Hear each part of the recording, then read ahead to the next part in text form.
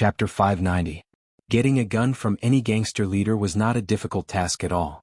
Therefore, in an instant, he turned his head to look at Song Huawu, only to be greeted with a kick from Xiao Chen. Although the kick did not cause any harm to him, it made his body hit the body of the first-floor martial rider. Instantly, the true samadhi fire began to spread on his body. Ouch! He had never expected such a terrifying flame to exist. Only when he was truly engulfed in flames did he understand why the first-floor martial rider had not extinguished the flames on his body. Instead, the flames were burning even more vigorously. Both of them kept rolling on the ground and screaming. However, the momentum of the first-floor martial rider was getting weaker and weaker. The floor of the room was made of gorgeous marble, but it would not burn. Xiao Chen was not worried that it would burn Song Huawu. However, Xiao Chen's 3 true samadhi fires were rather large. Trying to extinguish the fire by rolling on the ground was undoubtedly a fool's dream. Xiao Chen had almost exhausted all his primordial qi to activate this ultimate move. If it was so easy to extinguish, what was the point of playing? Very soon, the first-floor martial rider could not take it anymore. Waves of burnt smell came from his body, and the third-floor martial rider was also struggling on his deathbed. The two of them had come in high spirits, thinking that killing Xiao Chen would be a piece of cake. Even taking down Song Huawu had been part of their fantasies. However, they had not expected that the moment they met, the two of them would die. Huawu opened the window. Xiao Chen smiled coldly and said to Song Huawu. At the same time, his eyes were filled with mockery and sympathy. If the two of you can survive, tell your family heads to come personally next time. Don't send you as cannon fodder. Sigh, how pitiful. The two martial riders' eyes were filled with horror. They did not know what Xiao Chen was going to do. At this moment, Song Huawu had already opened the large floor-to-ceiling windows. Xiao Chen, on the other hand, raised his leg and kicked the first-floor martial rider's body as if he was kicking a soccer ball. He was sent flying out of the window. Next was the third-layer martial rider. He was also kicked out by Xiao Chen with a whoosh. He wanted to resist, but he was unable to do so at all. Ah! 2 screams came from outside. Just as Xiao Chen went over to close the window, he heard 2 loud bangs. It was obvious that the two of them had already fallen down the building. Xiao Chen casually glanced down and saw 2 pools of blood. These 2 martial cavalry masters couldn't be any more dead. It seemed like his wish of reporting to their clan's patriarch would not come true. Sigh, how pitiful. Xiao Chen curled his lips. Xiao Chen. Song Huawu hugged Xiao Chen's waist from behind. Her body softly pressed against Xiao Chen's body. What are you doing? Xiao Chen's body stiffened. He was at a loss. Song Huawu had only been flirting with him verbally. Why did she suddenly press herself against him? I was scared to death just now. I thought the two of us were finished. Song Huawu said with a lingering fear. You don't know how those 2 people looked at me. Their eyes were filled with lust and I was too weak to do anything. They were experts at the 1st and 3rd level of the martial master realm. I'm afraid. What? Those 2 wanted to do something to you? That was too good for them. If I had known, I would have let them have a taste of the firebird and roasted chrysanthemum. After hearing this, Xiao Chen did not think much about it. Song Huawu was a girl. After being frightened, it was normal for her to find someone to hug. Coincidentally, he was her good friend. He could make her do that. Therefore, Xiao Chen patted Song Huawu's back and comforted her. It's okay. It's just a few mobs. It was rare to see someone in the Supernatural Investigation Bureau who dared to say that a martial master was a mobs. Moreover, the other party was a 3rd-floor martial master. Then hug me again, Song Huawu said. Okay, then hug.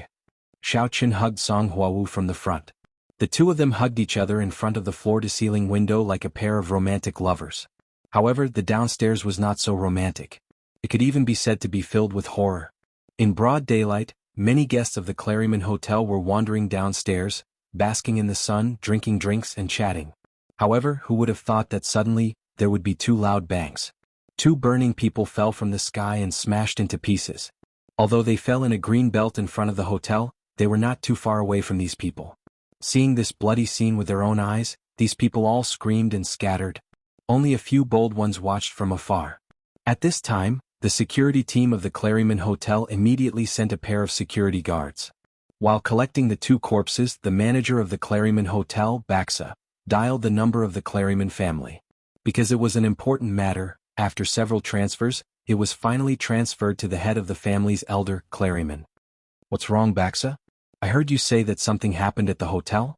What happened? Old Clergyman said calmly, not panicking at all. Yes, reporting to the old patriarch. Just now, 2 people on fire suddenly fell from upstairs and landed on the lawn in front of the hotel. They were smashed into pieces and blood was everywhere. It was very scary. What do you think we should do about this? Baxa said hurriedly. The security team has sealed off the vicinity of the hotel and temporarily restricted guests from checking out and leaving. Oh, there's no need to restrict them. I know what's going on. Old Clergyman scolded Vikings in his heart. Didn't he know that making a move in the hotel would affect the reputation of the Clergyman family? It would be fine if it was an ordinary hotel, but the key thing was that this hotel was his family's. What's more, they even made it so scary. Who did Vikings send to do it? That's good. We'll keep the corpses first and then restore order in the hotel? Baxa asked. Yes, I'll send someone to take over the 2 corpses, Old Clergyman said. All right, Baxa hurriedly replied. After hanging up the phone, Old Clergyman immediately called for a family meeting. To everyone's bewilderment, he severely criticized Vikings. Vikings, why don't you consider the consequences of your actions? Just throw those 2 people on fire from the window of the hotel. There are guests downstairs. Even if there is a green belt below, what if they accidentally hurt the guests? And do you know how much your actions will affect the reputation of the Clergyman family? Vikings was a little puzzled. Patriarch, the people I sent haven't replied yet? And I also told the 2 of them not to be too ostentatious. Patriarch, I think it's better to wait for those 2 people to come back and ask them about the situation. After all, Vikings didn't go. Maybe there was an emergency at that time?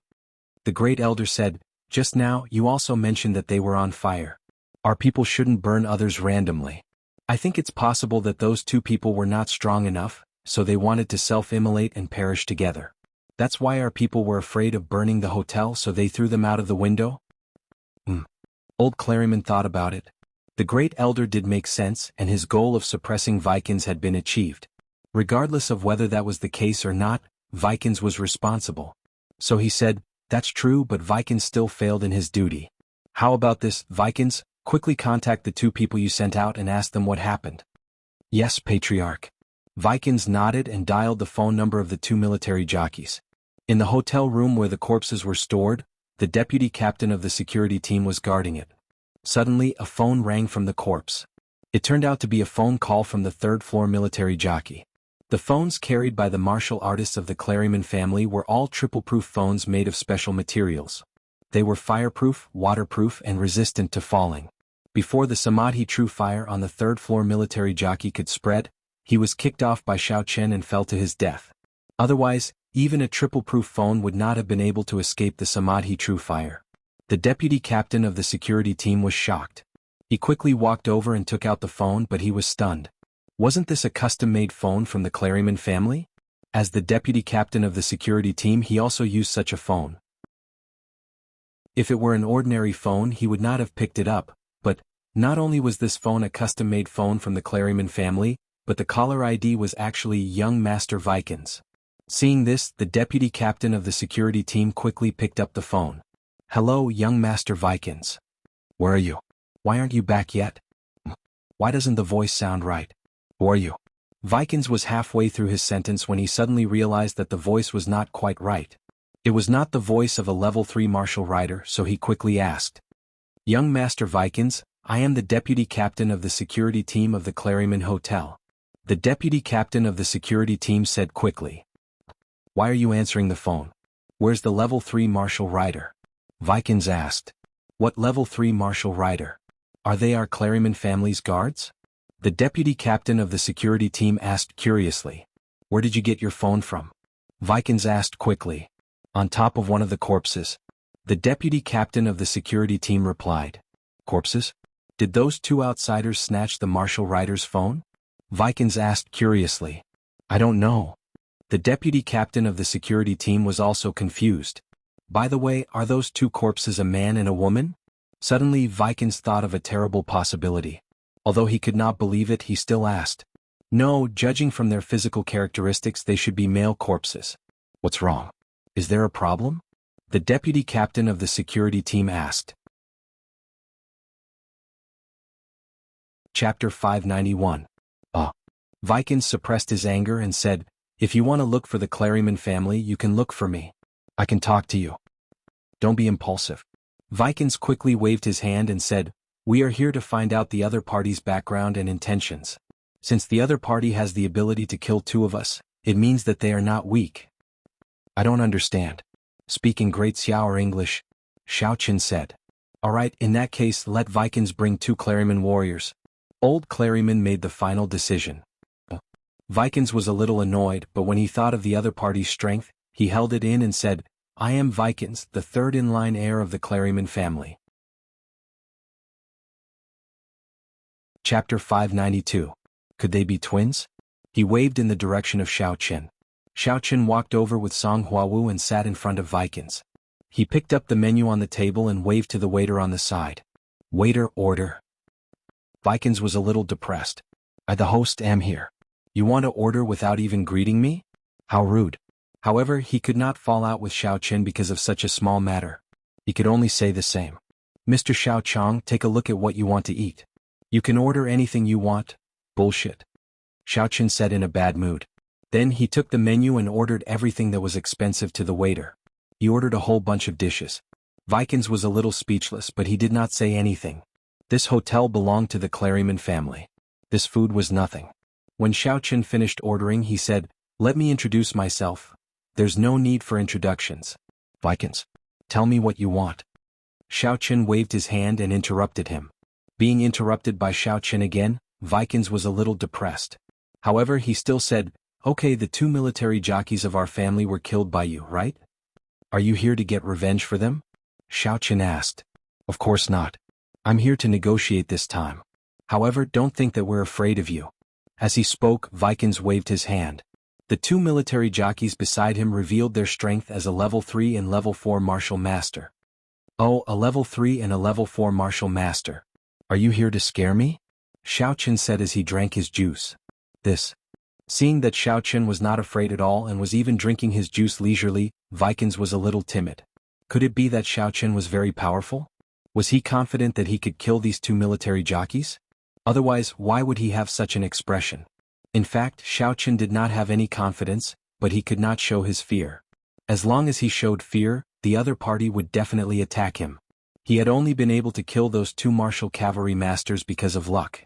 It was no problem for Xiao Qin to kill the first layer martial rider, but the third layer martial rider, if it wasn't for his pistol exploding and blowing off one of his hands, Xiao Qin wouldn't have been able to kill him so easily. Not to mention there was now a third layer and a fourth layer martial rider. Xiao Qin was no match for them at all, but he purposely acted very mysterious, so Vikings definitely wouldn't dare to act rashly. After all, he didn't know how the 2 martial riders died at that time. "Hurry up and say what you want to say," Xiao Qin said. Just as Vikings was about to speak, the food that Xiao Qin ordered was served. Then Xiao Qin waved his hand and said, "Okay, no need to say anything. Wait until I finish eating." Vikings was about to explode. Xiao Qin ignored him and ate the food in big mouthfuls. He kept commenting on the food and gave it to Song Huawu to taste. Seeing the 2 of them showing off their affection, Vikings suppressed his anger and didn't explode. He was the third in line to be the heir not because he was stupid. Looking at Xiao Qin and Song Huawu's current appearance, they weren't injured at all. In other words, they easily and happily killed the 2 military jockeys.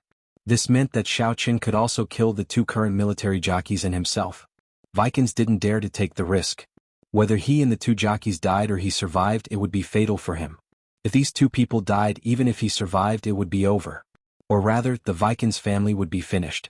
Without the military jockeys, how could they have their current glory? He would also be disqualified as the heir. So, after weighing the pros and cons, he waited for Xiao Qin to finish eating. Although the 2 jockeys beside him were angry, they also knew that Xiao Qin was not a good person after seeing that Xiao Qin killed the 2 previous jockeys without suffering any injuries. Finally, Xiao Qin and Song Huawu finished eating. Xiao Qin wiped his mouth and burped. He squinted at Vikings and said, "You can speak now." "Sir, what brings you to Lego Town?" Vikings said.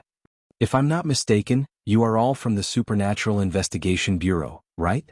"The first thing is to get back the encrypted chip," Xiao Qin said. "I'm afraid I can't comply with that. Every profession has its rules. The chip is now in our hands. Although I snatched it back, I have already handed it over to the family. I have no right to take it back to you," Vikings said. "What can you do?" Xiao Qin asked. I just want to say that we should mind our own business. The two of you can't do anything to my family and it's impossible to snatch it. I think it's better to go back as soon as possible. I snatched the chip and injured your girlfriend, Song Huawu, but you also killed two of the Claryman family's military jockeys. Isn't that even? Vikings said. Even? You're really naive. Xiao Qin curled his lips. I've read a book called Pure and Ambiguous. I think you're very silly and naive. So, you don't want to agree? Vikings' expression changed. The second thing is to avenge Song Huawu, Xiao Qin said without answering the question. Vikings was stunned.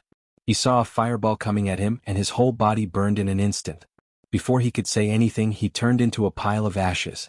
His strength was just that of a warrior, a military knight. Under Xiao Qian's Samadhi true fire, he had no ability to resist at all and was burned to death instantly.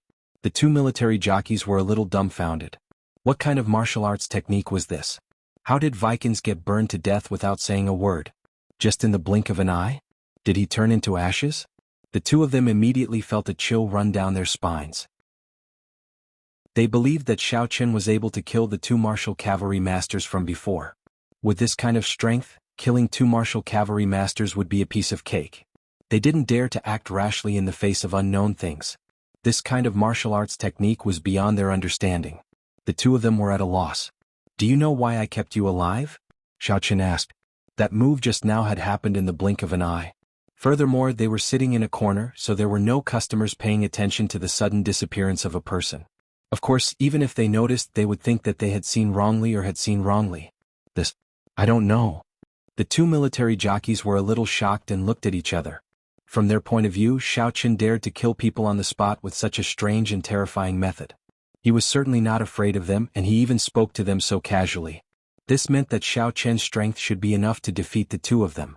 Therefore, the two of them wouldn't be stupid enough to make a move. If they died, they would have died in vain. Go back and send a message to your patriarch. Ask him to come see me quickly. Otherwise, I will destroy your Claryman family. I mean it, Xiao Qin said lightly. Don't doubt me. You can try. Okay, we will bring your message back. The two military jockeys nodded and responded. All right, I won't keep you. When you leave, settle the bill. Xiao Qin waved his hand. Okay. The two military jockeys responded again and got up to leave. They didn't want to stay a minute longer. This person was too scary. After the two people left, Song Huawu was still stunned and at a loss. But Vikings was killed by you? Yes, he dared to blow you up. I was already very kind to him by not torturing him before killing him. Xiao Qin said. There are too many people here, so I couldn't torture him. Otherwise he would have died even more miserably. Gosh. Song Huawu's heart was filled with sweetness. Xiao Qin was avenging her. Did Xiao Qin care a lot about her? Yes, it must be. He just knew that he couldn't stay in the Supernatural Investigation Bureau for long, and he was afraid of implicating her, so he didn't respond. Continue eating. You don't say. The food in this hotel is really delicious, Xiao Qin said. You're still in the mood to eat? Those two military jockeys were scared off by you. If they go home and bring more masters, what will you do? Song Huawu was a little worried. Let's not talk about anything else. Even if a large group of martial artists besieged you, it would be hard enough. Oh no. Xiao Qin smiled. The Claryman family didn't have the guts to be that crazy. Which family didn't use all their strength when facing a mortal enemy? He was just an outsider now, and he hadn't even attacked the Claryman family yet. Why would they send all their masters? In fact, the Claryman family really couldn't. The two military jockeys hurried back to the Claryman family and reported the news of Viking's death, as well as the words that Xiao Qin had asked them to bring. Old Claryman, the Great Elder, and the others were dumbfounded on the spot. Although Old Claryman always suppressed Vikings, he didn't want him to die. This person was still very smart. When he grew up, even if he didn't become the patriarch, he would become an elder and be a helper to Chiao Kelly. But he was dead just like that? The Great Elder immediately burst into tears. He hadn't expected that Vikings would be killed just because he went to negotiate. Moreover, he heard that it was a very strange martial arts technique. It was just a fireball and he turned into ashes in an instant. Chiao Kelly, the second elder, and the third elder also had very complicated feelings. For a moment they didn't know how to deal with it. Call for a family meeting. We must discuss a countermeasure. Old Claryman broke the silence and said with a sorrowful expression, the other party is very powerful. We must adjust our previous strategy and take it seriously. Everyone nodded and entered the family meeting room. After sitting down, the great elder said with a livid expression, "Patriarch, the other party is too despicable. I think the Claremont family must fight back." "Great elder, everyone wants to fight back, but how do we fight back? Are you going to fight back?" Old Claremont was still clear-headed at this moment. 2 military jockeys were killed by him. 2 military jockeys were scared back by him. Vikings was also killed by him. Tell me who can kill him. Chapter 593. This. After hearing this, the great elder's heart suddenly trembled and he sobered up. He naturally knew the other party's strength. Old Claremont was right. Who could deal with them now? Although the Claremont family was indeed very powerful in Lego Town, they were somewhat powerless in the face of a powerful individual like Xiao Qin who did not play by the rules. At this time, the third elder, who was Viking's father, looked carefully at old Claremont and asked respectfully, "Patriarch, doesn't our family have a great elder in the sanctuary?" "Sanctuary?" After old Claremont heard this, his gaze suddenly froze. He fixed his gaze on third elder's face, and his tone became gloomy and cold. There was an indescribable chill in it. "Third elder, you have to be clear about this. If we ask the Grand Supreme Elder to act because of this, will we be scolded?" The great elder said that we can only look for him when the family's survival is at stake. Now, is it the survival of the family? But Vikings has been killed and we are also being threatened. We still don't dare to fight back. Isn't this the survival of the family? The third elder lowered his head, feeling wronged. Vikings has been killed? That's because he was causing trouble outside and they came looking for him. How is this a survival of the family? Old Clarmont's expression was a little ugly. We snatched the other party's encryption chip. Isn't it normal for them to come looking for us? It's actually very simple to solve this matter. Either we return the chip to them and the two of them will definitely leave. We don't even need to do anything. It's not a survival of the family at all. If we use this reason to alarm the great elder, who will bear the responsibility if he blames us? But that encryption chip was exchanged with Viking's life. If we just hand it over, it's really... Besides, it's not good for the Claremont family's reputation. When the third elder heard old Clarmont's tone, he knew that there was nothing to think about, but he still tried his best to fight for it. "Then what do you think we should do? Do you have a better idea?" After listening to the third elder's words, the second elder couldn't help but frown. In fact, he also knew that the third elder didn't want to compromise. Otherwise, Vikings would have died in vain. But in fact, the second elder also didn't want to go to war. It was a fact that the other party was stronger than him. If he continued to go against them, it would be an unwise choice. The third elder did not have much confidence in these two mysterious masters from the east. However, when he thought of his dead son, he said in a deep voice, "I think we can't compromise on this matter, but we can also not go against them head-on. We can give them an ultimatum and ask them to leave the Claremont Hotel within a time limit. Otherwise we will take measures." "Take measures? What measures have you taken?" Old Claremont asked curiously, "Do you have anything that can threaten the other party?" "Yes." The third elder nodded his head and said, "We made a mistake before. We thought that our cavalry masters were no match for them, and so did I. I even wanted to go to the sanctuary to ask the Supreme Elder to come back. But in fact we can solve it ourselves. Don't forget what our family does, we have firearms." "What do you mean?" Old Claremont had a general understanding. If they leave, then so be it. In the future we won't interfere with each other's business, and our family's reputation will still be there. But if they don't leave, we will be ruthless and chase away all the guests of the Claremont Hotel. Then we will blow up the hotel with a few rocket launchers. I don't believe that no matter how powerful they are, they won't be afraid of guns." The third elder said, "I heard that one of the female agents was injured by Vikings. The reason why he can enter and exit the research base like it's on flat ground is also because of the intensity of the firearms." "Well, that's a good idea. Then, the third elder will be responsible for this matter on behalf of the Claremont family." Old Claremont nodded. It was worth it to save face for a hotel, so he agreed. "Okay, Chief. I'll send them an ultimatum now." When the third elder heard that old Claremont had agreed, he immediately went to write the ultimatum. In his opinion, he did not want Xiao Qin to move away. The more stubborn Xiao Qin was, the more he could blow up the hotel and kill these two people to avenge Vikings. He did not want these two people to leave with their tails between their legs. Therefore, after the third elder went back, he racked his brains to write an ultimatum. The words in it were harsh. His purpose was very simple. He wanted to provoke Xiao Chen and make Xiao Chen not leave so that he could carry out his next move. The ultimatum was full of sarcasm. After he was done, the third elder asked the family disciples to send it to the Claryman Hotel, and then asked the waiter to send it to Xiao Chen's room. Dang dang dang. Not long after Xiao Chen returned to his room after his meal, there was a knock on the door. However, this time Xiao Chen did not let Song Huawu open the door. Instead, he walked over and looked out through the peephole. He saw a person outside the door dressed as a waiter. Xiao Chen had seen this waiter before. He was indeed from this floor, so Xiao Chen opened the door. "Hello, sir. Someone sent you a letter and asked me to deliver it," the waiter said. "The other party said that this is the ultimatum from the Claryman family. Please take a look." Xiao Chen took the letter, opened it and glanced at it. Then he said, "Wait, don't go yet." "Okay. Is there anything else, sir?" the waiter asked quickly. "I'll reply to them now. You can take it back for me." As Xiao Chen spoke, he took out the notebook on the shelf at the door and wrote 3 big words on it. "I can't understand it." "Ah, okay." The waiter did not understand what Xiao Chen wrote, but he still nodded and took the letter away. "Then sir, I'll take my leave first." "Oh, go ahead," Xiao Chen said in English. The waiter left. Soon the Claryman family received Xiao Chen's reply.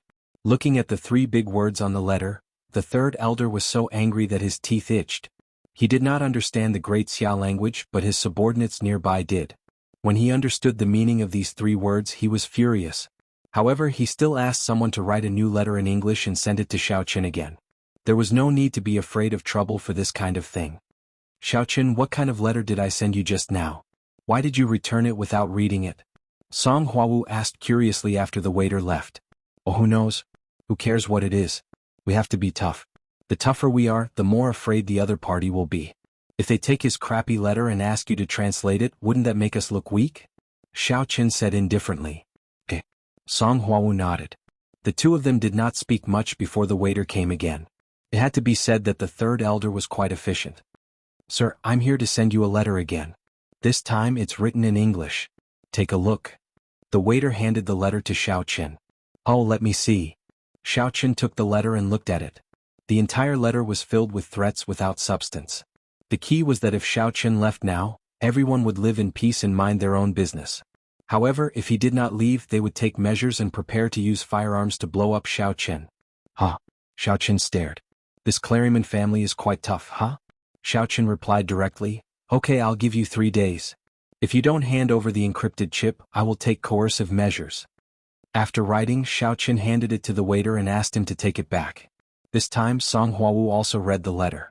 Seeing that Xiao Chen was still so tough, she could not help but be a little worried. They won't really use firearms, right? If that's the case, won't we be no match for them? And so I won't give them a chance. I'll kill them first, Xiao Chen said. You? Kill them? The family? Song Huawu was a little shocked and amazed. Is that true? You'll know when you see it. Xiao Chen smiled mysteriously.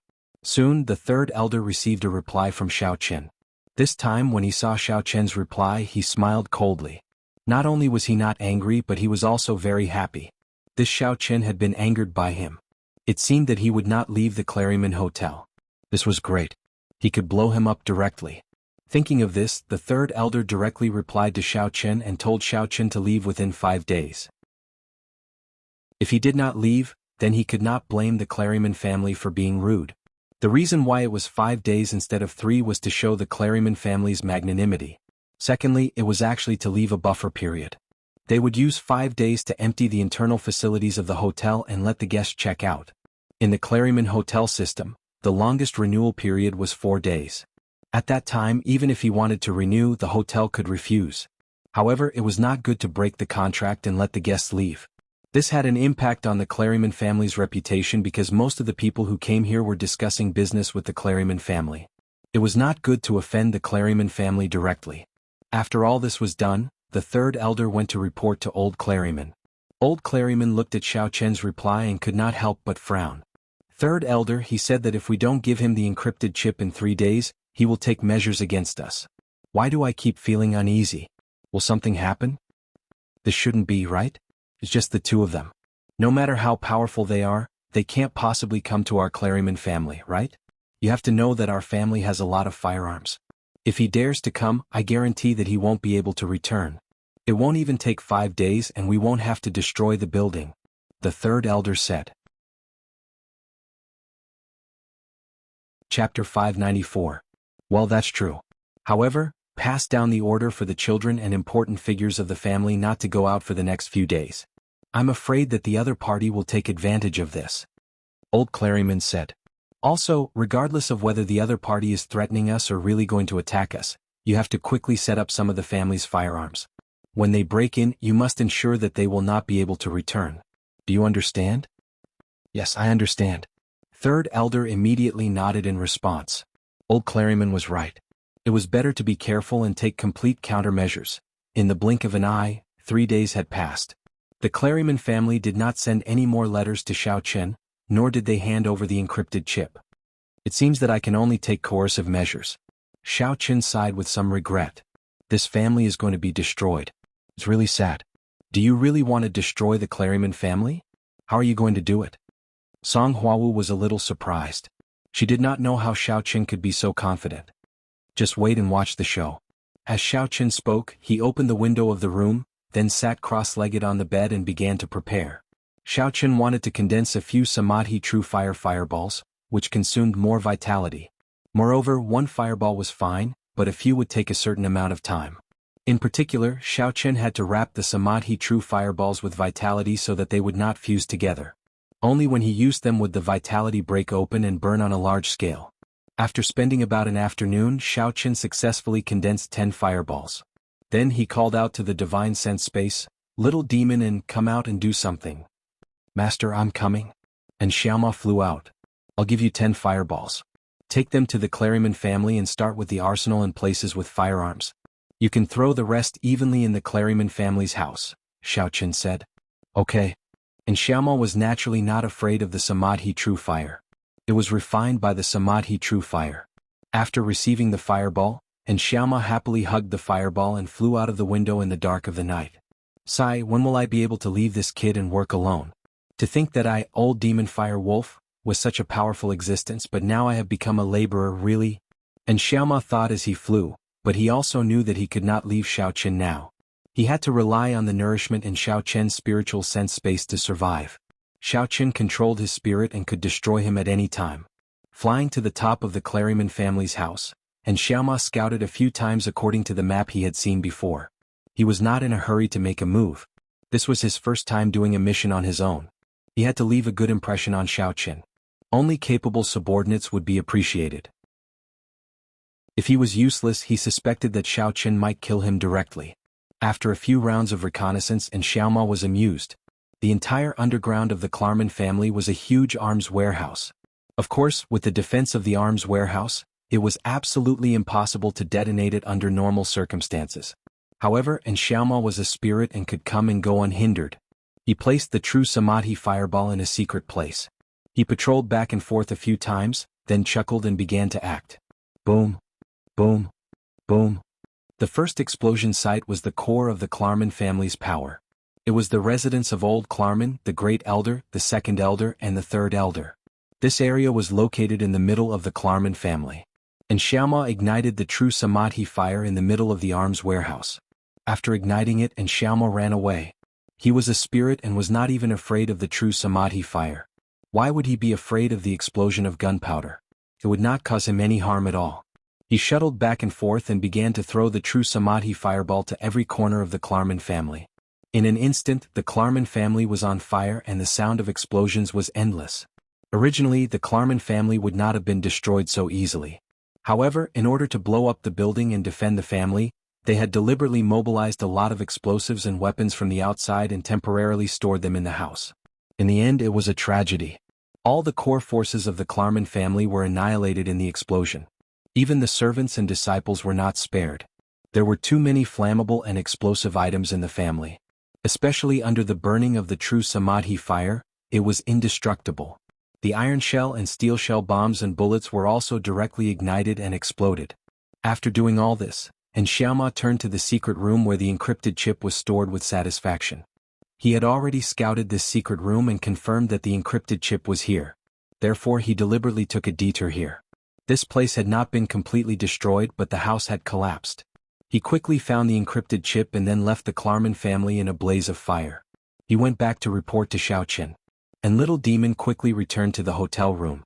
Before that, Song Huawu had already felt the powerful aura of the explosion. At this moment, even the hotel felt a slight earthquake. "You're back." Xiaoqin glanced at Xiaoma and asked lightly. "Yes, master, I didn't let you down. It's done. This is the encrypted chip." And Xiaoma carefully handed the encrypted chip to Xiaoqin like he was presenting a treasure. "Well, you did well. Go back. It seems that you still have some use," Xiaoqin said. "Yes, master." And Xiaoma went back with a whoosh. He thought to himself, "Master really thinks that I'm useless. Fortunately, I showed my prowess once. Otherwise I'd be screwed. This master is moody and kills without batting an eye. He might even kill me." Just now, Song Huawu already knew what Xiaoma was. Although she did not know the specifics, she knew that he was one of Xiao Chen's more magical subordinates. Those explosions were, and that's right. I guess the Claryman family is gone. Xiao Chen nodded and said. As soon as Xiao Chen finished speaking, sirens could be heard in the town. Police cars and fire trucks were quickly heading to the Claryman family, but it was useless for them to go. Under the Samadhi true fire, nothing would be left. "Xiao Chen, you're actually so powerful? You can destroy a family with just one subordinate? Then why are you afraid of the Supernatural Investigation Bureau?" Song Huawu was a little shocked. "I can't burn the Supernatural Investigation Bureau too, right?" Xiao Chen smiled bitterly. "Besides, this is also the advantage of the Claryman family's arsenal. If they didn't have the arsenal, there would be no effect. I asked Xiaoma to burn their arsenal, and they were all wiped out. Otherwise, wouldn't they have run when they saw the fire?" "I see." Song Huawu nodded. "But I feel that you seem very strong. That's why I'm called Xiao Chang," Xiao Chen said. "Oh, then are you also very strong in bed?" Song Huawu suddenly asked. Xiao Chen looked at Song Huawu and didn't know what to say. "Huawu, although we are quite good, we can't always joke around like this. What if it turns out to be true?" "I don't think you dare to," Song Huawu said. "All right, let's pack up and leave this place quickly." Xiao Chen had obtained the encrypted chip. The mission was completed, so he naturally wouldn't stay here any longer. "We will leave by boat tomorrow." Song Huawu nodded and said, "Do you need to call Deputy Bureau Chief Xia to report the situation?" "I'll do it." Xiao Chen took out his cell phone and was about to make the call. However, just as he took out his cell phone, it rang. "Deputy Bureau Chief Xia?" Xiao Chen picked up the phone in surprise. The caller was Xia Zhili. "Yang Jianan, you and Huawu did well this time, didn't you? You were the one who blew up the Claryman family, right?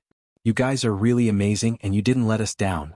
Xia Zhili's hearty laughter came from the other side of the phone. "Deputy Bureau Chief Xia, how did you know?"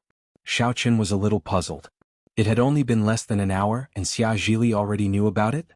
He still had a news channel here? This is the era of the internet. We also have people monitoring the situation on your side. The Claryman family was blown up, so naturally someone posted it on the internet. It was faster than the news. Xia Zhili smiled and said, "Jianan, you're not bad. I didn't expect you to be able to get some weapons in an unfamiliar place and blow up the Claryman family. It was just a fluke. The Claryman family is in the arms business. We disguised ourselves as other merchants and bought from them," Xiao Chen said perfunctorily. "Wonderful, too wonderful," Xia Zhili said. "This time in the Supernatural Investigation Bureau, let's see who still dares to question me. I will add this great credit to my report. You guys have done a great job this time. This is also a deterrent to other forces who covet our research base. Let them see how powerful the agents of the Supernatural Investigation Bureau are. They will be punished no matter how far they are to steal our research data. It's all thanks to Deputy Bureau Chief Xia's nurturing," Xiao Chen said quickly. "And Jianan, the credit this time will not go unnoticed," Xia Zhili said. "As long as the opportunity is right, I will suggest that you be promoted to Team B's deputy team leader to take over." "Thank you, Deputy Bureau Chief Xia." Xiao Chen said this, but he was depressed in his heart. When could he cancel the wanted order? Damn, this credit did not benefit him at all because he would eventually have to leave this identity. In the end, it would benefit that old man Xia Zhili. "Okay, you guys pack up and come back. By the way, did you get the encryption chip or did you destroy it?" Xia Zhili asked. "I got it," Xiao Chen said. "And very good. This is another great credit," Xia Zhili said happily. There is only one copy of this chip. Although destroying it will prevent it from leaking, we won't have it for ourselves. It's great that you can get the chip back. Chapter 595. It was just a fluke. Xiaoqun did not want to talk about the details. Talking too much would lead to mistakes. Okay, I'll teach you Qinggong when I get back. Xia Zhili hung up the phone. Xiaoqun shook his head and said to Song Huawu, that old thing wants me to be the deputy team leader of Team B. I'll try to get you the position of team leader of Team C. Ah, me? Song Huawu was stunned. Can I? By the way, why don't you think of a way to cancel the wanted order? I tried once before, but that old thing did not agree. If I continue to talk about this, he will probably be suspicious. I have to find an opportunity. Xiaoqun was also very depressed and had a headache. However, it was also a good thing to be able to go to Team B. Team B had much more authority than Team C. They could even request to read some internal files of the warrior guild. Xiaoqun wanted to see what kind of trial mission his father had done that caused him to be completely annihilated. This file had always been sealed. At that time, the Xiao family had asked many times, but they had not been able to access it. Even the president of the warrior guild in Songning had lost this authority. There must have been a big force behind the scenes. Otherwise it would not have happened. Although the Claryman family was powerful in this area, it would also attract the hatred of other families and ordinary people in the town. Therefore his death did not cause any big waves. Even the second largest family nearby came the next day. Under their control and intervention, the Claryman family's incident was turned into an explosion caused by their own family's arsenal being improperly taken care of. They had no one to blame but themselves. As for who the real murderer behind the scenes was, not only did this family not seek revenge, but they were also secretly grateful. If it were not for this person, the Claryman family would not have been completely annihilated, and their family would not have been able to rise to power. However, what surprised Xiaoqun was that the Claryman Hotel did not become chaotic because of this. It seemed to have been controlled by the new family. This was because when Xiaoqun and Song Huawu left, they still had to go through the checkout procedures and did not leave directly. However, this wasn't what Xiaoqun was concerned about. After checking out, Xiaoqun and Song Huawu took a boat back to the Lago Sea and prepared to return to Great Xiaolan City. The journey was uneventful. When Xiaoqun and Song Huawu left Lan City Airport, they saw that Xia Shibin was already waiting there. When he saw them coming out, he immediately came over to welcome them. Lita Yang, you're back. Congratulations. Well, what's the matter? Xiaoqun was surprised to see Xia Shibin here. Deputy Director Xia is here and is at the research base. He asked me to pick you up and rush over immediately. Xia Shibin said. Alright, let's go. Xiaoqun nodded and left the airport with Xia Shibin. They got into a business car and went to the research base together. The current research base was deserted. The researchers were temporarily on vacation, so other than the patrolling security guards, no one else was here. On the way to the conference room in the main building of the office building, they pushed the door open and saw Xia Zili sitting in the main seat. Beside him was a middle-aged man with a kind face and a pair of eyes that looked like an old pedant. However, upon closer inspection, he looked somewhat similar to Grandpa Su. Jianan, you're back. That's great. Xia Zili stood up and walked over enthusiastically.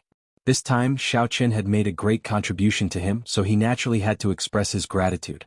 Deputy Director Xia, this is all my duty. You don't have to do this. Xiaoqun said politely. This must be Mr. Xiaochang. I've heard about you from my daughter, Chuxia. Thank you so much this time. The middle-aged man also came over and said enthusiastically, let me introduce myself. I'm the person in charge of the research base, Su Inda. Previously, I troubled you to take care of my daughter and parents. Then, I troubled you to go all the way to Lego Town to snatch the encrypted chip back. I really don't know how to thank you. Professor Su, you're too serious. Xiaoqun smiled. It's nothing serious. However, I'm just a professor in the research base. There's nothing I can thank you for. Why don't I marry my daughter to you? Su Inda looked at Xiaoqun with a smile. Xiaoqun coughed violently. I'm just joking. I know that you and Sour are close. In the future, even after this mission is over, you have to visit my house often.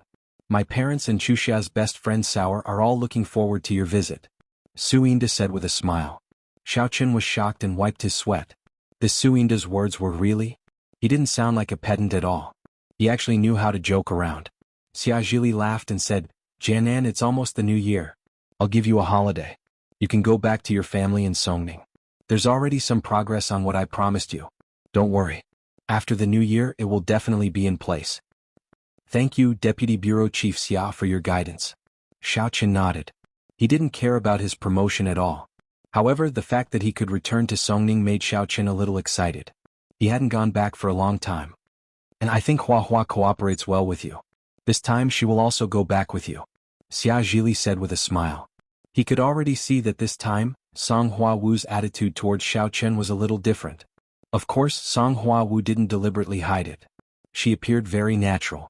Therefore, Xia Zhili thought that the two of them developed feelings for each other during the mission together. He was also very happy. Song Hua Wu had never been on his side. If Yang Jianan took care of her, then Song Hua Wu would take over as the team leader of Team C. Although he would improve his ranking and become the Deputy Bureau Chief in charge of Team B, he would still have great authority and control over Team C. He was a person who was greedy for power. Therefore, the situation in front of him made him very happy.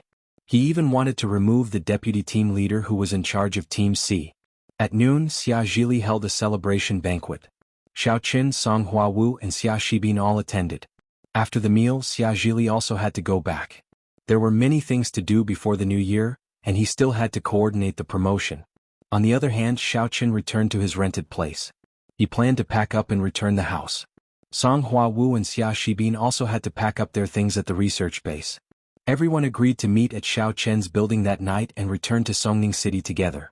Looking at the familiar house, although he hadn't lived in it for long, many things had happened. He got to know Su Chuxia and Tian Xiaoring and he met Wang Fangtian again. However, he still had to leave. When he went upstairs, Xiaoqin was surprised to find two people standing in front of his house. It was Su Chuxia and Tian Xiaoring. Why are you guys here? Xiaoqin was slightly surprised. Xiaochang, my dad said that you're back and that you're leaving. Xiaoring dragged me back from school because he wanted to see you. Su Chuxia explained. Xiaochang, you're leaving just like that? What if Sister Xiaoring misses you? Tian Xiaoring was bold. He walked over and patted Xiaoqin. You don't know this. After you confessed to Sister Xiaoring, all the students in school were waiting for you to come back. In the end you left. Sister Xiaoring is so embarrassed. She just got a boyfriend and then disappeared. Ahem. I have a mission to complete. Xiaoqin smiled bitterly. And this time I'm going back to Songning? You're leaving already. Tian Xiaoring was a little disappointed. I thought you could come back to continue school. Everything here is over. Naturally, I can't stay here anymore, Xiaoqin said. All right, Xiaoring. Xiaochang has his own things to do. Don't pester him anymore. Moreover, didn't you just want to experience the feeling of being chased? Now that you've experienced it, don't push your luck. Su Chuxia said, be careful not to fall into it. How is that possible? Sister Xiaoring just hasn't had enough fun. Tian Xiaoring's eyes suddenly lit up. Xiaochang, why don't we have an online relationship? Is that okay? Let's meet in Weixin? Okay, but I might not be able to log into Weixin anymore. I don't know what the next mission will be like. Xiaoqin explained. In fact, he didn't want Tian Xiaoring to be too close to him. Xiaoqin had a bad feeling that his identity might be exposed. Although this was something that would happen sooner or later, this feeling was very strong. In Xiaoqian's opinion, perhaps because of his promotion, he couldn't wear Xiaochang's mask anymore. At that time there might be a problem with the mask. However, even though he knew that there might be a problem, there was nothing Xiaoqin could do. The mask could fool people's eyes, but it couldn't fool the camera. Okay, then before we leave, Sister Xiaoring will let you hug me, Tian Xiaoring said with her eyes closed. Depressed was slightly stunned, but he still reached out and hugged Tian Xiaoring. In fact, he felt that Tian Xiaoring's personality wasn't bad. Although she always called herself Sister Xiaoring, she was actually a very good girl. On the surface, she seemed to be a bit of a gold digger, but in reality that wasn't the case at all. There were many rich people in New Moon Academy. If Tian Xiaoring liked money so much, she would have become someone else's plaything long ago. She wouldn't have waited for Xiaoqin to appear. Tian Xiaoring probably also knew that it was impossible for her and Xiaoqin to be together. She just wanted to experience the feeling of being in love. However, now that they were about to separate, it was also very uncomfortable. Su Chuxia stood at the side and gently held her forehead. No matter how she looked at it, she felt that Tian Xiaoring was a bit lost. Fortunately, Xiaoqin was about to leave, and the two of them didn't have a chance to continue developing. Actually, even without the factor of Tian Xiaoring's family, Su Chuxia didn't approve of Tian Xiaoring and Xiaoqin being together, because the two of them wouldn't end up together. She was a more rational person.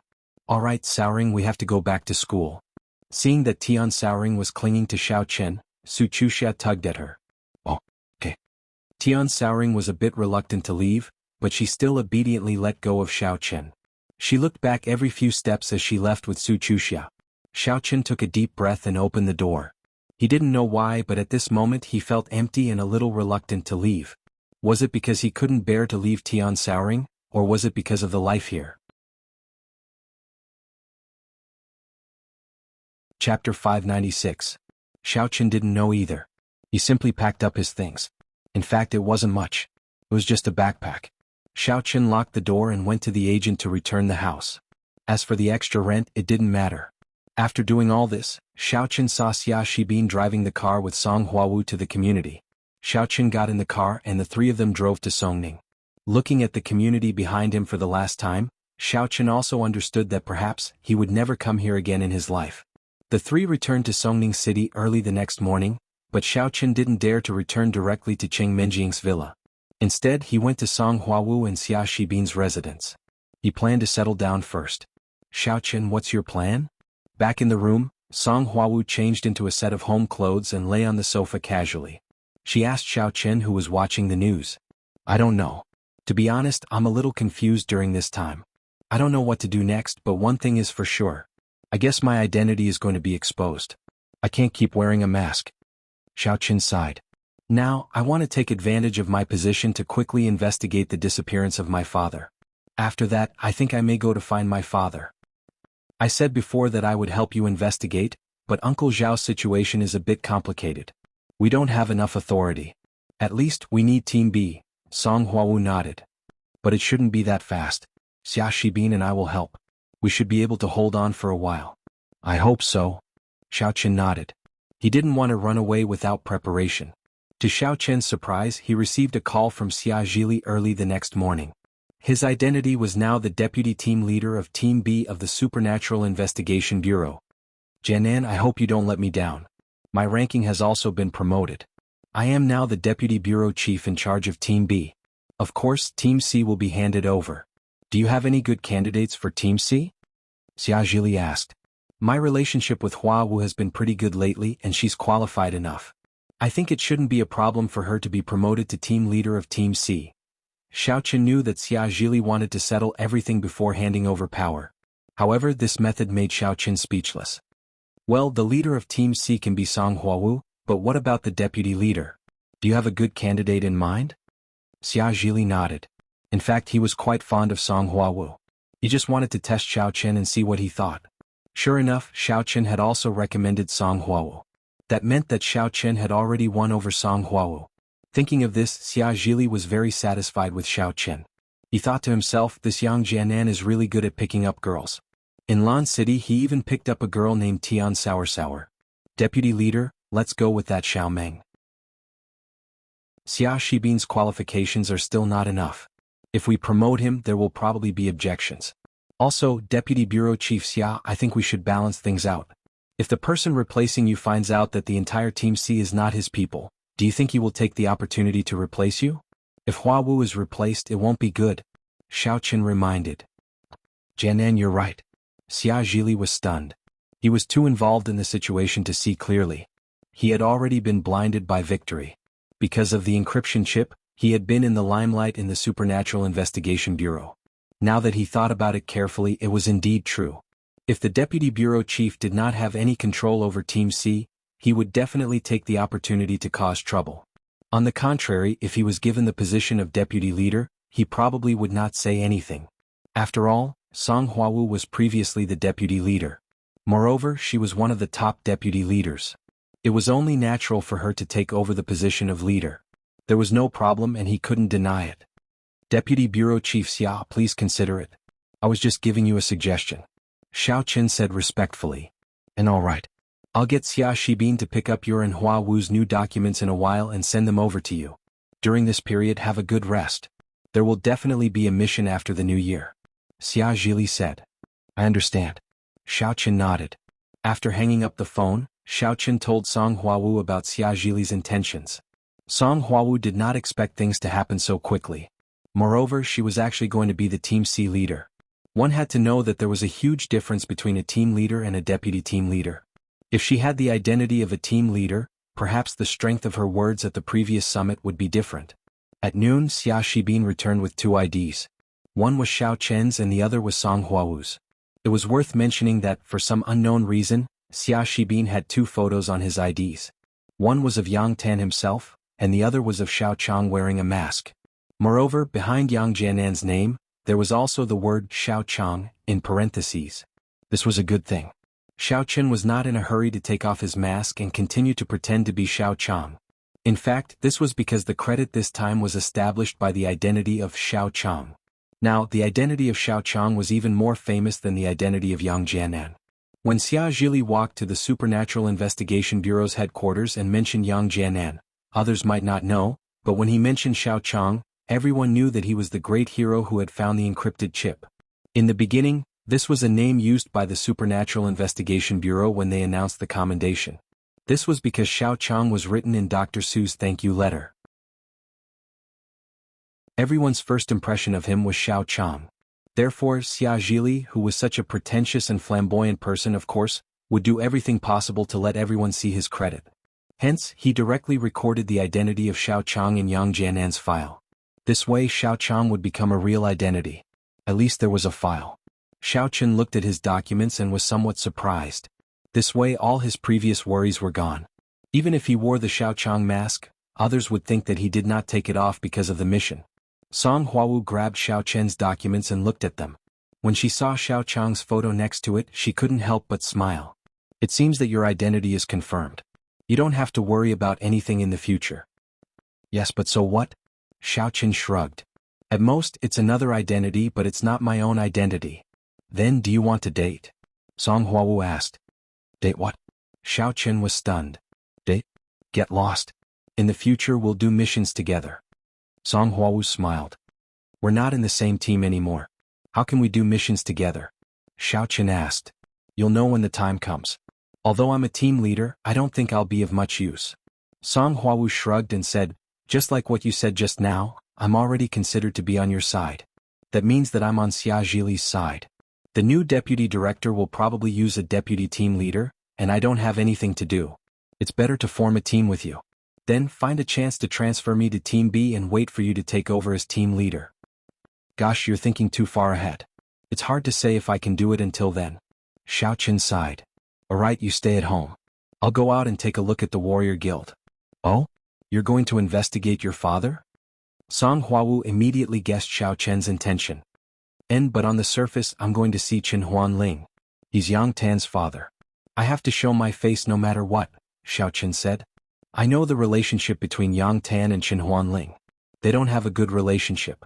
Yang Tan doesn't like Chen Huanling. The two of them have a similar cooperative relationship on the surface, Song Huawu explained. And I understand. Xiao Chen nodded and said, I'll go and take a look. Do you need me to accompany you? Song Huawu asked. Even if your relationship with me has eased, it's not good for you to always be by my side. This isn't your personality. Xiao Chen quickly refused. I'm afraid that someone will suspect something. This has always been my character. Song Huawu smiled and said, let me tell you, I'm actually very clingy. I didn't have anyone to be clingy before, but now I like to be clingy to you. Xiao Chen looked at Song Huawu. He didn't know whether she was telling the truth or not. I'm just doing missions with you to get experience. I'll be promoted quickly. Maybe in a few years I'll be Deputy Director Song. Even if something happens to you, I can cover you secretly. Song Huawu said proudly. Well, that's what you mean. Then I'm leaving. Xiao Chen smiled bitterly and went out the door. Walking on the streets of Songning City again, Xiao Chen had a feeling that it was a lifetime ago. It hadn't been long since he left, but in his memory, it seemed to be too long. Thinking of himself and Tang Tang selling breakfast on the morning market street, Xiao Chen was filled with emotions for a while. I don't know how Kerlin is doing. Will she be in trouble again? Xiao Chen wasn't worried about others, but Kerlin seemed to be particularly unlucky and liked to be in trouble. It was already the end of the new year, and the streets of Songning City were bustling. When passing by the morning market street, Xiao Chen got out of the car and walked into the morning market street. At this time there were people coming and going. there were many stalls selling New Year's goods. Most of the vendors who usually sold other things temporarily changed their business to sell New Year's goods. There was a New Year's atmosphere here. Xiaochen couldn't help but think of the Xiao family's New Year's situation. How did the Xiao family spend it every year? Xiaochen thought about it. Perhaps in his memory, the New Year's of the Xiao family stayed at the time when he was young. At that time his father was still alive and had not disappeared. Every year at the end of the new year, his father would take him and Xiao out to buy New Year's goods and firecrackers. At that time, although Xiaochen also exercised every day, he didn't have as many worries as when he grew up. Xiao didn't neglect him either. She still stuck to him and followed him just like Song Huawu now. So Xiaochen thought that Song Huawu was an orphan since childhood and had a brother complex. She felt like a big brother looking after her and she liked this feeling.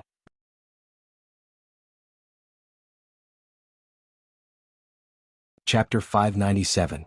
It was just that Xiao distanced herself from him for some unknown reason. Fortunately, Xiaochen now knew that she was still concerned about him.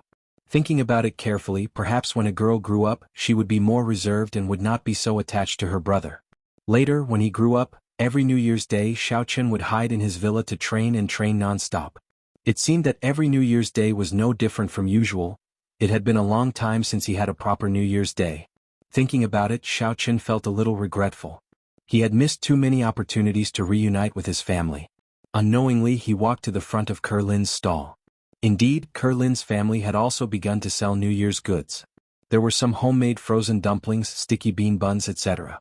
However, the noodle business was still open. A bowl of noodle. Xiaochen looked at Lin's busy figure and heaved a sigh of relief. It seemed that she was fine. Very soon the noodle was served. When Lin was serving it, she looked at Xiaochang with some doubt. This person's back was somewhat familiar, but she did not know him from his appearance. Just as she was feeling puzzled, someone called her for noodles again.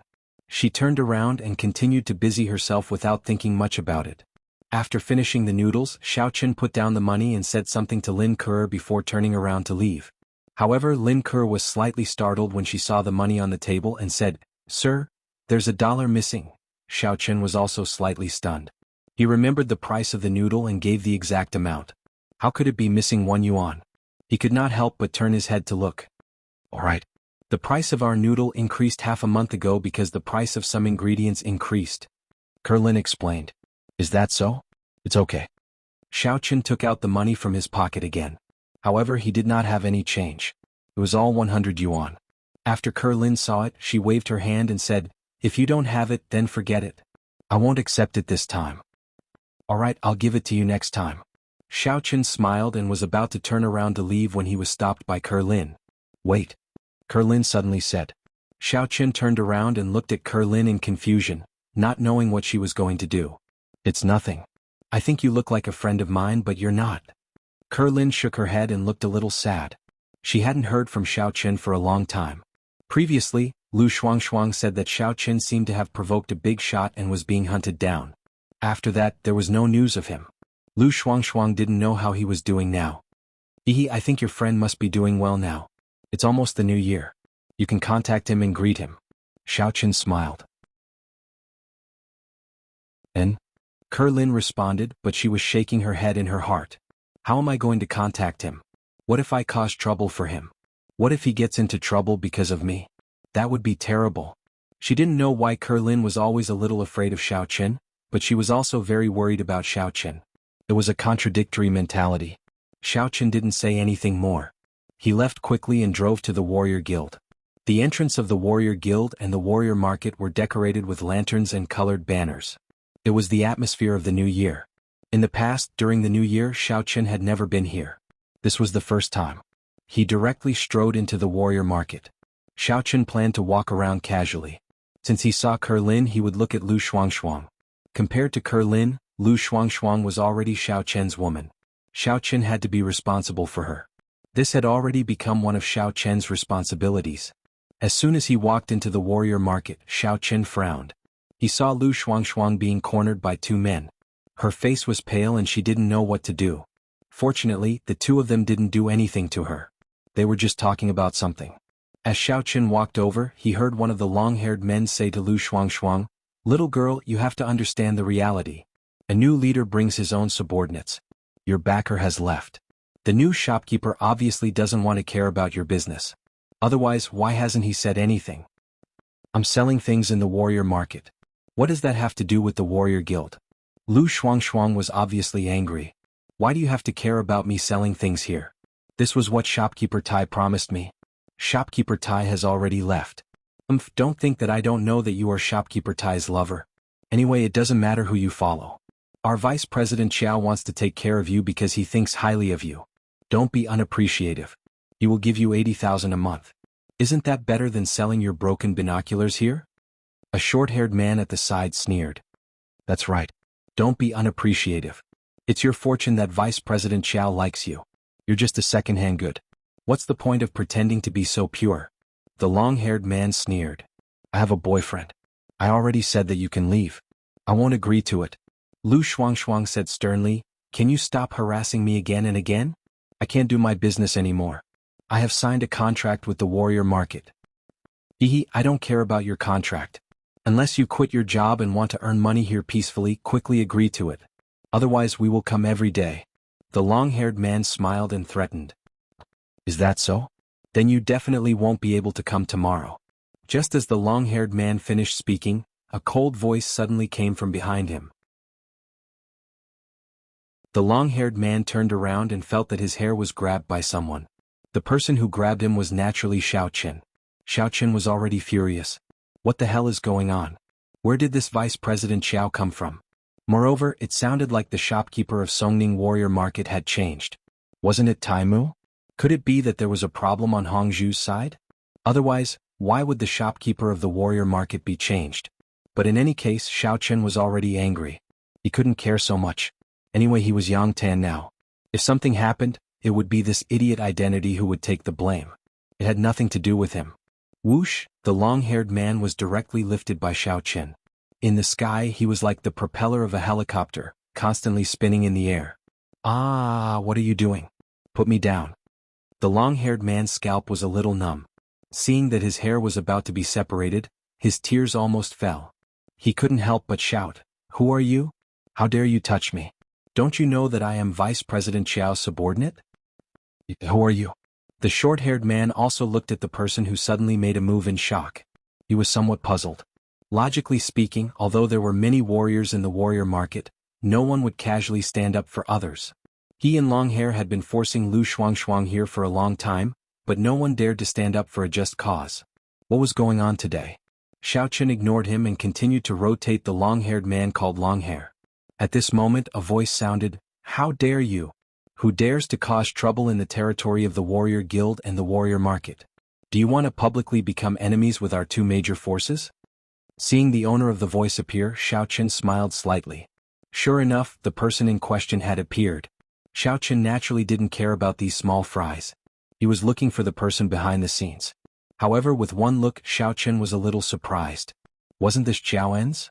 Wasn't this guy a deacon of the Warrior Guild's law enforcement hall? How did he become the vice president of the Warrior Guild? So, Vice President Xiao was referring to him. It seemed that this kid's family was quite capable. Xiao Qin directly swung his hand, and the long hair flew out, smashing directly in Xiao En's direction. Xiao En's was shocked and he could not dodge in time and was hit head-on. Xiao En's was only a warrior at the peak of Stage 8 inner force. How could he be compared to Xiao Qin, a cultivator who was about to reach Stage 10 Qi refinement stage? Bang! Xiao En's head was smashed and he directly fell to the ground. He was dizzy and saw stars. He was so angry that he shouted, Who are you? How dare you make a move here? Xiao Qin coldly snorted and took 2 steps forward. He pointed at Lu Shuangshuang and said, I like this girl. If you dare to touch her, I will kill you. Ha! Lu Shuangshuang was suddenly stunned. She wanted to thank Xiao Qin for saving her, but she didn't expect that she would enter the tiger's den after escaping from the wolf's mouth. This person saved her not because he was loyal to her but because he liked her. This made Lu Shuangshuang a little depressed. What was wrong with her recently? She had been selling binoculars for a long time, and no one had harassed her. Now that they were here together. I am the vice president of Songning Martial Guild, Xiao En's. Let me tell you, you not only offended me but also my Qiao family. You are dead. Xiao En's shouted angrily. Alright Xiao En's, stop pretending. I know you, but I am not afraid of you. Have you forgotten who I am? Xiao Chen smiled coldly. You know me? Then who are you? Xiao En's was stunned and became a little cautious. This person obviously had the strength of a martial master. If it wasn't for this fear, he wouldn't just say some arrogant words. He would have already taken action. This is my ID. Take a look at it yourself. As Xiao Chen said this, he handed the ID to Xiao En's. When Xiao En saw the cover of the ID, he knew something was wrong. He used to be in the law enforcement hall and had more contact with the Supernatural Investigation Bureau. Therefore, he could tell at a glance that the cover of the ID was from the Supernatural Investigation Bureau. However, he didn't know this person. Could he be a big shot from the Supernatural Investigation Bureau? After taking the ID, Xiao En's opened it and took a look. He was stunned on the spot. Yang Jianan? Xiao Chong? Looking at the two photos, Xiao En's finally understood why the other party knew him. It turned out to be Yang Jianan. He was really an acquaintance. But how did it become Xiao Chong?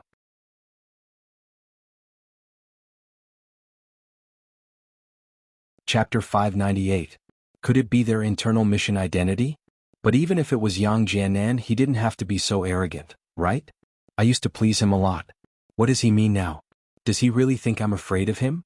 The Qiao family I belong to is... When Xiao En saw the position on Yang Jianan's ID, he was speechless. Deputy leader of Team B. When did Yang Jianan get promoted? He actually became the deputy leader of Team B? One had to know that Team B was directly responsible for some sects and martial arts families. They could directly talk to the presidents of the Warrior Guild headquarters. They were all at the same level. He was only the vice president of a small Songning branch. He was really not enough. Even if his father didn't bow and scrape to Yang Jianan now, he would still have to smile from ear to ear.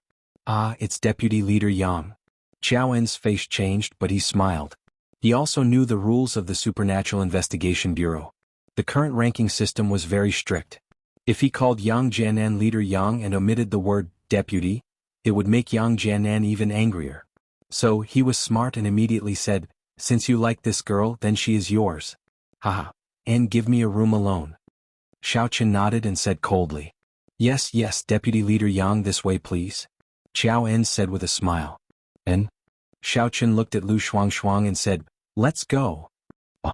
Lu Shuangshuang was shocked. "I'm not leaving." Lu Shuangshuang also understood. This man called Deputy Leader Yang in front of her seemed to be more powerful. Even Xiao En's was afraid of him. She felt a little sad in her heart. She couldn't afford to offend the previous one, and now she met someone she couldn't afford to offend. Why was she so unlucky? "It's not up to you to leave." Xiao Chen was more aggressive than Xiao En's. He directly went up, hugged Lu Shuangshuang and dragged her forward. Hey. What are you doing? Let me go. You still dare to kidnap a girl? Lu Shuangshuang was shocked. Previously, although Xiao En's had taken a fancy to Lu Shuangshuang, he was, after all, a reputable figure.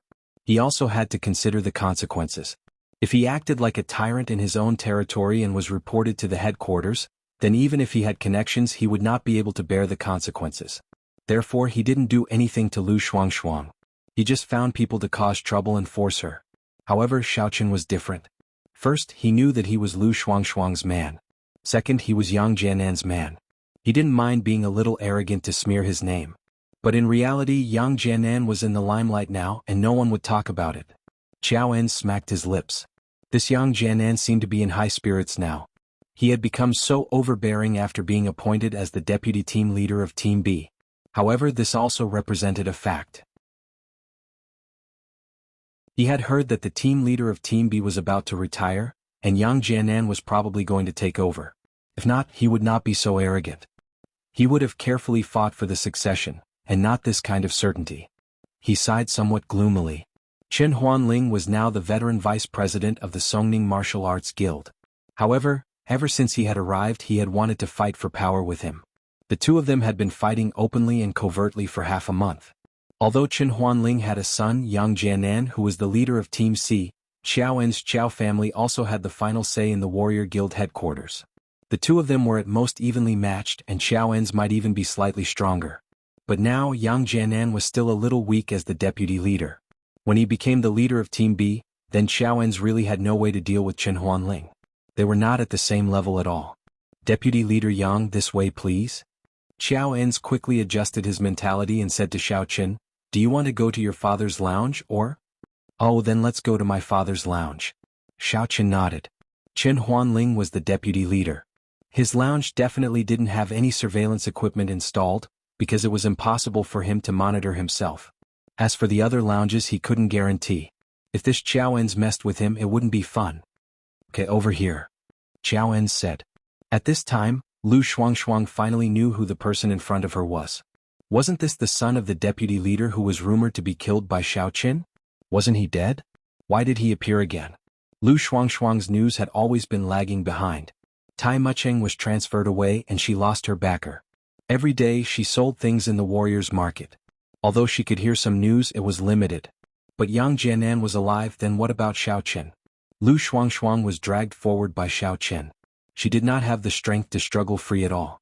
As for the warriors nearby, it was as if they did not see them at all. No one asked a single word.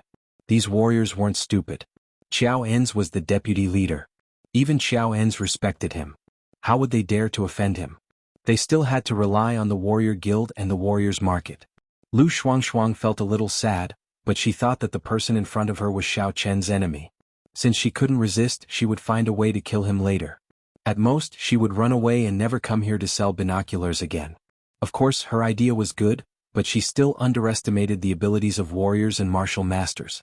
They arrived at the door of Chen Huanling's lounge in the warrior guild and saw Chen Huanling walking toward them. When he saw these people standing in front of his lounge, he couldn't help but be stunned. Qiao En's, what is the meaning of this? Why are you blocking my lounge door with your men?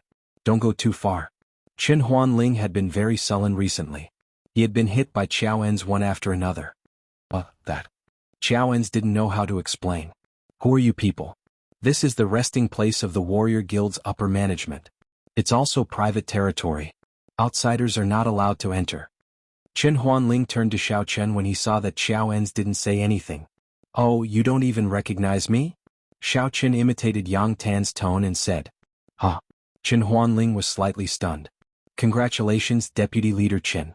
Brother Jianan is now the Deputy Leader of Team B of the Supernatural Investigation Bureau. I brought him here to rest. Qiao En's quickly explained after he recovered from his shock. Huh. Chen Huanling looked at Xiao Chen in surprise. You're Yang Tan? Yes. Xiao Chen nodded. He took out his ID and handed it to Chen Huanling. Chen Huanling glanced at it and immediately beamed with joy. It turned out that his son had disguised himself as another identity. There was even a photo on the ID. He immediately felt relieved. Yang Tan, then you should rest well. I heard that you completed a mission and won a great victory. I won't disturb you anymore. Xiao Chen took the ID and nodded. He dragged the bitter Lu Shuangshuang into the room and closed the door with a bang. Chen Huanling was very happy. Even though Yang Tan was still indifferent to him, he was still a member of the Chen family. Qiao En's attitude had obviously changed a lot, and it must be because of Yang Tan's face. It seemed that this guy wouldn't go against him anymore. As expected, Qiao En's expression changed. He put on a fawning look. Uncle Chen, I just came here and wanted to start a career. I might have offended you, but I've thought it through. I still need to learn from the elders. I hope Uncle Chen can guide me in the future. Of course, of course. Chen Huanling nodded with a smile. This Qiao En's didn't even call him Vice President Chen. He directly referred to himself as a junior. It seemed that he had a good eye. After entering the room, Lu Shuangshuang looked at Xiao Chen with her arms crossed. Hey, what do you want? What do you think? I want to F***ck you, of course. Xiao Chen smiled. You shameless. Lu Shuangshuang glared at Xiao Chen. Weren't you killed by that Xiao Chen? Why are you here again? You're not an imposter, are you? Lu Shuangshuang's real purpose of asking was to find out about Xiao Chen. It was just that she couldn't ask directly, so she used a probing tone. It seemed that she was asking about Yang Tan, but she was actually asking about Xiao Chen. Xiao Chen pretended to be surprised. You found out? You can actually tell that I'm an imposter? Then should I kill you to silence you? Lu Shuangshuang really wanted to cry at this moment. She casually said something to find out about Xiao Chen's whereabouts, and it turned out that she was right? This person was really an imposter? Then he wanted to kill her? However, it's fine if you don't kill me. Xiao Chen changed the topic and said calmly. Then, what should I do? Lu Shuangshuang asked subconsciously. If I don't kill you, then you'll become my woman. Since you're one of us, you can't leak the secret, Xiaoqin said. This. How could Lu Shuangshuang agree? She rolled her eyes and suddenly said, "Oh right, how about this? I'll tell you the truth. I already have a boyfriend. He's a broken flower. A big shot like you can't fall for him, right? If you let me stay by your side for a long time, you'll definitely feel embarrassed. Plus, I know your secret. What if I secretly hide it somewhere and you don't dare to kill me? How troublesome would that be for you?" And then? Xiaoqin listened to Lu Shuangshuang's words and was speechless. This girl's thinking. Isn't she afraid that I'll kill her now? Then you see, I'll sell things in the warrior guild and the warrior's market. Now the telescopes, melon seeds, mineral water and drinks in these two places are all under my exclusive management. When the time comes, I'll give you half of the profits and you'll protect me. How about that? Lu Shuangshuang suggested. This is more beneficial than you getting a broken flower, right? It seems to make sense? Xiaoqin nodded after listening. Lu Shuangshuang's suggestion was not bad. Although her business didn't seem to make much money, it was her exclusive management. It was also a considerable profit. Right? Isn't it very reasonable? Then that's it? I'll leave first? Lu Shuangshuang was about to slip away.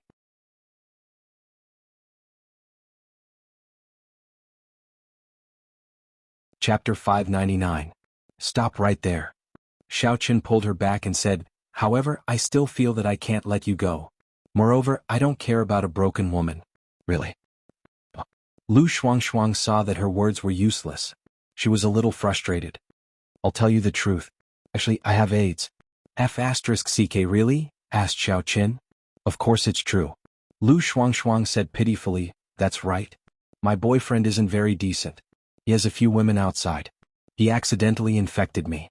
My life is so hard. I have to sell binoculars every day just to raise enough money for medical expenses." "I see. That's such a coincidence. I should also have AIDS. That's just right." Xiaoqin thought about it and said. Lu Shuangshuang was stunned. She subconsciously took 2 steps back. She looked at Xiaoqin in horror and said, "Really?" "Of course it's true." Xiaoqin nodded with some depression and said, "Yeah, I pretended to be someone else's boyfriend. In the end, I accidentally made it real. In the end, my girlfriend seems to have AIDS. She accidentally infected me. I have such a hard life. I pretend to be Yang Jianan every day to earn some money to pay for medical expenses." "Ah?" Lu Shuangshuang looked at Xiaoqin with some surprise. She felt a little strange. She looked at Xiaoqin from head to toe and then looked at Xiaoqin's face. Yeah, Shuangshuang, you really made me die. Why didn't you tell me earlier that you have AIDS?" Xiaoqin said, depressed. Lu Shuangshuang's originally tense nerves suddenly relaxed. She rushed up and hugged Xiaoqin. "Aya, why are you so annoying? You scared me. I thought you were really Yang Jianan. I don't have AIDS. It was my first time with you. There are many ways to transmit this. Injuries, selling blood and so on," said Xiaoqin. "I made it up to lie." Lu Shuangshuang said, "Xiaoqin, are you okay? How did it become Yang Jianan?" "It's fine for now. I'll pretend to be him. I have an identity." Xiaoqin said, "Actually, I don't know how long I can use this identity. I was on a mission before and now I'm on vacation, so I came back to take a look." "Ah, are you here to see me?" Lu Shuangshuang was a little happy. "That's great. Just when I was being bullied, you fell from the sky like a Prince Charming. You seem to think that I was an even worse bully just now." Xiaoqin shrugged. "Hey, don't mention it. That was just now." Lu Shuangshuang laughed dryly. "Oh right, why did Tai Muqing leave?" Xiaoqin was a little curious about the change of authority in Songning City's warriors' market. Hangzhou had left, but why did Tai Muqing leave as well? Would Lu Shuangshuang suddenly lose her backing? But didn't Hangzhou have a lot of authority? Wasn't she the leader of the Hongying team? Why didn't you greet the new shopkeeper? Could it be that the new shopkeeper wasn't one of her people? I don't know either. Sai, I'm just a small traveling merchant at the bottom of the hierarchy. How would I know these things? Lu Shuangshuang shook her head. In short, although the new shopkeeper didn't interfere with my business, he didn't care about my affairs either. Xiaoqin nodded. Perhaps Hangzhou had forgotten to greet him. It wasn't impossible. What's the new shopkeeper's name? His name is Hong Lai. I heard that he has some background. Lu Shuangshuang said. Hong Lai, also surnamed Hong. Xiaoqin nodded. This made sense. The new shopkeeper was likely to be a member of the Hong family. It was reasonable that he didn't give Hongzhu too much face. After thinking for a while, Xiaochen said, Shuang Shuang, my current identity is Yang Jianan. You won't be in any trouble for the time being. I believe that Hong Lai won't refuse to give me face. But if my identity is exposed, you'd better leave this place quickly. You should have earned a lot of money recently, right? If it's not enough, I still have a lot here. You can start another business. Lu Shuang nodded. I've thought about it too. I've indeed earned quite a lot during this period. I've saved up 1,000,000 yuan. But I don't know what business to do. I'm also waiting and seeing. Then you should take a good look. If you need any connections, I'll help you call them. Xiaochen thought for a while and said, if it doesn't work, I'll go to Lan City. I'm more familiar with that place. I have a lot of people there. Xiaochen thought that since Lu Shuang didn't know how to manage other businesses, it was a good idea to let her sell things at Tianqing Monastery. At that time, Lu Li and Taishan would take care of her. It was much more reliable than here. Those two fellows were both in Little Demon's disciples and grand disciples, so they didn't dare to cause any trouble. Lu Shuang nodded readily. Is your grandmother's illness better? Xiaochen asked. Much better. She's almost fine. Thank you for your help. Lu Shuang was a little happy when she mentioned her grandmother. Otherwise, I wouldn't be able to save so much money. I don't have to pay so much for medical expenses. I just need to buy some nutrition products. That's good. Xiaochen nodded. His gaze drifted to Lu Shuang. He was a little tempted. Since there's still time, let's... What? Lu Shuang's face turned red. She somewhat understood what Xiaochen meant, but she still pretended not to know. It's what I want to do by snatching you over, said Xiaochen. This. Lu Shuang was a little nervous. That. I said it before. Don't think that you can do whatever you want just because we did that. Oh, it's okay. Although Xiaochen was a little disappointed, he still respected Lu Shuang's opinion. I haven't finished yet. Lu Shuang listened to Xiaochen's words and was a little anxious. I also want to, he? Xiaochen laughed. What are you laughing at? Don't think that I can do whatever I want in the future. You have to pursue me and be good to me.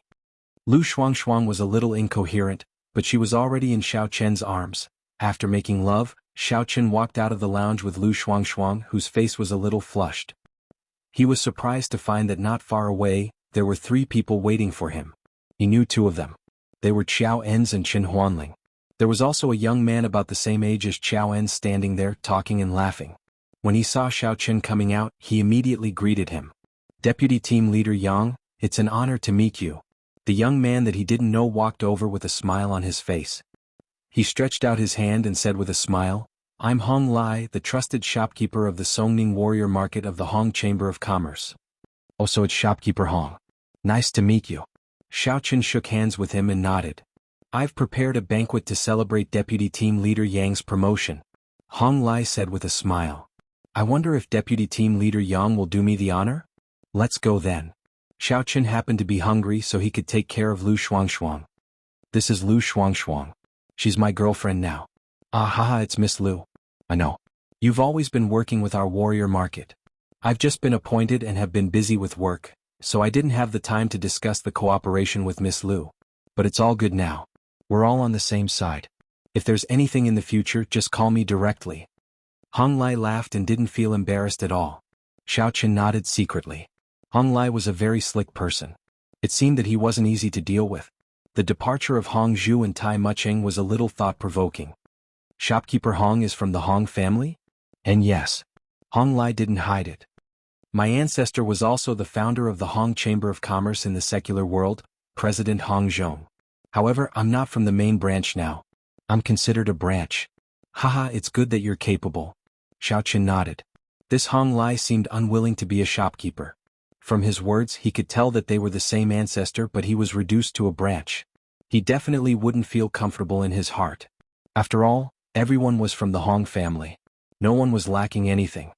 We're all working for the Hong family. Hong Lai smiled. It was obvious that he didn't want to talk about this topic anymore. Alright, Deputy Team Leader Yang, why are you here? In his opinion, Yang Jianan obviously didn't come here for Lu Shuang. He heard what happened just now. This Yang Jianan's action was completely random. He only took a fancy to Lu Shuang's beauty. Then he must have another purpose for coming here. Oh, it's nothing much. I'm on vacation, so I came over to visit my father when I had nothing to do. I also wanted to investigate the matter of my enemy Xiao Qin who injured me back then, Xiao Qin said casually. Lu Shuangshuang was stunned. Xiao Qin wanted to investigate Xiao Qin? What was going on? I see. Then let's eat first. Hong Lai was no longer anxious when he heard that there was nothing going on. The reason why he was trying so hard to build a relationship with Xiao Chen was because of Xiao Chen's identity as the deputy team leader of Team B. Hong Lai's life in the Hong family wasn't that smooth. To put it nicely, his position as the shopkeeper was to gain experience. To put it bluntly, he was kicked out of the line of succession. As for Lu Shuangshuang, Tai Mucheng and Hong Zhu didn't give him any special instructions, so he didn't care too much. However, he didn't stop this collaboration either. He was a cautious person and didn't want to offend anyone. In fact, it wasn't that Tai Mucheng and Hong Zhu didn't give him any special instructions, but the two of them had left in too much of a hurry. Something big had happened in the Hong family, and they had to rush over as soon as possible. The few of them walked into the dining room. Xiao Chen was really hungry and Lu Shuangshuang was unbearably tired. She didn't understand why Xiao Chen didn't look for other girlfriends recently. Otherwise, how could he be so troublesome? And she guessed it right. Xiao Chen had been in Lan City all this time, so who could he be troublesome with? Moreover, Song Huawu seduced him every day, making him very helpless. Hence, Lu Shuangshuang suffered.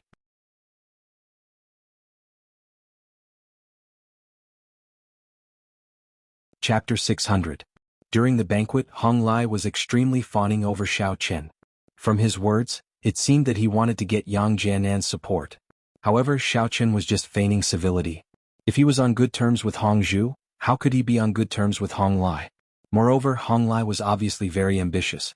As for Qin Huanling, Xiao Chen could also see that he was both afraid and happy about Yang Jianan's identity. He probably wanted to borrow his strength, but it was obvious that the relationship between father and son was not very good. After eating and drinking to his heart's content, Xiao Chen waved his hand and said, "Bring me all the information you have on Xiao Chen.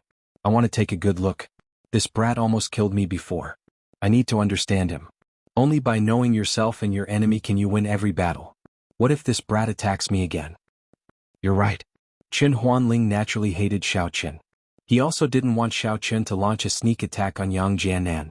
If Yang Jianan was finished, the Qin family would also be finished. Hong Lai and Xiao Ens were also very fawning over Xiao Chen, so they naturally wouldn't stop him. Especially since Xiao Ens also hated Xiao Chen to the core. Therefore, with these few big shots joining hands to make the final decision, those top-secret information that could only be accessed by outsiders after an application from the higher-ups were all brought out. Xiao Chen sat in the conference room looking at the mountain of files. He felt a headache coming on, but he couldn't tell the others that he was actually looking for information on his father, Xiao Feng. He could only hint to Lu Shuangshuang and ask her to help him look through the files. If she saw any information on Xiao Feng, she should immediately give it to him. After sending the others away, Xiao Chen went back to the conference room and looked through the files. So your parents also disappeared. I thought I was the only pitiful person living with my grandmother. Lu Shuangshuang sighed while looking. Well, it's not really pitiful. I'm still luckier than you because the Xiao family treated me very well. Even now they still miss me. Xiao Chen said, "By the way, what about your parents?" My parents divorced when I was very young. My father was a gambling addict and lived in the countryside. My grandmother didn't recognize him anymore. My mother saw him like this and ran away with someone else, leaving my brother and me at my grandmother's place. Lu Shuangshuang sighed. You have a brother? Xiao Chen was slightly surprised. Yes, my brother is in middle school. He lives on campus and rarely goes home. Lu Shuangshuang said, but I'm doing quite well now. I met you, but don't despise me. Although I'm not from a good family, I'm not bad looking. You can't throw me away after a few times. How could that be? Didn't we agree? Xiao Chen realized that Lu Shuangshuang was a girl who lacked a sense of security. Perhaps it had something to do with her being abandoned by her parents when she was young. Parents were the people a child trusted the most. If they abandoned the child, who would the child trust in the future? Lu Shuangshuang was afraid that Xiao Chen wouldn't want her. She wasn't worried for nothing. All right, but I have to keep you fresh. I can't just agree when you want me, Lu Shuangshuang said. Hee hee. Xiao Chen laughed. There were a lot of dossiers and many of them were related to the Xiao clan. For every big clan, the Martial Artist Guild and the Martial Artist City Square had dossiers, and there were quite a few of them. Xiao Qin, in the files you're described as a super useless person. Your fiancé doesn't like you. You didn't get any response when you tried to pursue the goddess. You were bullied by your followers. You can't even cultivate. Why are you so useless? Lu Shuangshuang was shocked. Xiao Qin's face darkened. What do you think? I think it's fake that you can't cultivate because you're hiding your strength. But your fiancé doesn't like you, right? You didn't even get the goddess, right?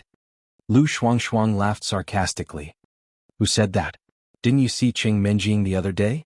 She's very close to me, Xiao Qin said. And Xinjingxian. Didn't she say her boyfriend is White Fox? Then these people from the warrior guild are all blind. Lu Shuangshuang said. After reading for a while, Lu Shuangshuang suddenly widened her eyes and exclaimed, Xiao Qin, you made a comeback? This is White Fox's file. How did you suddenly make a comeback after being chased out of the family? I feel so good. It's like I'm reading a novel. Xiao Qin was a little speechless. Lu Shuangshuang was so flustered. If he had known this would happen, he would not have let her read it. Moreover, the pile of dossiers she was reading seemed to be about him. She had basically given up all his privacy to her. I can't take it anymore. I suddenly find myself admiring you. Hey Xiao Qin, I want to do it with you again. Lu Shuangshuang put down the file and leaned towards Xiao Qin. Stop fooling around. This is the conference room. Xiao Qin suppressed the impulse in his heart and continued to read the file in his hand. This was because this file contained some of the trial missions that his father had accepted. He didn't have the mood to do those things now. In the movies, there are not often bosses and secretaries in the conference room. Although Lu Shuangshuang was a little disappointed, she was very happy. It seems that you're not an animal that thinks with the lower half of your body. Not bad. Xiao Qin continued to read the file in his hand, and Lu Shuangshuang continued to read too. Looking at the missions that his father and second uncle had done, Xiao Qin was suddenly filled with emotions. Many of the missions, other than earning money, were to find some treasures that could help ordinary people embark on the path of martial arts cultivation faster. Every time such a mission appeared, they would sign up for it immediately.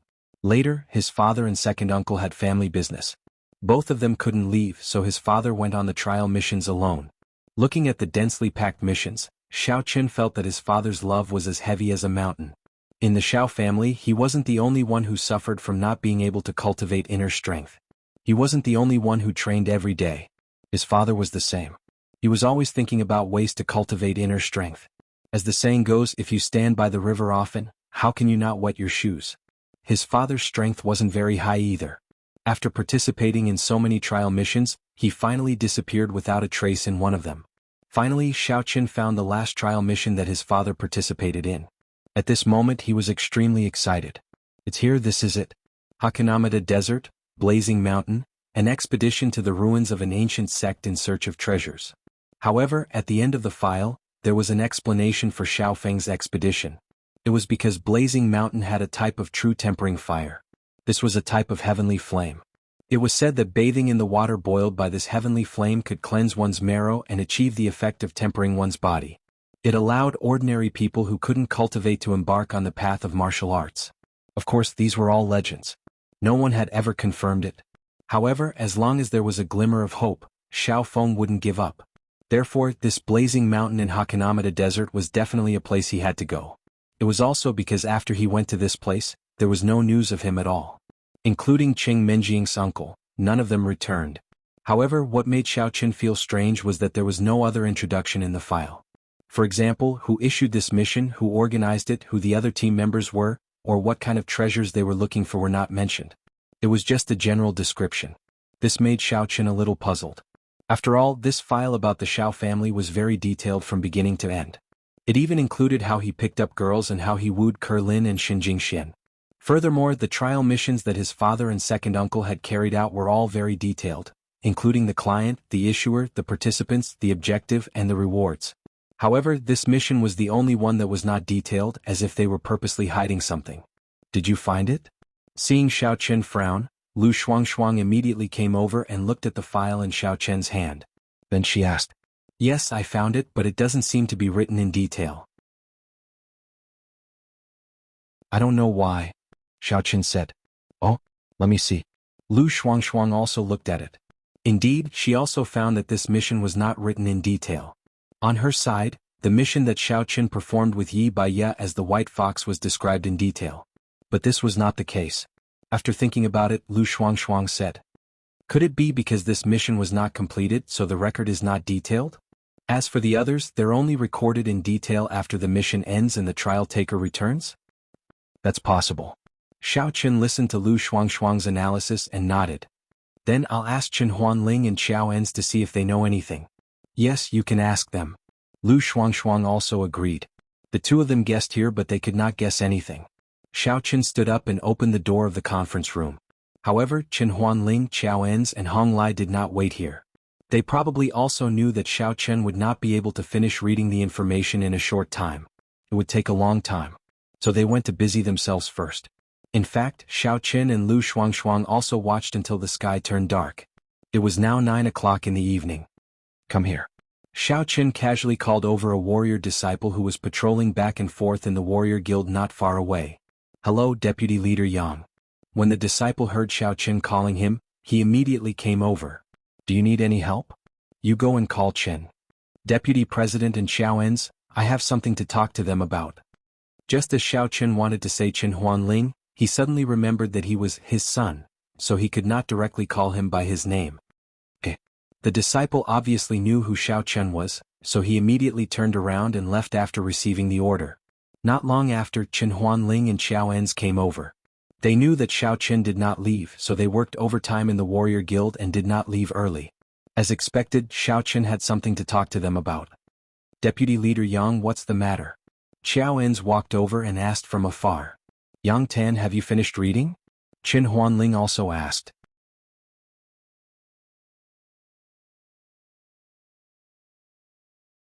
Chapter 601. "I'm almost done, but there's one thing I'm more interested in.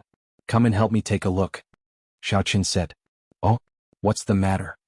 Xiao Ens and Chen Huanling walked into the conference room together. "Take a look at this file." As Xiao Qin spoke, he passed the file in his hand to Xiao Ens and Chen Huanling, then said, "I want to know where Xiao Chen's father, Xiao Feng, ran off to." Chen Huanling and Xiao Ens took the file and read it. Chen Huanling knew that Xiao Chen's father, Xiao Feng, was from a big family in Songning, so it was impossible for him not to know. However, he only heard that Xiao Feng went on a mission and then disappeared, so he didn't pay much attention to it. Now that he carefully read the file, he understood what was going on. Xiao Ens had never heard of it. He didn't even know Xiao Feng before, so he didn't care about the affairs of the Xiao family. He only had Xiao Chen as an enemy. Now that he finished reading the file, he was also confused. Didn't it say? Xiao Feng went to the Hakanamada desert to look for the ruins of the fiery mountain. Xiao En said after reading the file. Yes, he disappeared after he went there. Qin Huanling also nodded. He was a little puzzled as to why Yang Tan would care about this thing. Are there any specific details? Xiao Qin thought for a moment and said, this fiery mountain is the ruins of an ancient sect, right?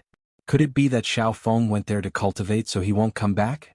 When he comes back and finds out that I forced his son, will he seek revenge on me? This shouldn't be possible, right? Qin Huanling was surprised. This was too far-fetched. He never thought of this possibility. However, if he thought about it carefully, it was not impossible. This is a little suspicious. Xiao En's also said. So, do you have any specific details? Xiao Qin asked. Well, I wasn't elected as the vice president of the warrior guild at that time, so I didn't know anything about it. Qin Huanling said. I've just arrived so I don't know. Xiao En's echoed, we can only check the background and see if there are any details about this trial mission. Alright, you guys check it now. Xiao Qin nodded, I'm very interested in the Blazing Mountain ruins. If you have any relevant information, bring it to me. I'll wait for you here. It's a good time to take a break. I've been reading for a long time and I'm a little tired. Qin Huanling and Xiao En's nodded and said, Alright, we'll go investigate right now. The two quickly left the conference room and closed the door, letting Xiao Qin have a good rest. Lu Shuangshuang had nothing to do at the moment, so she looked at Xiao Qin. In fact, she didn't know why today, but she wanted to be intimate with Xiao Qin. However, she remembered that Xiao Qin said that this was a conference room, so she didn't continue. Instead, she stood up and strolled back and forth in the conference room to see if there was anything interesting to do here. Xiao Qin didn't pay attention to her. He closed his eyes to rest and gently operated the Heart Sutra chant, preparing to take advantage of this time to cultivate. Although Xiao Chen's cultivation speed was a lot slower without the assistance of medicinal liquid and spirit jades, there was no harm in being diligent. However, what surprised Xiao Chen was that as soon as he started operating the Heart Sutra chant, a warm current spontaneously appeared in his dantian and instantly rushed to the meridians of his body. Xiao Chen suddenly felt that something was wrong. This feeling made his heart tremble, and his expression instantly became dignified. I'm about to break through. This feeling was similar to the previous few breakthroughs. It was the feeling of water overflowing from the dantian when it was full. However, this breakthrough came without any warning. Just a moment ago, Xiao Chen didn't feel anything, but as soon as he started operating the Heart Sutra chant, it happened. However, Xiao Chen didn't think too much about it. As he operated the Heart Sutra chant, the Yuan Qi flowed along the meridians starting from the dantian, and finally flowed back to the dantian. As the Yuan Qi continued to increase, Xiao Chen also took a deep breath, knowing that the breakthrough was imminent. Boom! After about 10 minutes, Xiao Chen's body suddenly shook. The meridians in his body also felt like they were broken, bringing with it a tearing pain and a strong burning sensation. Xiao Chen knew that he had finally broken through again. However, at this moment the clothes on his body were also torn and burned, and Xiao Chen's body also felt a cold breeze. This kind of breakthrough method of destroying clothes made Xiao Chen a little surprised. This was because this had happened many times before, but this time, when Xiao Chen broke through to the 10th level of the Qi refinement realm, it happened again. Could it be because the 10th level of the Qi refinement realm was a big realm? Or was it because of other reasons? Of course, this sudden breakthrough also made Xiao Chen a little surprised. He also didn't expect that he would break through in the conference room of the Warrior Guild. Lu Shuangshuang was looking around when she suddenly heard some noise behind her. When she turned around, she was immediately stunned. Xiao Chen was actually sitting on the sofa naked. What kind of situation is this? Could it be that Xiao Chen missed me, but because he rejected me before, he was too embarrassed to say it, so he used his actions to express it? Thinking of this, Lu Shuangshuang felt a burst of joy in her heart. She ran over, locked the conference room door, and instantly took off all her clothes. Then she jumped on the sofa and pounced on Xiao Chen. Hey, what are you doing? Xiao Chen was stunned. He was immersed in the joy and surprise of breaking through when suddenly he saw a naked body approaching him. He didn't have to think to know that it was Lu Shuangshuang. If you miss me, just say it. You even took off your clothes to hint to me. Lu Shuangshuang said. Ah. Only then did Xiao Chen remember that his clothes were all destroyed, but he really didn't mean that. However, since he had just broken through to the 10th level of the Qi refinement realm, he was in a very good mood. When Lu Shuangshuang approached him, he was just very puzzled. This Lu Shuangshuang was really strong today. Just now in the lounge, it was also her first time, right? Why was she so crazy? However, he was thinking in his heart, could it be related to the time when he was in the lounge with Lu Shuangshuang so she broke through? It has something to do with it. I said it last time, but it only worked for the first few times. After that, there was no effect. Elder Heaven Ancestor's voice sounded in Xiao Chen's ear. Primordial Yin is also a kind of primordial energy. It is very pure. When it enters your body, you can naturally take the opportunity to break through, but after that, there is no effect. Then will she wither and die? Xiao Chen was stunned and quickly asked. She is different from Xin Jingxian, so naturally she won't, Elder Heaven Ancestor said, but if it happens too many times, it will not be good for her. She will age easily. There is such a problem? Xiao Chen was shocked. He had now regarded Lu Shuangshuang as his woman. If something happened to Lu Shuangshuang, he would naturally be worried. Although he could not say that he had fallen in love with Lu Shuangshuang completely, he certainly had some feelings for her. Naturally, Xiao Chen could not ignore Lu Shuangshuang and only care about his own pleasure. It is inevitable. You are a cultivator, so your Taoist companion must be a cultivator too. You must find a female cultivator to make progress together. You need to find a mental cultivation method that she can practice with you. Only in this way can you make progress together. However, such mental cultivation methods are only available in some sects that practice dual cultivation. I don't have any of them either, Elder Heaven Ancestor explained. Fine.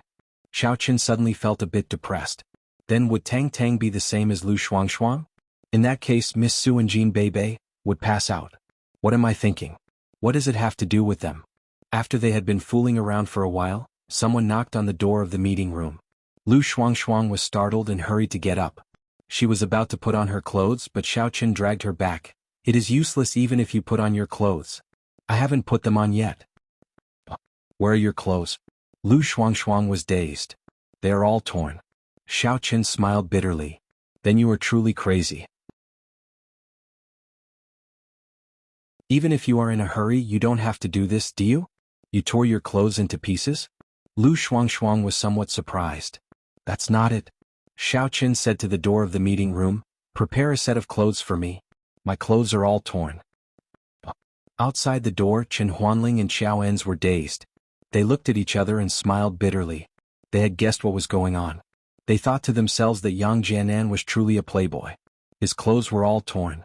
However, they did not say anything. Xiao Ens nodded and gave all the files to Chen Huanling. Then he ran out to buy some clothes. Seizing the opportunity, Xiao Qin talked to Lu Shuangshuang for a while longer before he asked her to put on her clothes. Right, you don't need to take your medicine today? Should I ask them to buy some? An important question suddenly occurred to Xiao Qin. Today is a safe period. You don't need to take it, Lu Shuangshuang said. I have condoms in my bag. Otherwise, I would have let you use them long ago. Oh, Xiao Qin said. Lu Shuangshuang was really thoughtful. You carry these things with you every day? Wait for me to come back? How is that possible? Lu Shuangshuang rolled her eyes at Xiao Qin. As if I'm that thirsty. I now run all kinds of small stores in the warrior guild. Of course I sell these. Some warriors like to bring their lovers to the nearby jungle to have sex. Then I sell them at a high price. You really know how to make money. You have the medicine too? Xiao Qin asked. Yes, haha. I got the idea last time at the resort. Then I bought some goods and sold them to people who need them. Lu Shuangshuang laughed. You don't know, but it's very profitable. Otherwise, how could I earn more than 1 million so quickly? Okay. Xiao Qin waited for Lu Shuangshuang to put on her clothes. Then he asked her to help him get some clothes outside. Although Xiao Qin was a man, he did not want Chen Huanling and Lu Shuangshuang to see him. If they found out that he was not Yang Jianan, it would be troublesome.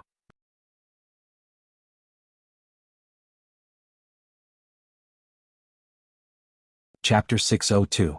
Lu Shuangshuang walked over and opened the door. She took the new clothes that Xiao Ens bought and handed them to Xiao Qin. Xiao Qin quickly put on the clothes and walked to the door to open it. Sorry? I was a little crazy just now. Xiao Qin naturally couldn't say that it was because of a breakthrough, but no one would doubt this reason. Haha, Deputy Team Leader Yang is young and strong, so it's understandable. Xiao Ens laughed but didn't care. By the way, Deputy Team Leader Yang, we have found the information you wanted. Do you want to take a look? And let me see. Xiao Qin couldn't wait to reveal the truth. He was already a refinement stage 10th level cultivator, only one step away from the foundation building stage.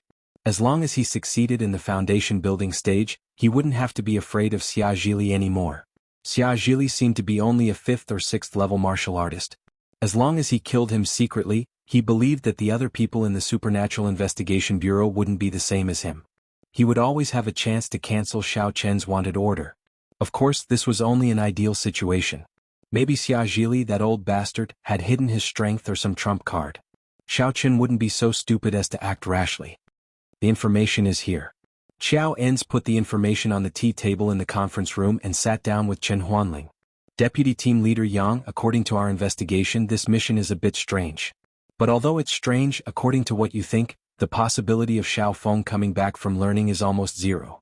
Oh. Xiao Chen didn't show anything. He just picked up the file and flipped through it. This file was the trial mission from that year. It's a mission issued by a martial arts sect? Xiao Chen looked at the situation in this file and was a little surprised. Generally speaking, martial arts sects had their own outstanding disciples. They didn't need to issue a trial mission to do any mission, especially this kind of small mission. There were only 6 people in a team to explore. This was something they could have gathered themselves, but now they issued a mission from a small place like Songning. It was somewhat strange. It was understandable to go to a place like Lan City, but now, what sect is this? Xiao Chen asked. I'm not sure about that. It's not written in the dossier. Xiao En shook his head. What we know is what's in the dossier. What's not in the dossier we don't know either because we didn't handle it. Then who was in charge of this mission? Why is it so vague? Xiao Chen frowned. Although this file had some content, it was completely vague. It only roughly described the situation of the mission. It didn't even say who the client was and what the mission was about. It only said to explore the ruins, but this exploration was too general. There are 2 possibilities. One is that the client of the mission is quite powerful. If it's really a big sect, then we have no choice but to keep it a secret. This is because the local warrior guild is only a deterrent to those loose cultivators and ordinary families. However, if it involves the true martial arts family or ordinary sects, then it won't be so effective. If it's a martial arts sect, then it won't have any deterrent power, Xiao En said. There's another possibility, which is that someone deliberately concealed it at that time. After all, even if it's not disclosed to the public, it's not a big deal to file it internally, but I don't think it's justifiable that there's no record internally, Qin Huanling said. Because the other party was his son, he didn't hide anything and said what he thought. Who was in charge of this mission at that time? Xiao Qin nodded and asked. It's someone from the warrior guild. It's Qing Nanlu, Qin Huanling said. He was the vice president of the warrior guild at that time. Qing Nanlu? Isn't he dead? Xiao Qin was stunned. He knew this Qing Nanlu. He was Qing Minjing's third grandfather. When he passed away, he and the Xiao family attended the funeral. At that time, there was no news of his father's disappearance. So, the Xiao family and the Qing family had a marriage relationship, but he was actually in charge of it? Was there something wrong with him?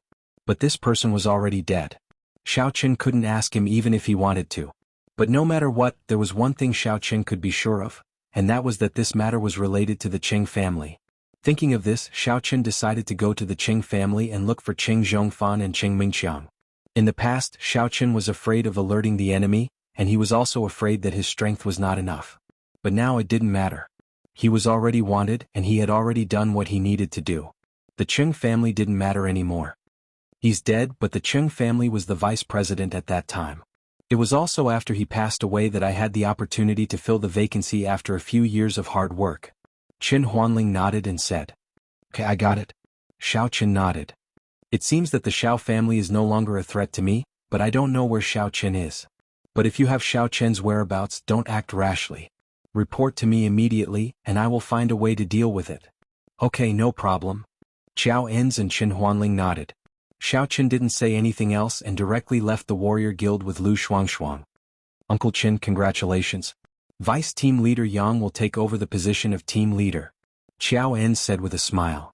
Well, in our Qin family he is the only one who can live up to expectations. Qin Huanling said proudly. After leaving the warrior guild, Xiao Qin directly said to Lu Shuangshuang, I will send you back. Well? Lu Shuangshuang nodded. Will you still look for me?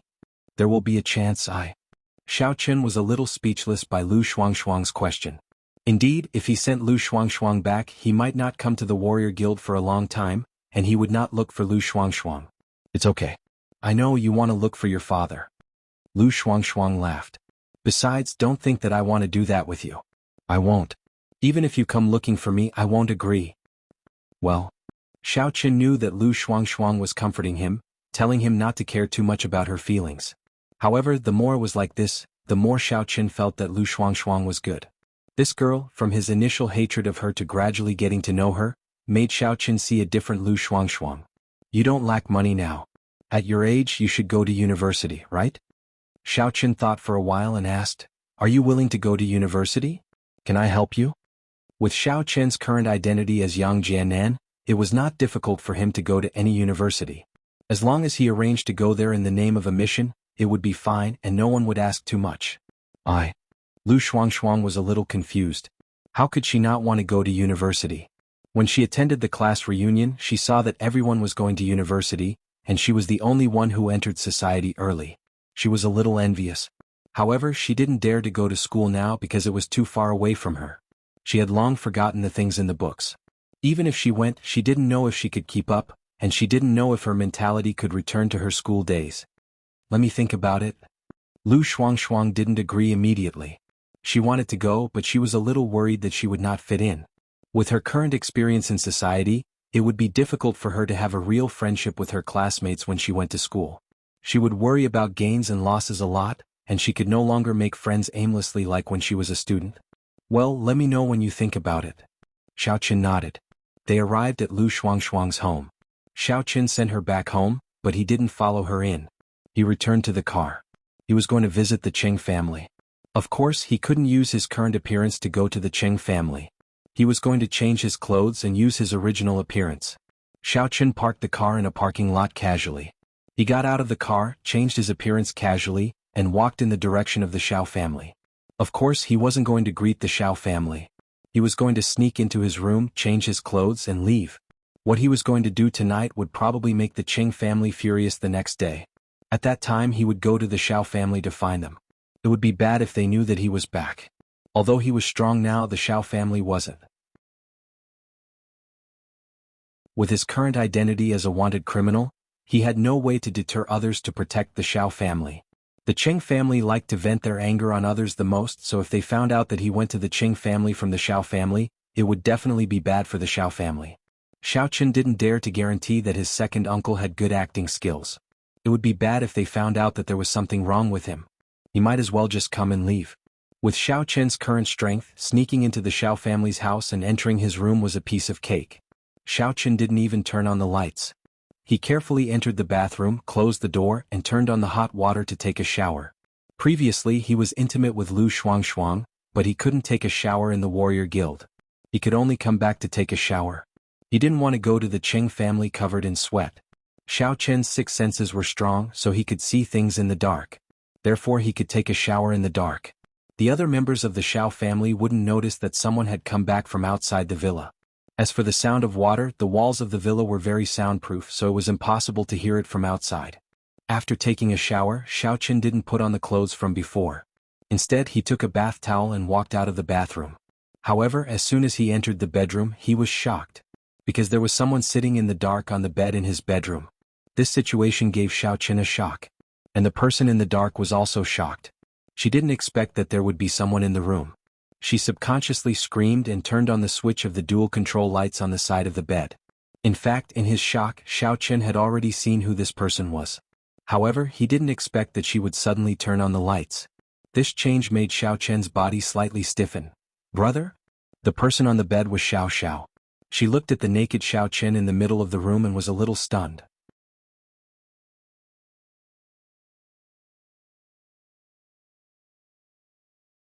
Chapter 603.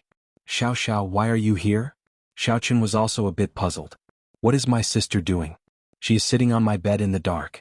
If I weren't brave enough, I would have thought it was a ghost. Brother, you? Although Xiao Xiao was frightened when she saw that the person in front of her was Xiaochen, she didn't have much panic. Instead she looked up and down. What are you looking at? Xiaochen was embarrassed and quickly covered his body with a bath towel. Brother, you are too stingy. We are brother and sister. When we were young we often took a bath together. Xiao Xiao said disapprovingly, can I still take advantage of you? That's not it. After all, we have grown up. Xiaochen was a little embarrassed. Just like now, if I say that I want to watch you take a bath, you probably won't agree. Just watch. Do you want me to wash it for you now? Xiao Xiao still disagreed. I'm afraid of you. Xiaochen thought that Xiao Xiao was joking and said, you turn around first. I will put on my clothes. Hey, you often put on clothes for me when I was young. Did you look at me for nothing? I look at you now and you are like this? Xiao Xiao pouted and stared at Xiaochen with some dissatisfaction. Can it be the same? Xiaochen was a little ashamed. Forget it. Who cares about looks? Xiao Xiao turned her head away. Xiaochen quickly took out the clothes from the closet and put them on. When he left home he didn't bring any clothes.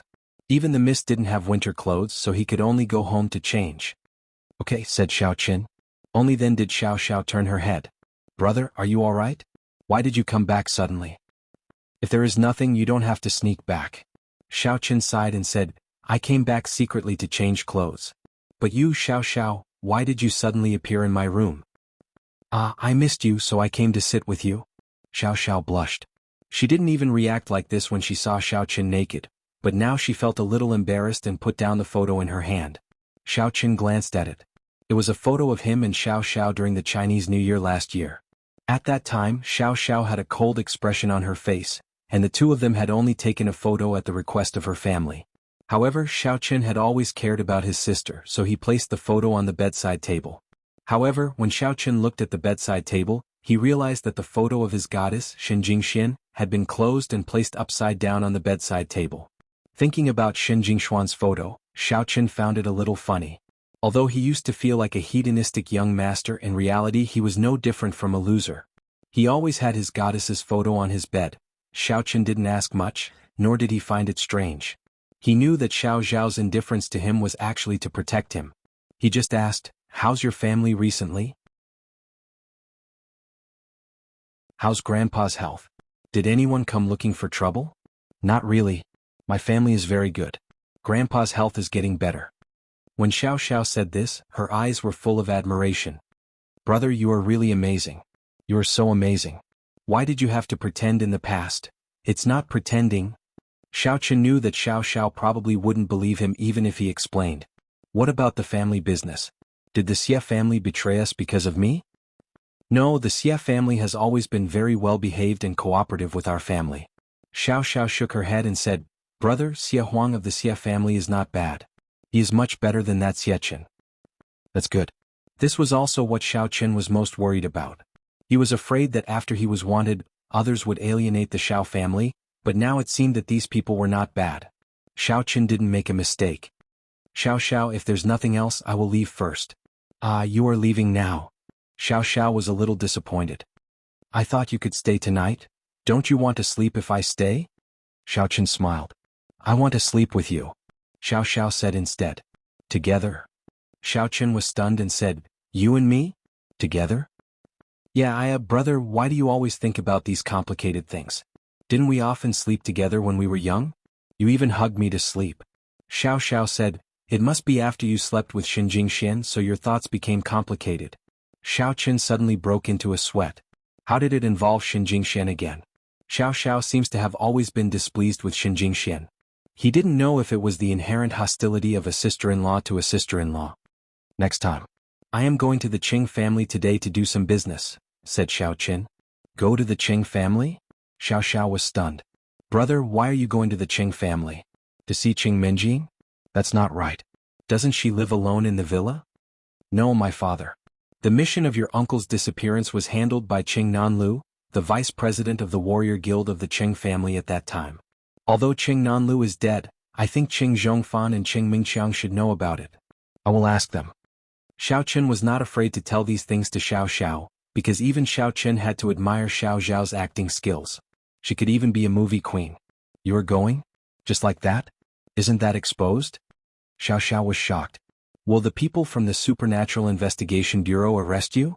How about I go to Qing Mingqiang to ask for you?" "No need. If you don't like him, don't contact him in the future." Xiao Qin said, "I said last time that if you don't want to marry, don't marry. No one can force you in the future. If you find someone you really like, I will support you." Xiao Zhao's face turned red again. "I'm not afraid of being exposed now. I'm already wanted." Can it be worse? Now the Qing family should be afraid of me. I have nothing to fear. They dare not do anything to me. Xiao Qin smiled. "Okay, then be careful." Xiao said, "I heard Qing Mingqiang vaguely mention that his father is not ordinary. You have to be careful." "And I will be careful." Xiao Qin nodded. "Qing Zhongfan is not ordinary? I didn't see anything unusual, but this was probed by Xiao. He must be careful." "Then I will go?" "And?" Xiao nodded. Xiao Qin hurriedly got up and was ready to go out, but he was hugged by Xiao from behind. "Brother? En?" Xiao Qin was stunned and turned his head. Xiao, what's wrong?" "Nothing. I just want to hug you." Xiao blinked and said, "Oh." Xiao Qin smiled. "Brother, aren't you a Siscon? Why are you not happy at all?" Xiao asked. "Don't talk about me. I think you are the one who has a complicated mind." Xiao Qin glared at her. "I'm just kidding." Xiao stuck out her tongue. "Okay, I'm leaving." Xiao Qin rubbed Xiao Zhao's head helplessly, turned around and left, disappearing into the darkness outside the villa. Xiao looked at the back of Xiao Qin. She was a little dazed. She turned off the light and lay on Xiao Qin's bed. She planned to stay here tonight. He came all the way to the Qing family. Xiao Qin had been here many times, so he was familiar with the way. He directly found Qing Zhongfan's villa. To Xiao Qin's surprise, Qing Mingqiang was also there. The two people were talking about something. Xiao Qin didn't go in directly. Instead, he listened on the side to see what they were talking about. "Dad, Xiao Qin disappeared recently. My relationship with Xiao is also ruined. What should we do next?" Qing Mingqiang looked a little anxious and paced around. "What are you panicking for?" Qing Zhongfan frowned and said, "You are pacing left and right in front of me. You are shaking me to death. It is impossible for you to take over the Shao family now. We have shed all pretense of cordiality with the Shao family. The Shao family recently relied on the Xie family. It is no longer the broken Shao family. This is not the main point. The main point is that Shao Chen has disappeared now. We can't target him according to the intention of the people behind you. If we don't kill Shao Chen, will they still support us? Qing Mingqiang was a little worried. Shao Chen is the white fox. None of us expected this. This guy has been hiding his strength. There is nothing you can do if you can't deal with him. Those people didn't say anything, but I'm afraid they will not support us in the future. Qing Zhongfan sighed. This is also inevitable. Do you think they will still support us as before without benefits? That's true. Qing Mingqiang was a little disappointed. But it doesn't matter. You will be promoted eventually. Even if the Qing family can't be promoted to a real martial arts family, it will still be the boss of Songning. Qing Zhongfan said, when you are promoted, I will also leave. When I return to the sect, I will see if I can make contributions and find a way to take care of the Qing family. Dad, are you leaving? Qing Mingqiang was shocked. Shao Chen disappeared, so my undercover mission over these years is over. It's time to go back. Qing Zhongfan sighed, but you don't have to worry. I will leave after you confirm the position of the young master. Dad, if you knew this would happen, you would have killed Shao Chen yourself. Qing Mingqiang said with hatred, you shouldn't have been so afraid at that time. No, the sect behind me wants to kill Shao Chen and the Shao family, but we can't let others know that we did it and we can't involve the sect behind it. They seem to want to lure someone out. Qing Zhongfan said. Lure who? I don't know the details. After Qing Zhongfan answered this sentence subconsciously, he was stunned because the voice that asked was not Qing Mingqiang, but another abrupt voice. He turned around in fright, only to see Shao Chen standing at the door with a faint smile on his face. Shao Chen. Qing Zhongfan's eyes widened, and he looked at Shao Chen incredulously. He was not afraid, but he said strangely, you still dare to show up? Haha, Shao Chen, you actually took the initiative to come to me? Qing Mingqiang was also very happy when he saw it. He was still worried about Shao Chen hiding and not showing up. In the blink of an eye, Shao Chen appeared by himself.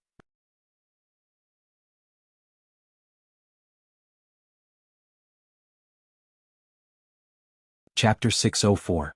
It's really strange. Why don't I dare to show up? Shao Chen smiled and looked at Qing Zhongfan. Isn't it strange for you to say this? Don't tell me this is a tiger's den? Shao Chen, you heard what we said just now, right? Do you think you can still leave? Qing Zhongfan looked at Shao Chen coldly. He didn't expect Shao Chen to be so bold. He actually dared to come here. He didn't know what death was. I heard it.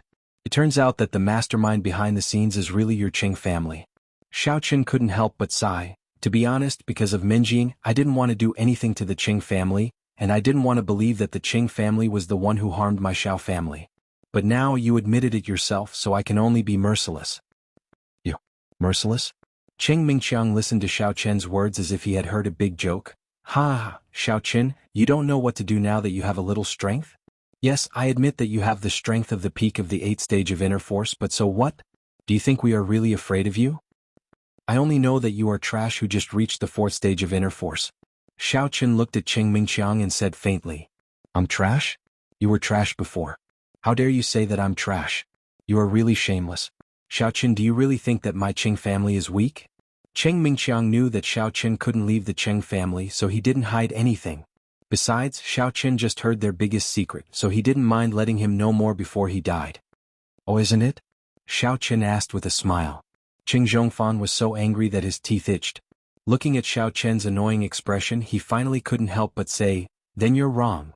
It's true that the other members of the Qing family are weak, but I, Qing Zhongfan, may look like I'm only at stage 7 inner force, but in reality. After saying this, Qing Zhongfan's devil chi suddenly appeared. At this moment, his level 3 devil master strength was revealed, causing Shao Chen to be shocked. Level 3 fiend master? Shao Chen didn't expect Qing Zhongfan to have the strength of a stage 3 devil. This was completely different from his previous stage 7 inner force. How is it? Are you scared now? Qing Mingqiang laughed happily when he saw Shao Chen's surprised look. Shao Chen, did you think you were hiding your strength? Do you think everyone else is a fool? To tell you the truth, I, Qing Mingqiang, have been targeting you and wanting to kill you. That Chao Yuliang and Qin Jinpeng are my subordinates. If it wasn't for me being afraid of exposing our Qing family and implicating the sect behind my father, I would have sent you to heaven myself. Oh, you're lucky you didn't do it yourself. Otherwise you'd be dead by now, Xiaoqin said indifferently. Qing Mingqiang smiled coldly. Xiaoqin, if you kneel and beg for mercy now, I can leave your corpse intact. Oh, but before that, can you tell me who is behind you and wants to deal with the Xiao family? Xiaoqin asked. You don't need to know. Qing Zhongfan smiled coldly and said, Today is the day you die. Is that so? Xiaoqin smiled. I know you're a stage 3 devil master, but I'm still standing here and not running. Don't you think it's strange? Qing Zhongfan was slightly stunned. I can defeat that martial master Yang Tan. Don't you think it's strange as well? Xiaoqin continued to ask. What do you mean? Qing Zhongfan frowned. You're a martial master? What I mean is, it might take me some effort to kill you, but killing Qing Mingqiang is as easy as flipping my hand.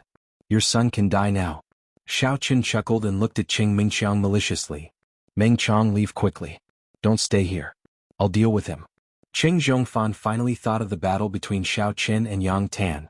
Since Yang Tan was a stage 1 martial master and was defeated by Xiaoqin, then Xiaoqin's strength could not be underestimated. However, he was not afraid. He was a stage 3 devil master, much stronger than Yang Tan. Qing Mingqiang's expression changed. Qing Zhongfan could defeat Xiaoqin, but it did not mean that he was a match for Xiaoqin. He subconsciously retreated, wanting to leave this place. Too late. Xiaoqin threw a fireball at him without any warning. How could Qing Mingqiang, a stage 4 inner strength martial artist, dodge it? He was hit by the fireball with a whoosh sound. His whole body was on fire. Ouch! Qing Mingqiang screamed. He quickly fell to the ground and rolled around. Qing Zhongfan was shocked and angry. He glared at Xiaoqin. The next moment he made his move. A fire dragon shot out from his hand and pounced at Xiaoqin. It turned out that he was also a devil cultivator who used fire attribute martial arts. Isn't this too weak? Xiaoqin directly threw an ice ball and extinguished the fire dragon. You are also a stage 3 devil master? Your level is really low. They were both stage 3 martial masters. Xiaoqin felt that this guy gave off a completely different feeling from the stage 3 martial rider in Lego Town. Of course, this Qing Zhongfan was weak.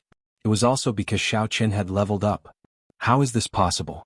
You are an ice and fire dual cultivator? Qing Zhongfan looked at Xiaoqin in shock. They were both devil cultivators. He had never heard of any devil cultivator who could dual cultivate ice and fire. Normal martial artists knew that ice and fire were incompatible. How was it possible for them to dual cultivate? What do you think? Xiaoqin did not answer. Instead, he asked, Now can you tell me who is behind you? It's just that I didn't expect you to dual cultivate ice and fire. Do you really think I can't do anything to you? Qing Zhongfan sneered and continued to attack Xiaoqin. Oh, I don't know if you can do anything to me. But your son can't do anything to my fire. He's about to be burned to death. How tragic. Xiaoqin sighed. He is my brother-in-law. It's too tragic for him to die like this. Menjin can't scold me when I get home, right? Eh? Qing Zhongfan was stunned. Only then did he see that his son was still rolling on the ground. He suddenly said angrily, You wait for me first. I'll deal with you later. Oh, do whatever you want. Xiaoqin crossed his legs and sat on the sofa in the villa's living room. He watched with interest as Qing Zhongfan extinguished the fire. Qing Zhongfan first found some clothes and bedsheets and began to help Qing Mingqiang extinguish the fire. But after putting it out for a long time, he couldn't do anything. This was still because Xiaoqin was lenient. Otherwise, a fireball would have turned him into a pile of ashes. However, Xiaoqin still had to ask some questions. So in order to prevent Qing Zhongfan from doing something desperate, he didn't plan to kill Qing Mingqiang. Naturally, he wouldn't take advantage of this time to sneak attack Qing Zhongfan. Qing Zhongfan busied himself for a long time, but there was no effect. Qing Mingqiang rolled faster and faster on the ground. He screamed again and again, but the fire couldn't be controlled at all. After a while, Qing Zhongfan saw that it couldn't go on like this. He rushed to the bathroom and got a washing machine's inlet pipe from somewhere. He began to sprinkle water on Qing Mingqiang, but it still didn't have any effect. Qing Mingqiang was still screaming. His skin was burned black. It was a horrible sight. But Xiaoqin. Qing Zhongfan had no choice but to ask Xiaoqin for help. He had never seen such a strange martial art. Could even burn people endlessly. If he couldn't put it out, wouldn't he be burned alive? What for? Xiao Qin curled his lips and asked unhurriedly. That. Can you help me put out the fire? What do you want to know? I'll tell you, okay? Qing Zhongfan only had this one son. He didn't have any illegitimate children. If he was burned to death, then he would cry to death. Oh, you should have said it earlier. Xiao Qin threw a water ball, and the fire on Qing Mingxiang's body was extinguished. However, he was also gasping for breath on the ground. Obviously, even if he was a martial artist, he was burned badly and almost died. Qing Zhongfan was very angry in his heart. Did I say it earlier? Wouldn't it be fine if you don't burn? However, he didn't dare to be serious with Xiao Qian. He had tasted Xiao Qian's power. At this time, Qing Mingxiang was half dead from the fire. He couldn't escape. He could only lie on the ground. He was afraid that if he angered Xiao Qian would really kill Qing Mingxiang. Xiao Qian, what do you want to know? Qing Zhongfan could only swallow his anger for his son. There was no other way. He wanted to kill Xiao Qian at once, but it was impossible. If he dared not, then Xiao Qian would definitely kill Qing Mingxiang. Tell me what you have done to the Xiao family all these years. Xiao Qian said, if you say it well, I'll forget about today's matter. If you say it badly, even if Minjing scolds me, I will kill Qing Mingxiang. This kid is too wicked. He even wants to occupy my sister. He really doesn't know what's good for him. But, young hero Xiao, can't I say it? Don't threaten me first. Qing Zhongfan had no choice but to say, in the beginning it was my uncle Qing Nanlu's idea to deal with the Xiao family. He is a martial artist like me. Martial artist? Xiao Qin frowned. Recently he had heard this word more than once. There were several kinds of sections. Now, the common sects in the secular world were basically ordinary sections. As for the pugilistic world, it was a higher level. People from the pugilistic world rarely appeared in the secular world. For example, Granny Nanshan and Kai Wujin were from the pugilistic world. Xiao Qin hadn't expected Qing Nanlu and Qing Zhongfan to be from the pugilistic world too. This made his heart tremble. If it was an ordinary sect, as the deputy leader of the Supernatural Investigation Bureau's Team B, it wouldn't be a problem for him to investigate. However, the martial arts world was not his scope. Xiao Qin didn't know if Team A had the authority to investigate, but he didn't. It seemed that his opponent was really strong. However, Xiao Qin didn't understand. Was a small Xiao family worth the martial artist taking action? Even the true martial families and ordinary true martial sects would disdain to make a move on the Xiao family, right? Not to mention the martial artists.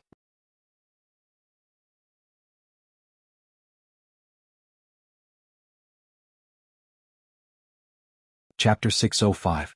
Yes, we are all from the martial arts world and we have our own rules.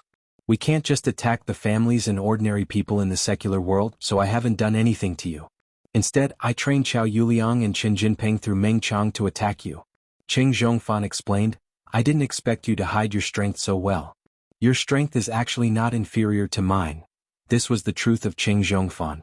In just one exchange, he knew that he was not 100% sure that he could defeat Xiao Qin. In that case, he would not take the risk. What? Did the Xiao family offend you? Xiao Qin asked angrily. They didn't offend me. Actually, I don't know the sect's intentions. Qing Zhongfan said, my uncle Qing Nanlu and I are only outer sect disciples of the martial arts world sections. We know very little, but the sect promised that if we deal with the Xiao family, they will help us upgrade the Qing family to a real martial arts family. What's the name of your sect? What did they just say about luring someone out to deal with us? Xiao Qin asked after some thought. Our sect is called the Quishan sect. It's a demonic sect. As for why, I don't know. They just said that they want us to deal with the Xiao family as much as possible so that they can lure out the person they are looking for. Qing Zhongfan said, they won't tell me the specifics and I don't dare to ask. What else do you know? What kind of trial mission did my father go on? Xiao Qin frowned. This Qing Zhongfan was a lackey. I don't know. The whole mission was arranged by the Quishan sect for my uncle. I only know that they went to explore the ruins of the Fire Mountain in the Hakanamata Desert. I don't know the specifics, so I didn't ask, Qing Zhongfan said. Qing Zhongfan, you're making things difficult for me. You don't know anything and you want me to let you go? Xiao Qin looked at Qing Zhongfan coldly. But I really don't know. I'm just a nobody. I'm here to carry out this mission. Qing Zhongfan said, my uncle Qing Nanlu might know about the trial, but he is no longer here. Besides, don't think that I'm really afraid of you. In fact, if it weren't for Qing Mingqiang, I would have killed you already. Xiao Qin stood up. Look at you. You think you're pretty strong? Let me tell you, I've killed more than one martial artist. I've killed many martial artists. I've even reached the 3rd level. I've killed a few. Why don't we spar? If you don't attack Qing Mingqiang, I'll fight you fairly, Qing Zhongfan said.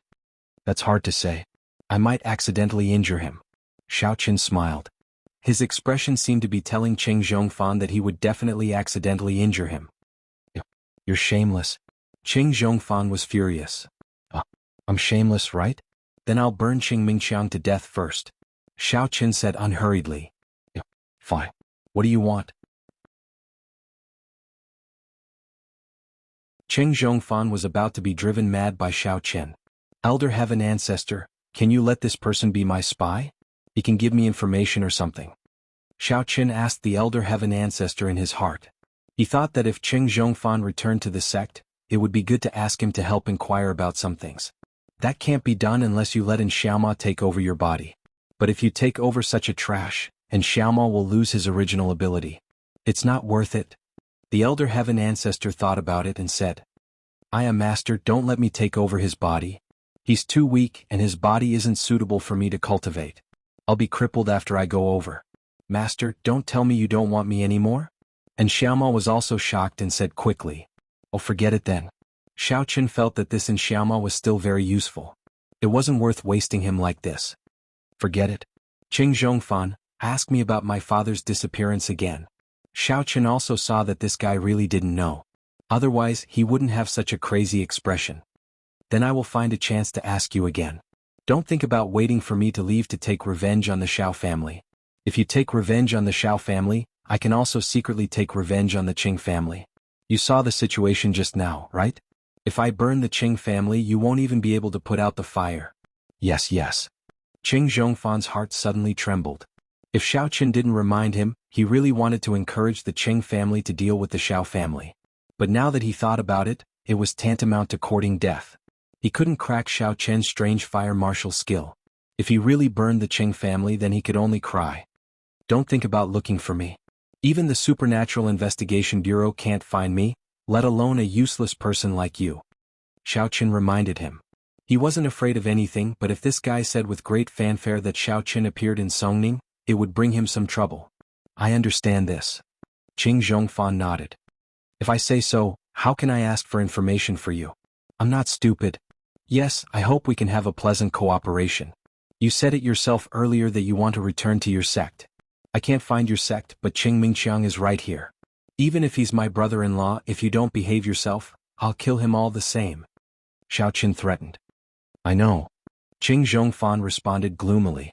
He never thought that Xiao Qin, who he had always looked down on, would one day sit on his head and shit on him. He didn't dare to resist. Things were really different now. Oh, then goodbye. Xiao Qin nodded and turned to leave. He said, you can sneak up on me.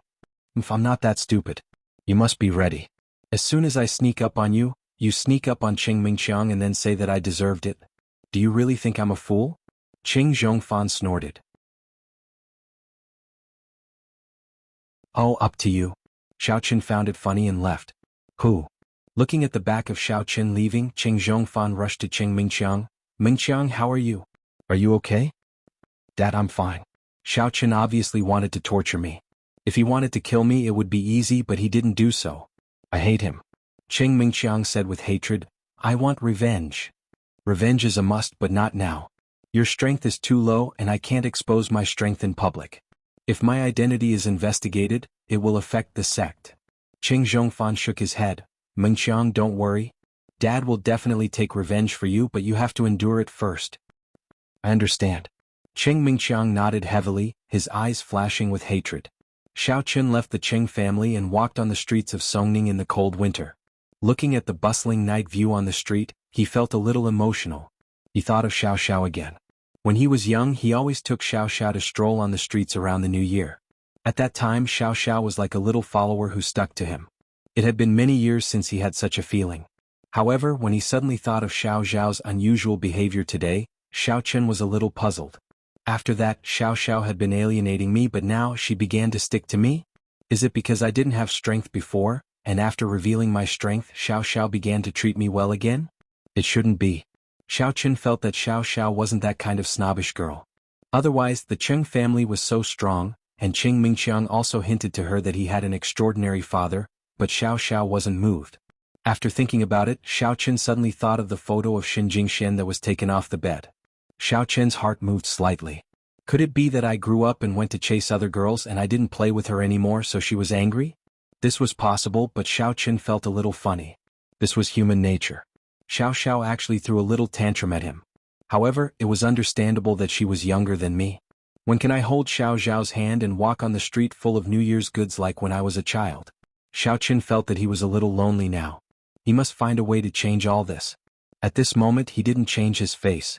Anyway, as long as Qing Zhongfan wasn't stupid, he probably wouldn't chase him. From the last sentence that he said, he was already a little timid. Qing Zhongfan was probably really afraid that Xiao Chen would come back and harm the Qing family, and he really couldn't think of a way to deal with his Samadhi true fire. Suddenly, Xiao Chen heard footsteps coming from behind him, which made his heart tremble slightly. But then a smile flashed at the corner of his mouth. A pair of somewhat cold little hands reached into the back of his coat and stuck to the skin of his chest. With a trace of coolness, it made Xiao Chen feel a little warm. "Xiao Xiao, why are you here?" Xiao Chen said with some surprise. He hadn't felt this feeling for many years. When he was a child, Xiao Xiao always liked to do this and let him warm her hands. "I couldn't sleep, so I came out for a stroll. I saw you." Xiao Xiao smiled and said, "Brother, are we fated? Can we all be born in the Xiao family if we aren't fated?" Xiao Chen couldn't help but laugh after listening. "That's true." Xiao Xiao stuck out her tongue and pulled out her little hand. She held Xiao Chen's arm and said, "Accompany me to buy some New Year's goods. I haven't come out for a long time." "Do second uncle and grandpa know that you ran out by yourself?" asked Xiao Chen. "Of course they don't know. Besides, I'm already so big. I don't need to tell them when I come out," Xiao Xiao said and naturally leaned on Xiao Chen's body. Ahem. Xiao Chen's face suddenly became a little unnatural. He felt a strange softness on his arm. He couldn't help but say, "Xiao Xiao, why are you wearing so little when you come out? You have grown up. You have to pay attention to your relationship with me." Xiao Xiao was stunned and then thought of something. She blushed and said, "Brother, why are your thoughts always so complicated? We were like this every time when we were young and you didn't think much about it. Now you must have slept with Xin Jingxian a lot and that's why you became like this. You think about problems in a perverted way. She has led you astray."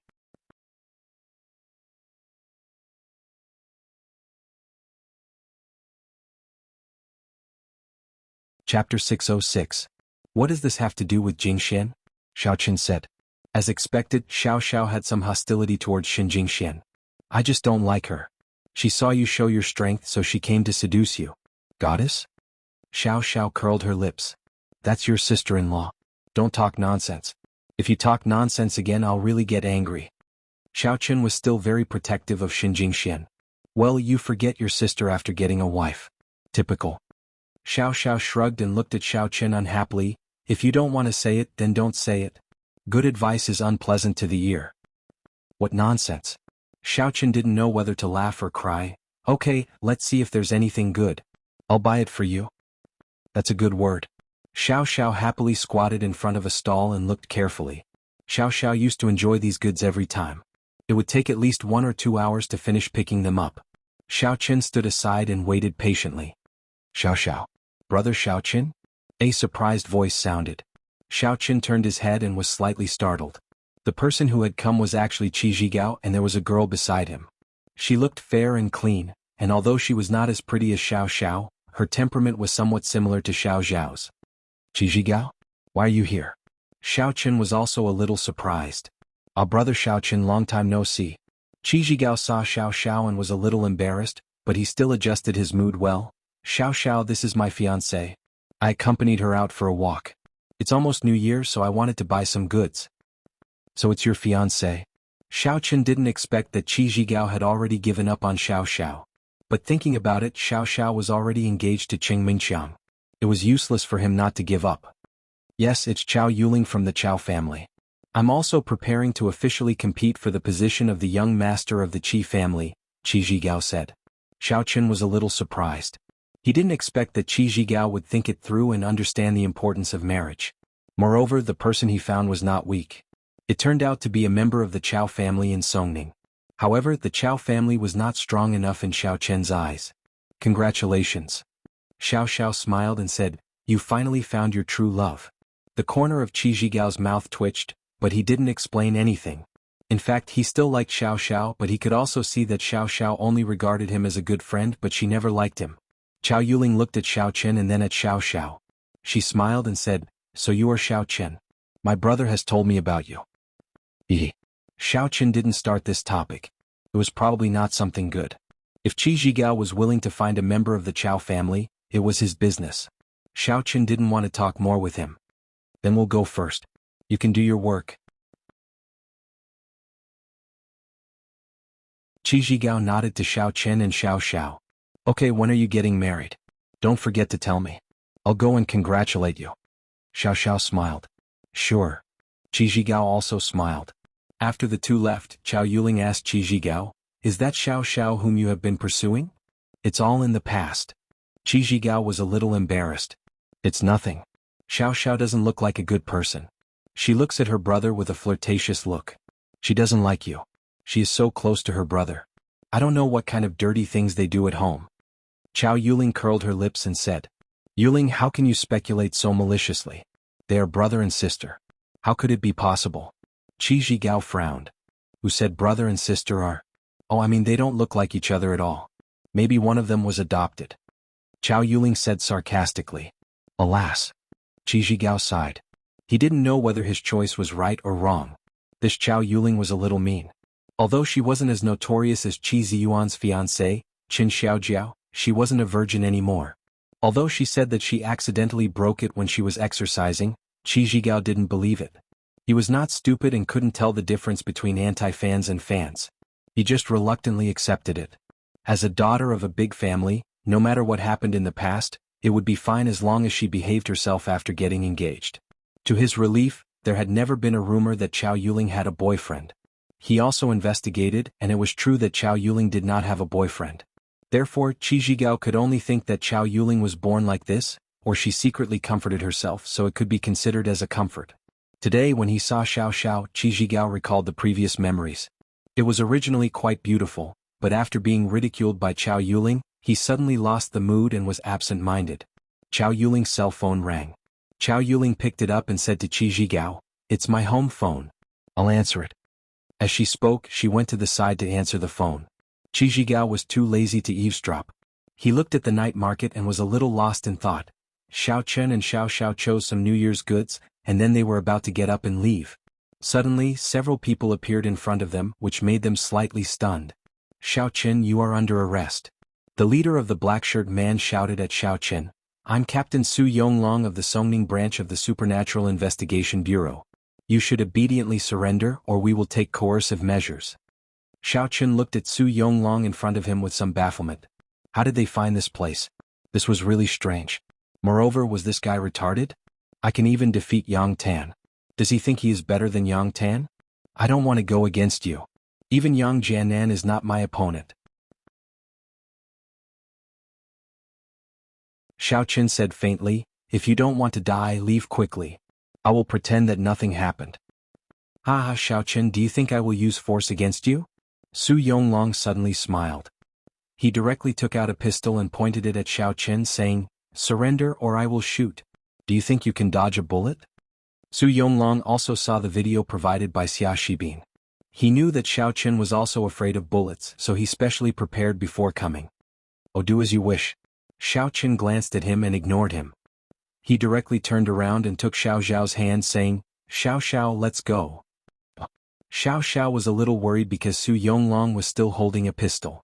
If he shot, wouldn't her brother be in trouble?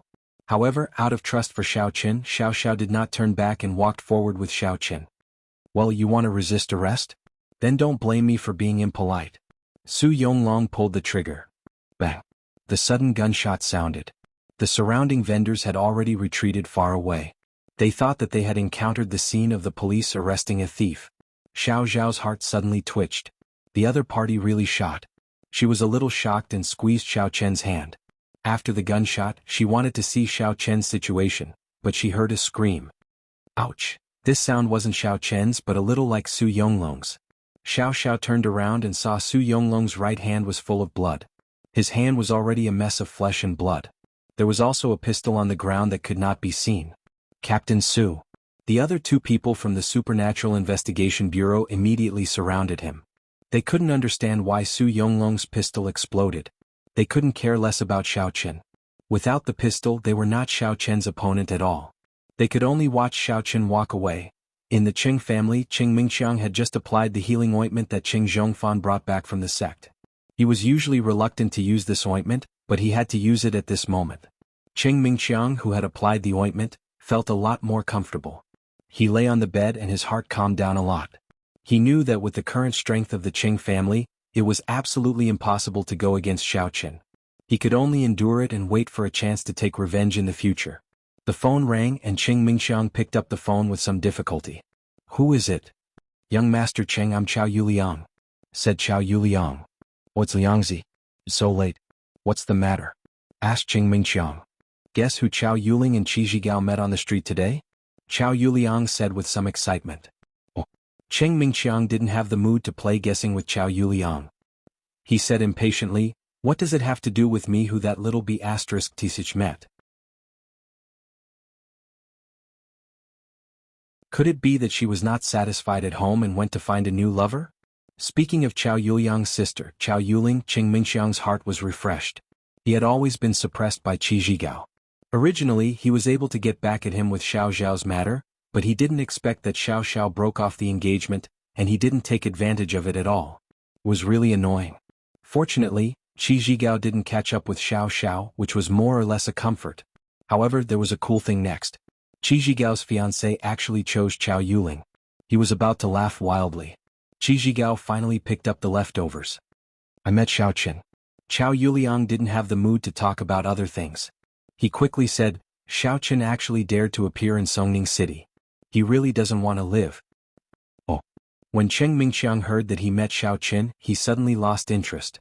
"Young Master Qing, after Yuling told me the news, I reported it to the Songning branch of the Supernatural Investigation Bureau immediately."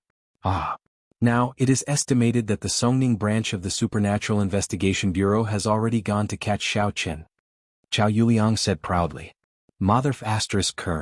Qing Mingxiang said angrily, "Who asked you to report it? Are you asking for it? Are you free? Chao Yuliang, let me tell you. Are you showing off?" Chao Yuliang was a little confused. How could he deal with Xiao Chen wrongly? This shouldn't be the case. Didn't Qing Mingxiang always deal with Xiao Chen with him? It's a good thing to create trouble and obstacles for Xiao Chen now. Why does Qing Mingxiang sound very angry?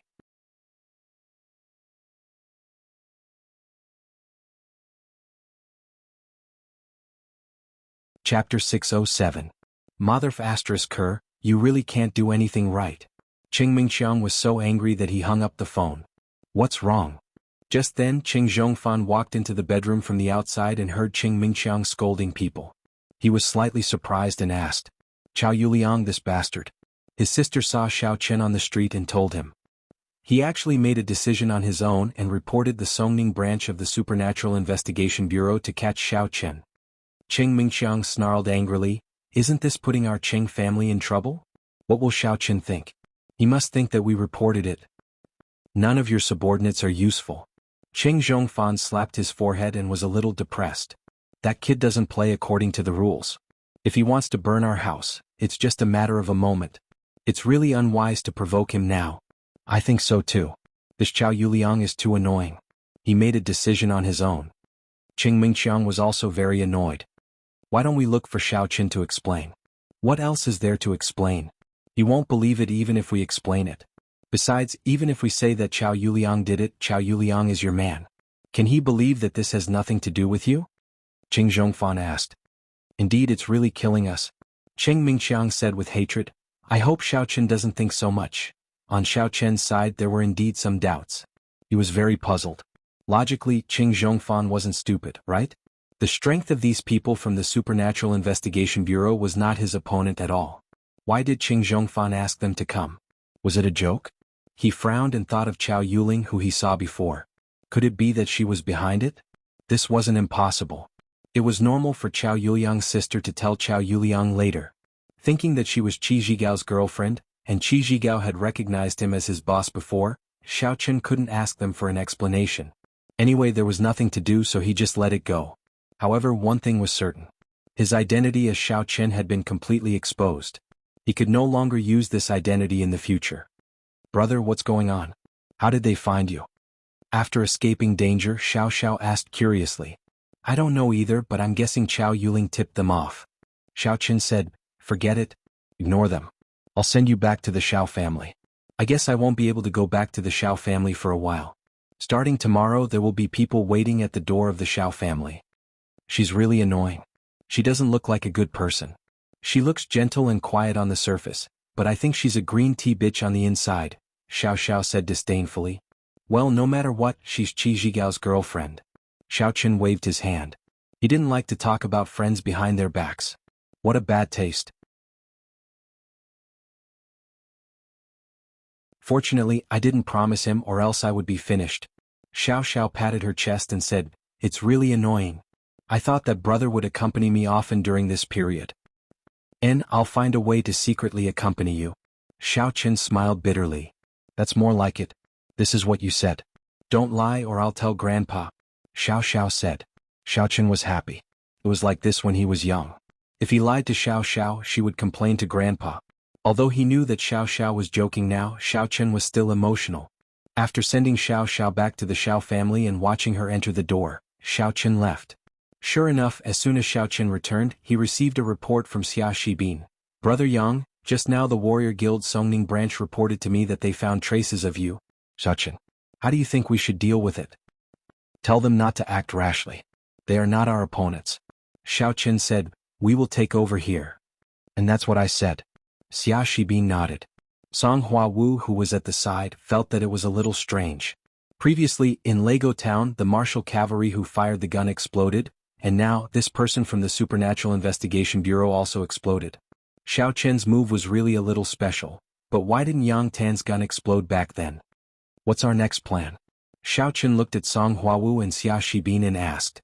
"There's no plan." Song Huawu said, "It's almost Chinese New Year. Basically, if the mission is not too special or important, it will be arranged to be carried out after Chinese New Year. However, the night after tomorrow, there will be an internal fellowship party of the Supernatural Investigation Bureau." "Then should I go?" Xiao Chen was stunned. He actually didn't want to attend such an occasion. There were too many people who knew Yang Jianan, but he didn't know any of them. He was afraid that he would be exposed. "Of course you have to go according to the usual practice." Song Huawu nodded. "What if I don't know anyone when I go? What if I get exposed?" Xiao Chen was a little worried. He was Xiao Chen. How could he know those people from the Supernatural Investigation Bureau? Song Huawu smiled and said, "It's fine. In the past, when Yang Jianan went to the cocktail party, he was also very cold and arrogant. He sat by himself and didn't talk to anyone." Xiao Chen asked curiously, "Then no one took the initiative to talk to him? No one dared to talk to him with low levels of strength? As for those with high levels of strength, if he didn't take the initiative to talk to them, they wouldn't have the time to talk to him." Song Huawu explained, "Every time he went, other than flattering Xia Zhili, he would harass me. If I ignored him, he would go to the side with Xia Shibin to drink." "That's not bad." Xiao Chen was overjoyed when he heard this. This way it wouldn't be difficult for him to disguise himself. It was very late, so Xia Shibin took his leave and went back to sleep. Song Huawu also went to wash up and prepare to sleep. Xiao Chen also prepared to rest, but what made him puzzled was that Song Huawu actually pushed the two small beds in the room into one room, and then turned them into a big bed. Looking at the scene in front of him, Xiao Chen couldn't help but be stunned. He shouted at Song Huawu, who was brushing her teeth in the bathroom, "Huawu, you made the bed together, how are we going to sleep at night?" "Lu. Song Huawu rinsed her mouth and spat out a mouthful of water. She said, "When we were in Lego Town, didn't we always sleep together? Why, did you go out for a walk and get tired of the old?" Xiao Chen was a little stunned. Listening to Song Huawu's somewhat calm tone, he was a little unable to understand Song Huawu's real thoughts. However, thinking that nothing had happened in the past few nights, Xiao Chen simply went directly to the bed, sat cross-legged and prepared to cultivate. He had just broken through, and he still had to ask the Elder Heaven Ancestor what special ability he had. "Elder Heaven Ancestor." Xiao Chen just said two words. I sent it to you. The Elder Heaven Ancestor replied to him. Ah. Xiaoqin found that he and the Elder Heaven Ancestor really had a tacit understanding. He began to search in his mind. Sure enough, the ability of the 10th level of the Qi refinement stage had the ability to subdue the heavenly flame. Although the Samadhi true flame was strong, it was still a little lacking. The Samadhi true flame could be used to refine pills, ghost talismans and devils, but it couldn't be used to refine weapons. The 10th level of the Qi refinement stage was the beginning of refining magic weapons. Xiaoqin had to prepare for the flying sword after he reached the foundation establishment stage, so he had to obtain a kind of heavenly flame. After that, there were some methods to refine magic weapons. The most important was to refine flying swords, but without the heavenly flame, Xiaoqin couldn't refine flying swords. Although he could use the finished flying swords, the key problem was, where could he find the finished flying swords? Here, the existence of the cultivators was very small, not to mention the magic weapons.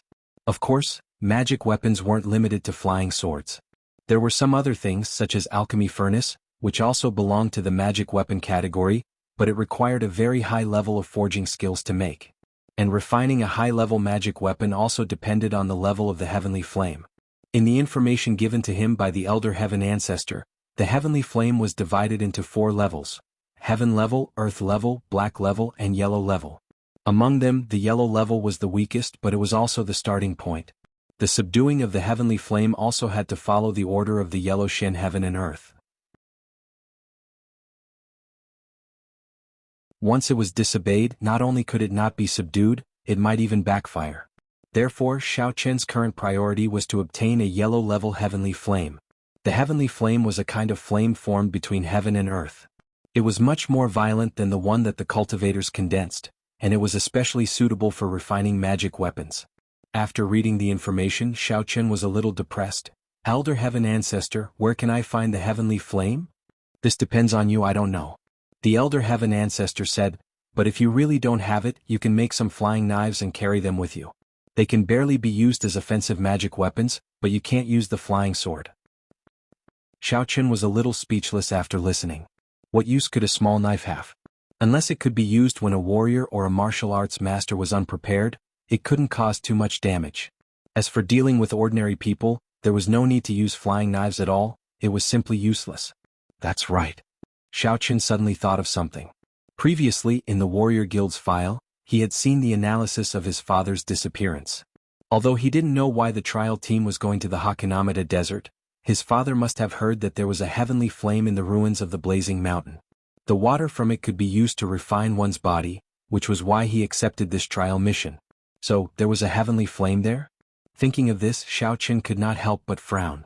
Right now, he was unable to determine if there really was a heavenly flame there. From the strange matter of his father's disappearance, it was possible that this was a rumor fabricated by someone with ulterior motives to trick his father. Otherwise, his father wouldn't have accepted this trial mission so enthusiastically. But no matter what, regardless of whether the news about the heavenly flame was true or not, Xiaoqin had the idea of going to the Hakanamada Desert. He wouldn't be satisfied if he didn't personally investigate the place where his father disappeared. Even though he knew that after so many years there might not be any clues left, he still wanted to go. Now that there was news about the heavenly flame, he had no choice but to go. However, his identity was different now. What reason could he use to go? This was a problem.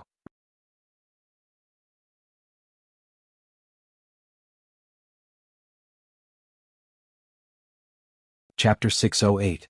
Although Xiaoqin was currently on vacation, Xia Zhili would definitely question him if he went to the Hakanamada Desert for no reason. It would not be easy to explain then. However, Xiaoqin did not want to wait any longer. He wanted to find the truth behind his father's disappearance and the heavenly flame as soon as possible. Xiaoqin took a deep breath and shook off his impulsive mind. Sometimes haste makes waste. He had to find a suitable reason to do this. What are you doing? You're sighing and shaking your head. Do you still want to sleep? Song Huawu lifted the blanket and rubbed her body against the headboard. She looked at Xiaoqin and said, "What are you doing? Are you drooling over me and unable to sleep?" Don't joke around. Xiaoqin shook his head and said, "I want to go to the Hakanamata Desert." Chem? Song Huawu was slightly stunned. Why do you want to go there? The last trial mission that my father did was to go to the ruins of the Blazing Mountain in the Hakanamata Desert. He also went missing there, so I want to go and take a look, Xiaoqin said. Song Huawu thought for a moment and asked, "You found out about this in the warrior guild?" Yes.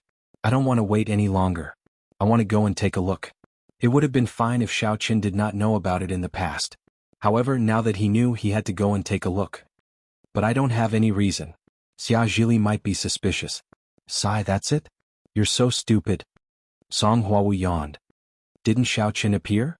You told Xia Zhili that Xiao Qin knew that his father went missing in the Hakuna Mata Desert, so he went to the Hakuna Mata Desert. In order to chase after him, you also went there. Isn't that the reason? Huawu, you're too smart. Xiao Qin slapped the bed, surprised and happy. That's right. You're my Xiao little Huo. No matter how smart you are, it's never too much. Song Huawu snorted. She suddenly thought of Hongzhu. Are you going to hug me? I'm not planning to. Xiao Qin smiled and said, Huawu, I feel that even though we are good friends, it's not appropriate for us to keep making such jokes. What if I take it seriously? Then you'll be responsible. Song Huawu said disapprovingly, Is there anything else? If you don't do anything to me, I'm going to sleep. Yeah. I'm so sleepy. As Song Huawu spoke, she snuggled into the bed, covered herself with the blanket and closed her eyes. Xiao Qin, on the other hand, started cultivating. It was a quiet night. The next morning, Xiao Qin couldn't wait to call Xia Zhili. Jianan? What's wrong? Is it because of the appearance of Xiao Qin? Xia Zhili asked. Yes, Deputy Director Xia. I heard that Xiao Qin has already found out through special channels that his father went missing in the blazing mountain ruins in the Hakanamata Desert. I'm afraid he has already fled to the Hakanamata Desert, so I want to end my vacation and go to the Hakanamata Desert to hunt him down. At this point, Xiao Qin said hatefully, He nearly took my life. I want to tear him into pieces. Is that so? So he's already escaped? Xia Zhili didn't think there was anything wrong with it. After all, Yang Jianan and Xiao Qin were irreconcilable enemies. It was normal for Yang Jianan to want to kill Xiao Qin. It was reasonable for him to end his vacation because he met his enemy. Yes, he must have escaped. Xiao Qin said, If I were him, I would also go and find out that my father went missing in the Hakanamata Desert. And since you are willing to give up your vacation to hunt down Xiao Qin, there is naturally no problem. I can't stop you. Xia Zhili said, But tomorrow night, you must attend our Supernatural Investigation Bureau's party. You are now the newly appointed deputy team leader of Team B. You have to show your face and go to the Hakanamata Desert after the party? No problem. Xiao Qin responded. He wasn't really going to chase after Xiao Qin. It didn't matter if he went a day earlier or a day later, so he directly agreed. Okay, when the time comes, I will also introduce you to the mysterious director of our Supernatural Investigation Bureau. He doesn't appear often. Now that you have made a great contribution, I will introduce you to him. You are also a general under me. Xia Zhili said. Thank you so much, Deputy Director Xia. Xiao Qin quickly said with fear and trepidation, but he didn't think so. Xia Zhili was just using him and the mysterious director to show off. In the end, it was for his own benefit. After hanging up the phone, Xiao Qin looked at Song Huawu next to him, who was glaring at him angrily. What are you doing? Xiao Qin was shocked. I was having a beauty nap and you woke me up. Song Huawu said angrily, Let me tell you, if I wasn't beautiful, would you marry me? Forget it. If it weren't for me, you would be sitting in a wheelchair now, Xiao Qin said. But I was also seen by you. How much does it cost to find someone to watch a live streamer's video? Besides, you also touched me. Song Huawu said, So we're even. That works too. Xiao Qin was a little speechless, but he didn't argue with her. Then you continue to sleep. I will go and cook. Okay, call me when it's done. Song Huawu closed her eyes again. Xiao Qin made breakfast, but he thought of Su Chuxia and Tian Suruan. I wonder how they are. It was as if he had never left Songning, and what happened in Lan City was just a dream. After breakfast was ready, Song Huawu had already woken up without Xiao Qin calling her. She sat at the table in a daze and began to eat. You woke up in time. Xiao Qin smiled. I can smell the fragrance. Song Huawu said while eating, After eating, let's pack up and go to Tianfang Province. The headquarters of the Supernatural Investigation Bureau is there. Xiao Qin nodded and sat down to eat. After breakfast, Xiao Qin, Song Huawu and Xia Shibin rushed to the airport. They had already booked plane tickets to Chengdu City, the provincial capital of Tianfang Province. Of course, Not everyone could attend the Supernatural Investigation Bureau's fellowship party. Only people at the level of Yang Jianan and Song Huawu could attend, and Xia Shibin went as an attendant. Because the plane tickets were booked at the last minute, when they rushed to the airport, the plane was about to depart. Most of the passengers had already changed their boarding passes and passed the security check, waiting to board. The seats of Xiao Chen and the other two were not connected. At this moment they could not choose to sit next to each other. Xiao Chen did not care about this. Anyway, it would only take a few hours. They would arrive at their destination in a daze. After passing the security check quickly, the boarding had already begun. The three of them finally caught the plane, took the boarding pass and looked for their respective seats. Xiao Chen compared the boarding pass and found his seat. However, to his surprise, there was already someone sitting in his seat. This made him a little puzzled. He looked at the boarding pass and then looked at the seat number. There was no mistake. "Miss, may I ask if you're a 36A? Xiao Chen smiled and asked the girl sitting in his seat. After the girl heard Xiao Chen's words, she was suddenly stunned. Her face was a little red and she said weakly, "I am obviously 36B. Lan Xinxin was a little annoyed after saying this sentence. Whether I am 36A or 36B, what does it have to do with this person?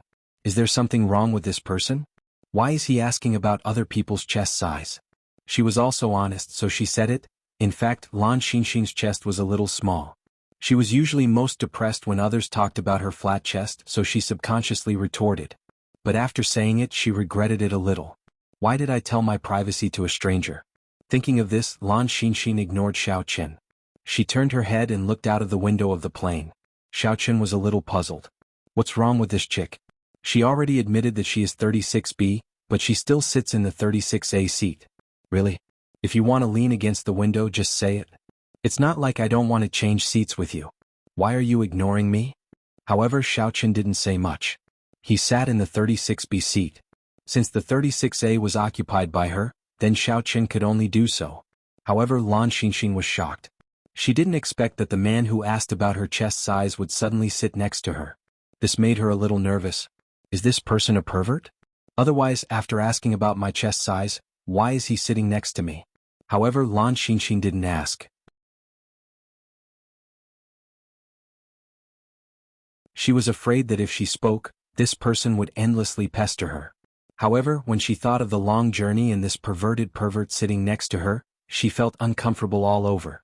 Thinking of this, Lan Xinxin finally gathered her courage and said to Xiao Chen, "Hey, the seat you are sitting in is mine. Please go back to your seat." Xiao Chen was originally closing his eyes to rest. When he heard Lan Xinxin's words, he was a little puzzled. "I'm going back to my seat? Then I'm going to sit on you? You. When Lan Xinxin heard Xiao Chen's words, she thought, this person is really a pervert. His words are taking advantage of me. You don't have a seat for yourself? Yes, it was occupied by you. Xiao Chen looked at Lan Xinxin with an inexplicable and innocent face. My seat is 36A. I just asked you. You said you were 36B, but I saw that you didn't intend to give up your seat, so I could only sit on your 36B. Where else can I sit? Huh? You were talking about the seat on the plane? Lan Xinxin was stunned. She looked up at the seat number above her head and suddenly understood. Their row was row 36, and the seat by the window was 36A. It turned out that this person was asking for her seat number, but she thought that he was asking about her chest size. Thinking of this, Lan Xinxin suddenly felt a little embarrassed. She saw that the seat by the window was empty, so she sat on it. Xiao Chen and the others were the last to board the plane. It was no wonder that Lan Xinxin thought that there was no one in this seat.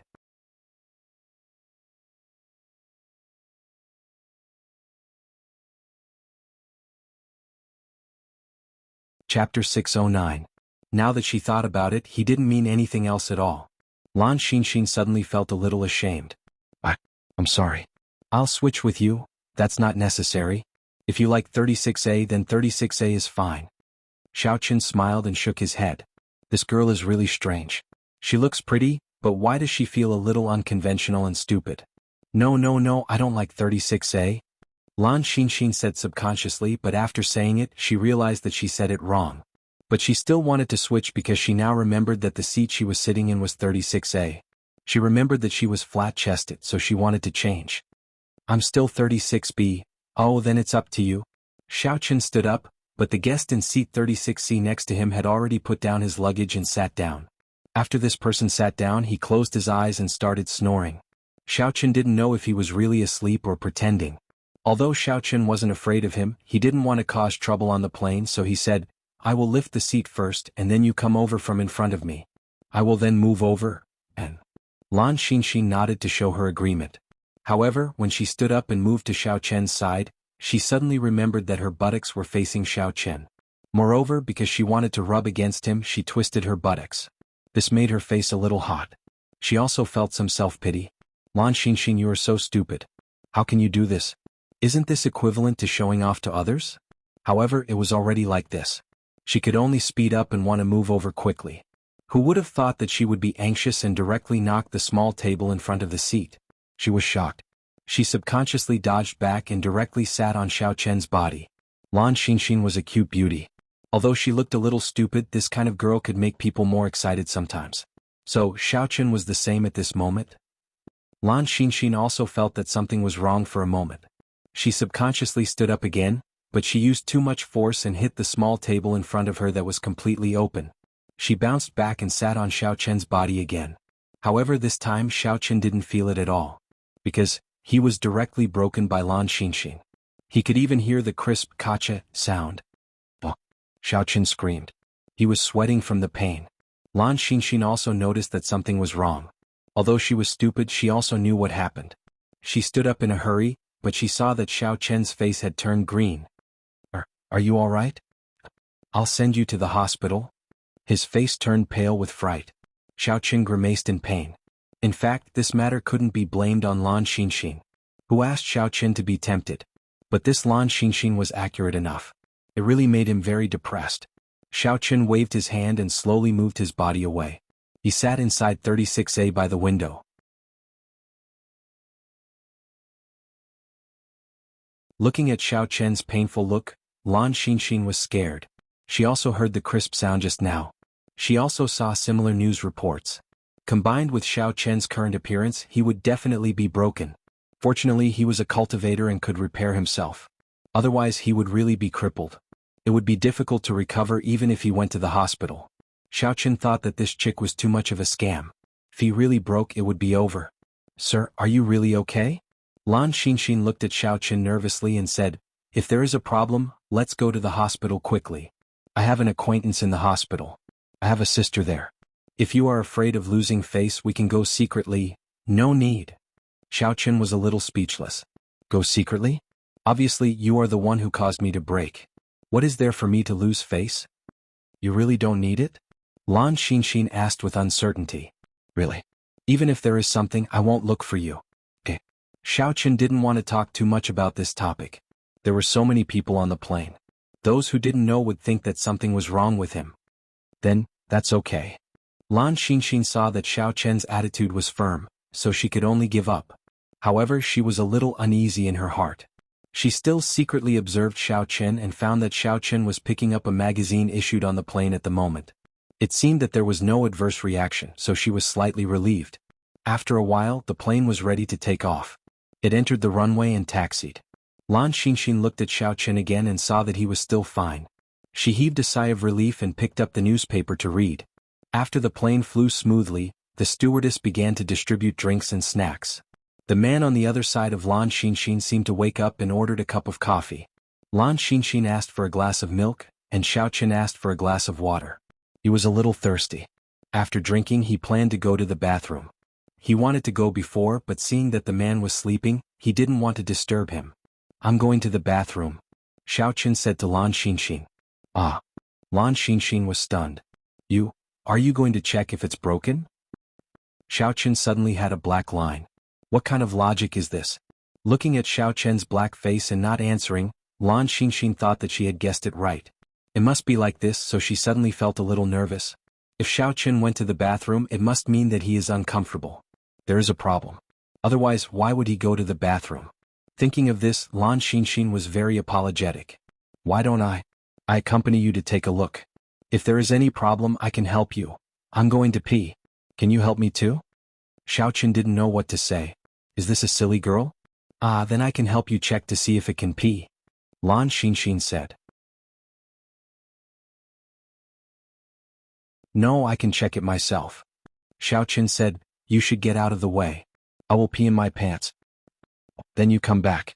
Be sure to tell me the result, said Lan Xinxin. Xiaoqin left speechlessly. He passed by Xia Shibin's seat. He wanted to change seats with him, but he didn't expect this guy to fall asleep. Song Huawu was in the front business class, so Xiaoqin was too lazy to look for her. After going to the bathroom, Xiaoqin did a quick check. He heaved a sigh of relief when he realized that he had perfectly repaired Lu Shuangshuang. In fact, if he could repair Lu Shuangshuang, he could not do much either. However, he felt a little more confident after looking at her. Walking back to his seat, Xiaoqin saw the man next to him talking to Lan Xinxin. They seemed to be talking about something. When he saw Xiaoqin coming back, he just stood up, opened the luggage rack and took out his box from it. Xiaoqin also returned to his seat. Miss, look. These are the jade that I want to take to the auction. If you like it, I can sell it to you at the starting price. Who asked us to take the same plane? This is also fate, the man said as he opened his box. Xiaoqin glanced at it. There were a lot of jade carvings in it. They were all kinds of beautiful, but Xiaoqin couldn't feel any aura. However, when Xiaoqin took a closer look, he couldn't say that those were all fake. There were indeed fakes in it, but there were also real ones. Could be said that it was a mix of real and fake. Lan Xinxin's eyes were already bright. She said eagerly, then Brother Qin, do you have a jade pendant made of the best warm jade? The so-called warm jade, also known as warm jade, was actually a type of nephrite. Because nephrite's color and texture were as smooth as fat, it gave people a warm feeling. As for the top-grade warm jade, it was warm to the touch. It was the top-grade warm jade, and this type of nephrite was very rare. However, Xiaoqin knew that some spiritual jades had this kind of feeling. However, not all spiritual jades had this kind of feeling because there were also spiritual jades in the cold jade. Yes, of course there are. The man called Brother Qin carefully took out a small box from the bottom of the box. He opened it carefully and took out a jade pendant. This was a carving in the shape of a big coin. It was very exquisite and beautiful. Is this really a top-grade warm jade? Lan Xinxin was stunned. My mother is sick. Her body is cold all year round. A Taoist priest once said that wearing a top-grade warm jade can alleviate the illness. That's really a coincidence. This is also a top-grade warm jade. I originally wanted to sell it at the auction, but since we are fated, I don't mind selling it to you, Brother Qin said. Really? Lan Xinxin couldn't believe that her luck was so good. Her hands trembled as she took the jade pendant from Brother Qin. Once it touched her hand, she couldn't help but exclaim, "Ah, it really is a warm jade. It feels warm to the touch, so magical." Right, you're also very lucky. If you didn't meet me, this top-grade warm jade is really hard to come by. Ordinary warm jade isn't this magical. Brother Qin nodded and said. Xiaoqin was stunned. He didn't know whether the other top-grade warm jades had spiritual energy. In any case, this one didn't. However, looking at the condition of this jade, it should be a real one. Xiaoqin couldn't determine whether it was real or fake, so he didn't interrupt. Lan Xinxin held the jade pendant in her hand. It was obvious that she couldn't let go of it. After looking at it for a long time, she confirmed that it was what she needed. She couldn't help but be surprised and happy. Brother Qin, how much is this top-grade warm jade? 10 million. Brother Qin said, of course I can't sell this jade to you at the starting price because it is more precious.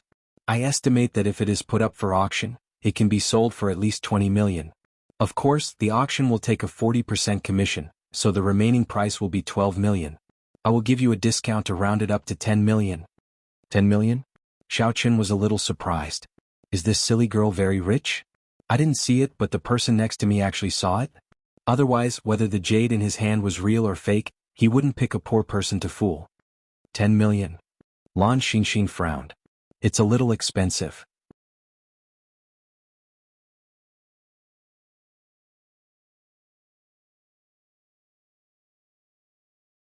Chapter 610. But good things are expensive. Think about it.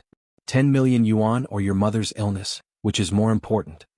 Brother Qin said, I see that you are a little girl, so I sold it to you for 10 million yuan. Otherwise, I wouldn't have said such nonsense. Our Brother Qin is right. I'll buy it. After Lan Xinxin heard it, she immediately nodded. But I can't give you the money on the plane now. Just transfer it to your mobile phone. Brother Qin smiled. When the plane lands and you can turn on your mobile phone, transfer it to me. And then okay. Lan Xinxin nodded after listening. I'll return it to you first. No need. You can look at it yourself first. You can also carefully evaluate whether this jade pendant is worth the money. Brother Chin smiled. You're sitting on the plane. Do you think I'm afraid that you will run away? Hee, that's true. Lan Xinxin smiled and continued to play with the jade pendant in her hand, but her face was full of excitement. You can look at it first and think about it calmly. If you think it's good, you can transfer it to me when the plane lands. If it's not good, you can return it to me. Brother Chin smiled generously. It doesn't matter. This thing can't be broken anyway. And then I'll think about it. Lan Xinxin felt that what Brother Chin said was reasonable, and it seemed to be very sincere. However, the price of 10 million yuan was really expensive. Even for her, it was difficult to take it out. Although her family had some money, because her mother wasn't the legal wife, she usually didn't have much pocket money. She was also very thrifty. Otherwise, she wouldn't be sitting in economy class on the plane. It's okay. You take a look first. Brother Chin smiled. After that, he didn't say much and waited for Lan Xinxin to evaluate it herself. On Lan Xinxin's side, she turned her head and asked Xiao Qin, "Oh yeah, you, how are you? Is it good there?" "It's not good. If I don't suffocate, can I still come back?" Xiao Qin was a little speechless. This Lan Xinxin, it took a long time to react and ask me. The most important thing is that she actually remembered this matter. "No, I mean other aspects. Is it good?"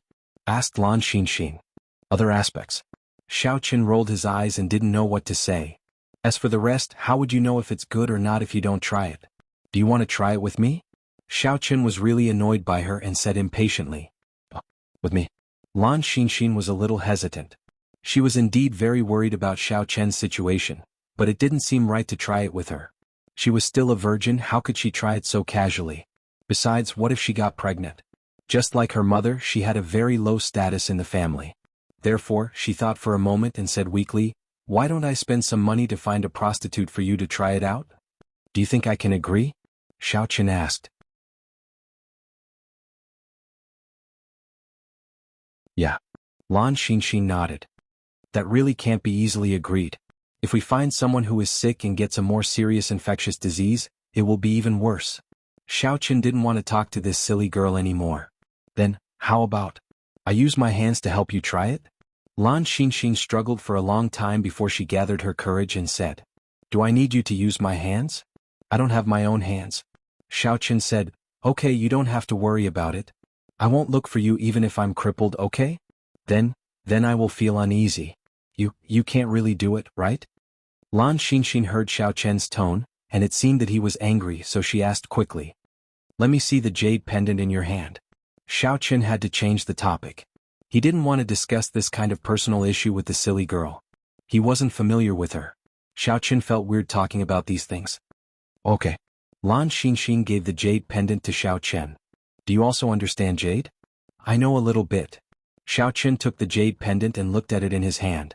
Indeed, the moment the jade pendant touched his hand, it became incomparably warm. However, Xiao Qin felt that it was a little strange. The heat of this thing didn't seem to be anything good.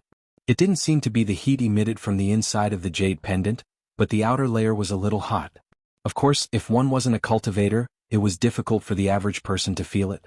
Only people with a keen perception like Xiao Qin could distinguish it. There was definitely a problem with this jade. Let's not talk about whether the foundation of this jade was real or fake, but this warm jade was definitely fake.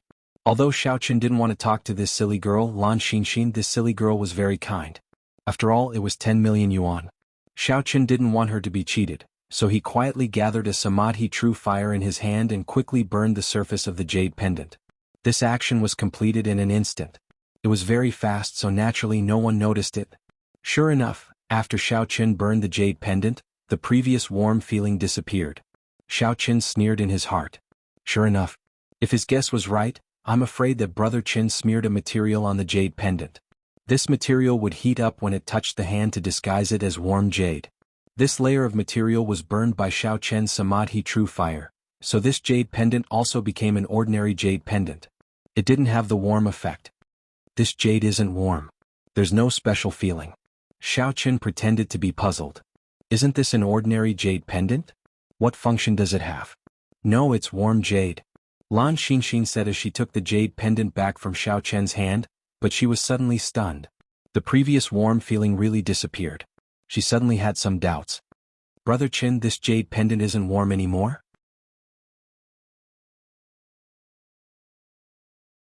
Brother Chen's heart suddenly dropped. It shouldn't be. The layer on the jade pendant, even if you touch it with your hand, won't fall off in a short time. At least it can last for a month or two. Why is it gone? He subconsciously took Lan Xinxin's jade pendant, and his face suddenly changed. Sure enough, this jade pendant didn't have a warm feeling, but it became extremely cold. It wasn't warm jade anymore. Although Brother Chin didn't know what the problem was, he was very unwilling to see this business go down the drain. It wasn't easy for him to meet a rich customer like Lan Xinxin, and she was in urgent need of warm jade. If he couldn't cheat her money, he would really regret it. The reason why he knew that Lan Xinxin was rich was because of his observation of people's words and expressions. Lan Xinxin had the temperament of a lady from a wealthy family. Although she looked silly, this temperament couldn't be changed. Also, Lan Xinxin's watch couldn't be bought without a few million. This watch was a gift from Lan Xinxin's father for her 18th birthday. It was also the only valuable thing on Lan Xinxin. However, it was seen by Brother Chin, who had sharp eyes. How could a person who could wear such an expensive watch be poor?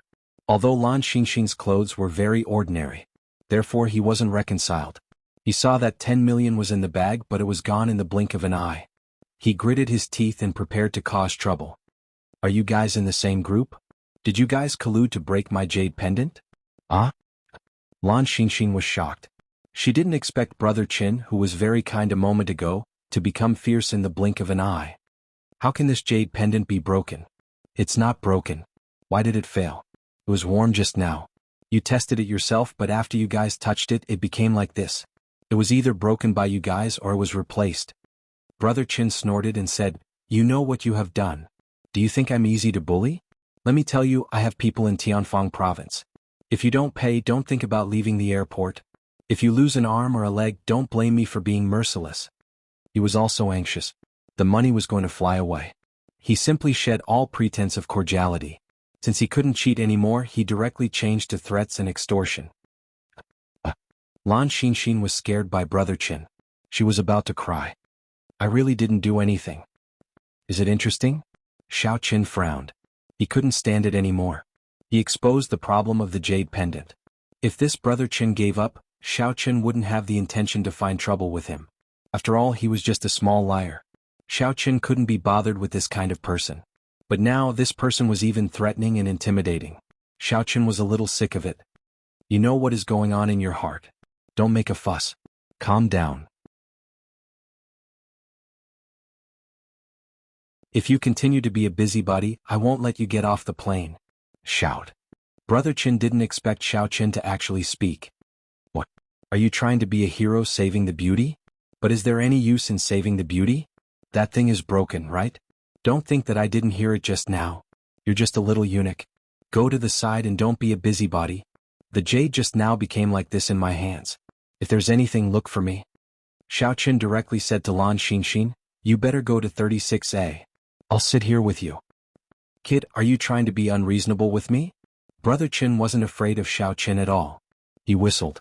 Suddenly, the two macho men in the front and back stood up from their seats and stared at Xiao Qin coldly.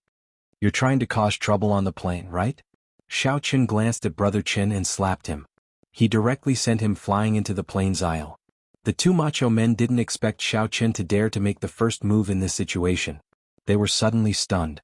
If it was during normal times when their fraud was exposed, as long as the two of them stood there, wouldn't the other people obediently compromise and beg for mercy? But who would have thought that Xiao Qin didn't play by the rules? He was quite strong, and with one slap he made the other person tumble. "Kid, are you looking for death?" The two macho men directly jumped over and wanted to make a move on Xiao Qin. "Idiot." Xiao Qin grabbed the hair of the two men with one hand and slammed them hard. The two macho men were directly hit until they saw stars and fainted on the aisle.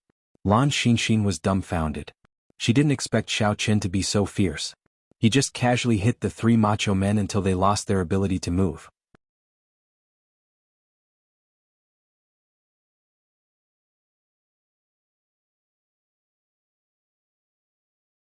Chapter 611. At this time, the flight attendants on the plane also noticed that there was a fight and quickly called for the police. Two police officers quickly ran over and glared at Xiao Qin. "Why are you fighting on the plane? These three are swindlers. Arrest them." After the plane lands, send them to the airport police station. Xiao Chen said to the two policemen. The two policemen were stunned. They did not believe Xiao Chen's words and looked at Xiao Chen suspiciously. At this time, Xia Shibin had the awareness of being a lackey. He rushed forward and pulled one of the policemen to the side. Then he took out his ID and said, "Officer, I'm from the Supernatural Investigation Bureau. That's our team leader. This is my ID." The policeman was stunned. After carefully looking at Xia Shibin's ID, he nodded his head and believed him. Since Xiao Chen was the team leader of the Supernatural Investigation Bureau, then his words were naturally convincing. He quickly whispered a few words to the other policemen and took the three people on the ground away. On the other hand, Lan Xinxin was a little puzzled. Why did these two policemen believe Xiao Chen's words? He didn't even ask much and just took them away? Could it be that these three were repeat offenders, so the police immediately recognized that there was a problem with them? Yes, that must be it, Lan Xinxin thought. These things came and went quickly. In the blink of an eye they had calmed down. Even the passengers on the plane did not understand what was going on. Although everyone saw the fight, the three of them were quickly taken away by the police. They were all discussing whether or not the three of them were wanted criminals. Why are you fine? Lan Xinxin was a little strange. It seemed like Xiao Chen had beaten him up, but nothing had happened. The police seemed to trust him a lot. Do you want something to happen to me? Xiao Chen asked. That's not it. Lan Xinxin quickly shook her head and said, Thank you very much. I was almost deceived. I really didn't know that you were a rich person. You actually have 10 million? If I had known earlier, I would have asked you for 10 million yuan just now. Xiao Chen said. Then there's really a problem there? Lan Xinxin was shocked and looked at Xiao Chen worriedly. Xiao Chen was a little speechless. How could this silly girl not know what was a joke? No wonder she was so gullible. That big brother Chen specifically chose her. No problem for the time being, Xiao Chen said. Oh, then I'll tell you my cell phone number. If you have a problem there, be sure to call me. I'll help you find a way. Lan Xinxin said quickly and told him her cell phone number. Okay. Xiao Chen wrote down the number, but he definitely wouldn't call her because of this. What about you? Lan Xinxin asked again. Forget about me. If there's nothing else, I won't look for you.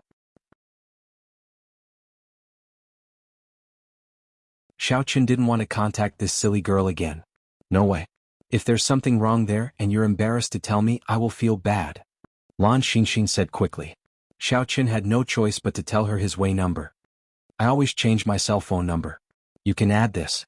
And then I will add it when the plane lands. Lan Xinxin nodded. Thank you very much just now. I was almost blackmailed by that person. It's nothing. It's just a convenience. Xiao Chen waved his hand.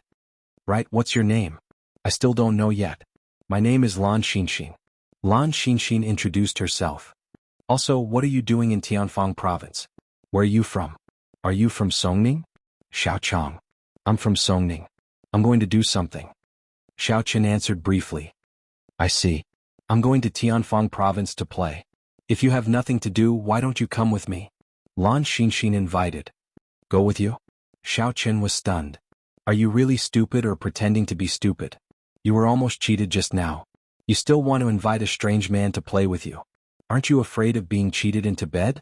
Lan Xinxin didn't expect Xiao Chen to say this. I think you are a good person. I hurt you, but you didn't take the opportunity to threaten me. If it were Brother Chen, he would probably ask me for a huge compensation, right? Moreover, I said that I would help you check, but you didn't want to. I think you are a gentleman.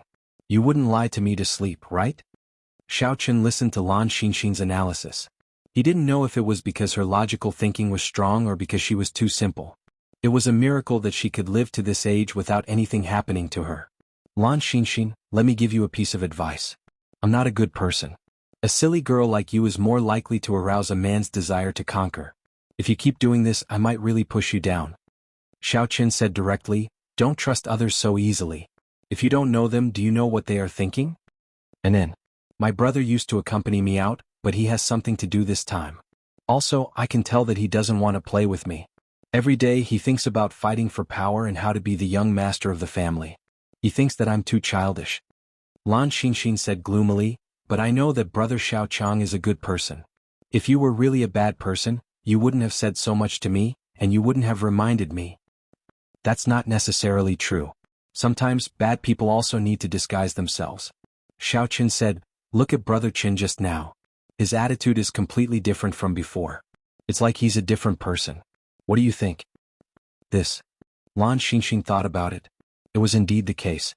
Brother Chin was very warm and acted very generous and approachable. In fact, it was to carry out his scam plan. Thinking of this, Lan Xinxin was a little silent. It's really difficult to get along with people. Can't you be more honest? You better not go out by yourself in the future. Hurry up and go home. Find a good person to marry. Stay at home and take care of your husband and children. Don't go out and run around. It's too dangerous outside. Xiao Qin didn't know what to say, so he could only persuade her like this. Oh. Lan Xinxin nodded. She tilted her head and frowned slightly. She looked like she couldn't figure it out.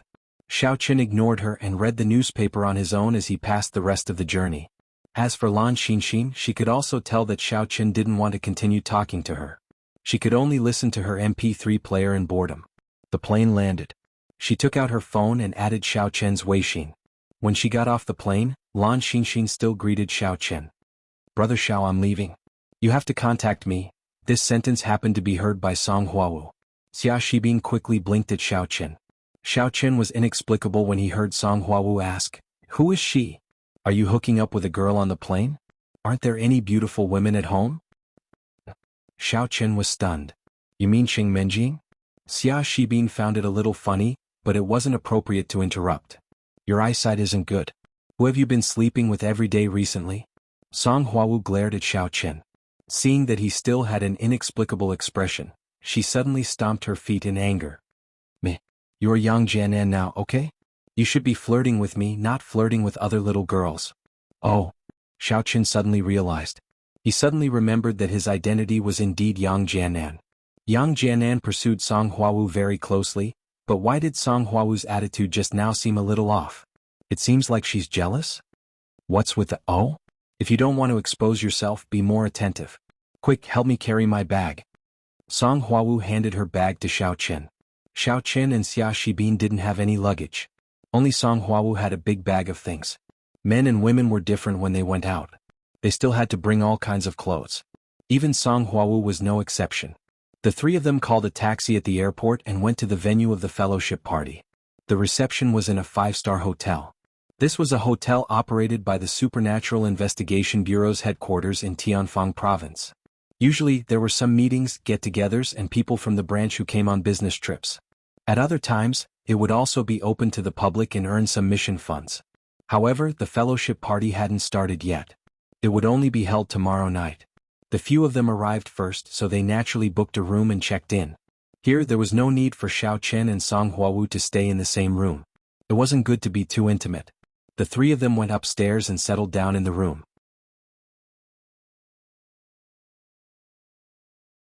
They prepared to eat something. There was a buffet that was provided all day and could be enjoyed by guests at any time. Due to the special nature of the Supernatural Investigation Bureau's mission, they didn't have to come at a certain time. Everyone didn't have a regular meal, so they set up such a 24-hour restaurant. As for the other staff working at the headquarters, they could also come here to eat their meals. After all, it was sometimes late at night when they got off work. It wasn't easy to find a place to eat. Even if there was one, it might not be to their liking. In the spacious restaurant, there were 2 neat rows of buffet tables in the middle. They were filled with all kinds of alcohol and delicacies. There was a wide variety of them and it was very complete. It was as if the special snacks of various places could be found here. When Xiao Qian smelled the aroma of the food, his appetite was immediately aroused. He had only been given some small food on the plane, but it wasn't enough. He was hungry too, so he picked up the plate and started to put things in it. In the restaurant, on the side of the floor-to-ceiling window was the table and chair area. At that moment, many people were sitting there, eating and chatting. However, there were a few young people sitting at a table near the corner. When Xiao Qian and the others came in, they immediately saw them. "Brother Da, isn't that Song Huawo?" One of the young men immediately said. "Yes, I saw her, but why is she talking and laughing with Yang Jianan? Didn't they have a bad relationship in the past?" The person called Brother Da's expression immediately turned ugly. He was also a suitor of Song Huawu. Previously, although he knew that Yang Jianan had been pursuing Song Huawu didn't respond at all. Therefore, he didn't treat Yang Jianan as a competitor.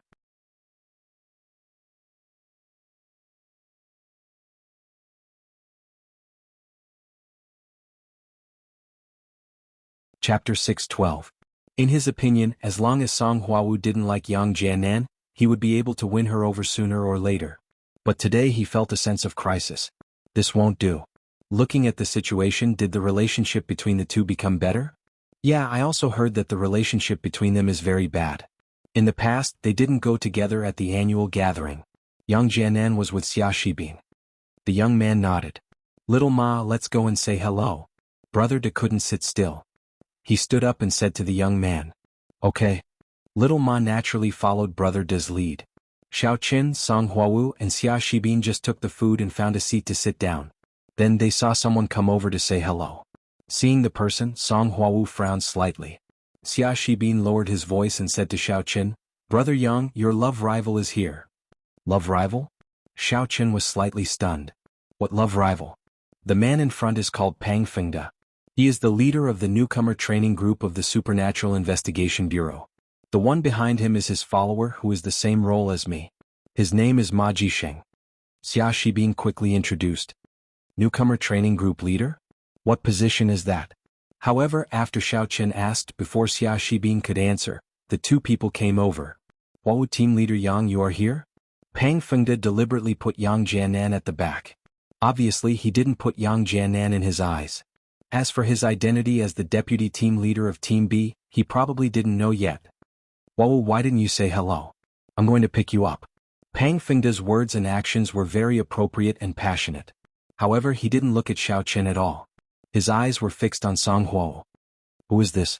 Xiao Qin stood up. He wanted to say hello to this colleague, but he didn't expect that he didn't even look at him. He was a little angry. You motherf asterisk cur. I'm giving you face. Who do you think you are? When Song Huawu heard Xiao Qin's words, her heart skipped a beat. She didn't expect Xiao Qin to be so disrespectful. Wasn't this going to ruin their relationship? What's more, Yang Jianan used to retreat whenever he saw Pang Fengde. He wasn't Pang Fengde's opponent at all. Now that he suddenly became so arrogant, wasn't there a problem? Xiao Qin's words also surprised Pang Fengde. What's wrong with this guy today? How dare he challenge me? The follower called Xiaoma also widened his eyes. He poked Pang Fengde lightly and said, Brother De, how did this kid become so awesome? Is there a problem? When Xiao Qin saw that Song Huawu was also looking at him with such a surprised expression, he immediately knew that it was not good. He reckoned that Yang Jianan must have been very afraid of this person in front of him in the past. Otherwise, they wouldn't have such an expression. But how would Xiao Qin know this before? He saw that Yang Jianan was so awesome wherever he went, and he had Xia Zhili as his backer. He thought that Yang Jianan was awesome wherever he went. It seemed that he was wrong. However, he also reacted quickly. Huawu, doesn't he know that I'm now the deputy leader of Team B of the Supernatural Investigation Bureau? I'm waiting to take over now. Don't tell me he doesn't know? Ah. Yeah. Our brother Yang is now the deputy leader of Team B. He will be the leader soon. Xia Shibin also immediately said in cooperation. Xiao Qin's explanation was reasonable. Sure enough, Pang Fengde's face showed a look of realization. It turned out that Yang Jianan was so awesome because he was appointed as the deputy leader of Team B. He really didn't know. After all, this matter hadn't been spread yet, but he knew that Yang Jianan and Song Huawu went on a mission a while ago and won a great victory. It must be because of this. He, deputy leader of Team B? Is it amazing? Pang Fengde smiled faintly and said disdainfully, I can tell you that even some of the people in Team A graduated under me. Yang Jianan, don't tell me that you think you're amazing just because you're promoted? Brother De, he's just overconfident. If he's capable, fight with Brother De. Won't you beat him up? Xiaoma chuckled at the side. It's easy and fun for me to beat you, but I don't have time to bother with you. Since Xiao Qin was already arrogant, he had to persist. If he backed out halfway, it would be even more suspicious. Huawu, don't bother with him. Let's eat. Great, Yang Jianan, you're great. Pang Fengde saw that Xiao Qin ignored him and he suddenly became furious. Tonight, in the hotel's basement practice room, I want to challenge you. Do you dare? In the past, every time Pang Fengde mentioned a challenge, Yang Jianan would be scared ***. He would either find an excuse to avoid it or he would simply hide behind Xia Zhili. He didn't dare to accept the challenge, so Pang Fengde directly proposed a challenge. Now they were in the buffet restaurant. Although he was annoyed, he didn't lose his mind. If he made a move here, he would definitely be punished. Whether he won or lost, he had already lost. I'm not going. Xiao Qin shook his head and said, I want to eat. What? Yang Jianan, are you afraid? When Pang Fengde heard it, he raised his head proudly. With an arrogant look, he looked down on Xiao Qin and said, weren't you quite arrogant just now? Why did you become a tortoise when I mentioned a challenge? Xiao Qin refused, and even Xia Shibin was stunned. He looked at him with some doubts. Xia Shibin knew Xiao Qin's temper better. Isn't this guy very overbearing and never admits defeat? Moreover, he had a strong look just now. Why did he suddenly shrink back? At this time, Xiao Qin said indifferently, I'm not afraid of you. Do you think I should challenge just because you say so? Why should I listen to you?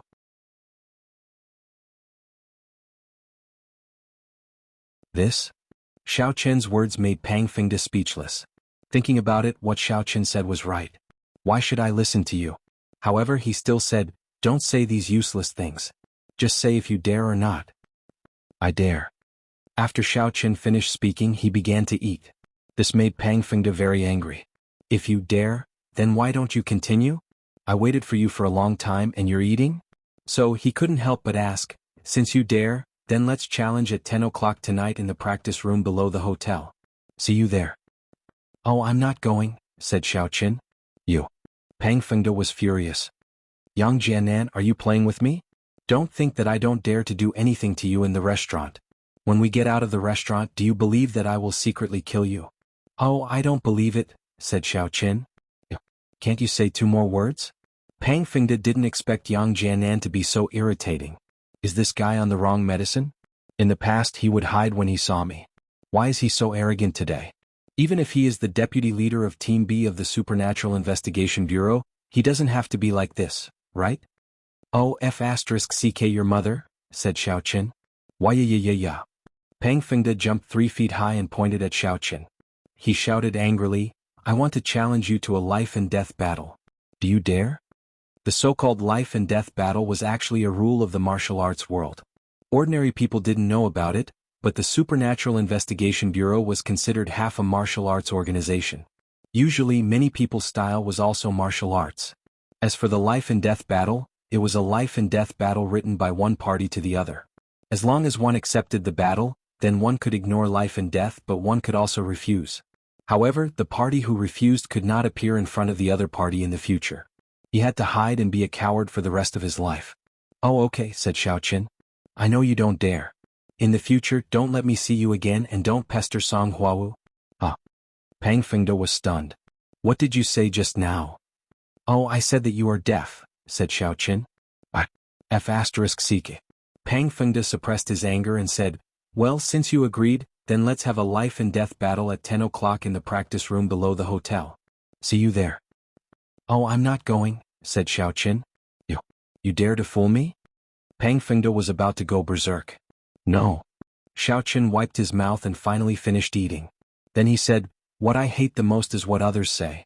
You said 10 o'clock, so it's 10 o'clock? I'm not free. If you want a challenge, do it now. Also, you said it's in the underground practice room, so it's in the underground practice room? I have a phobia of low altitude. I don't like basements. As soon as Xiao Qin said this, the people next to him were all very speechless. What Xiao Qin said at the beginning was a little reasonable, but the phobia of low altitude was obviously nonsense. They had heard of people who were afraid of heights, but they had never heard of people who were afraid of low altitude. However, Xia Shibin didn't care about this. He jumped out and directly said, yes, why do you say it's at what time? It's at what place? Our team leader's time is precious. Well, then you say the time and where. Is that okay? Pang Fengde wasn't eloquent. He was speechless after being said by Xiao Qin. Although he was annoyed, he felt that it was reasonable, so he could only ask patiently. I think it's on the rooftop of the hotel. After I kill you, I can still see the night view. Xiao Qin said, it's just right. I'm full. Let's go and digest the food. Okay, if you want to die, I will fulfill your wish. Pang Fengde didn't care about those things with Xiao Qin. As long as the goal was achieved, what was the point of letting him be eloquent? Oh, do we have to sign an agreement? When you die, what if someone comes to settle the account with me? Said Xiao Qin. That can't be done. There are so many witnesses. Pang Fengde said, as for you, I think you have to write a written agreement. Oh, then let's do it in duplicate. Both sides sign it. Xiao Qin said, this is also fair and just. Okay, little Ma, you draft a life and death agreement. Pang Fengda said to little Ma. Okay, brother Da. Little Ma nodded and lowered his head to draft the life and death agreement. He was familiar with these things. In the newcomer training group, there were often some trainees who challenged each other. You're tuning in to the Han Li's Wuxia Adventures YouTube channel. We're so grateful for your support, and don't forget to subscribe to join us on this incredible journey through captivating stories. Your generosity through donations truly makes a world of difference, as it's the primary source of revenue that allows me to expand and enhance this channel for you. Thank you from the bottom of my heart for being a part of this adventure.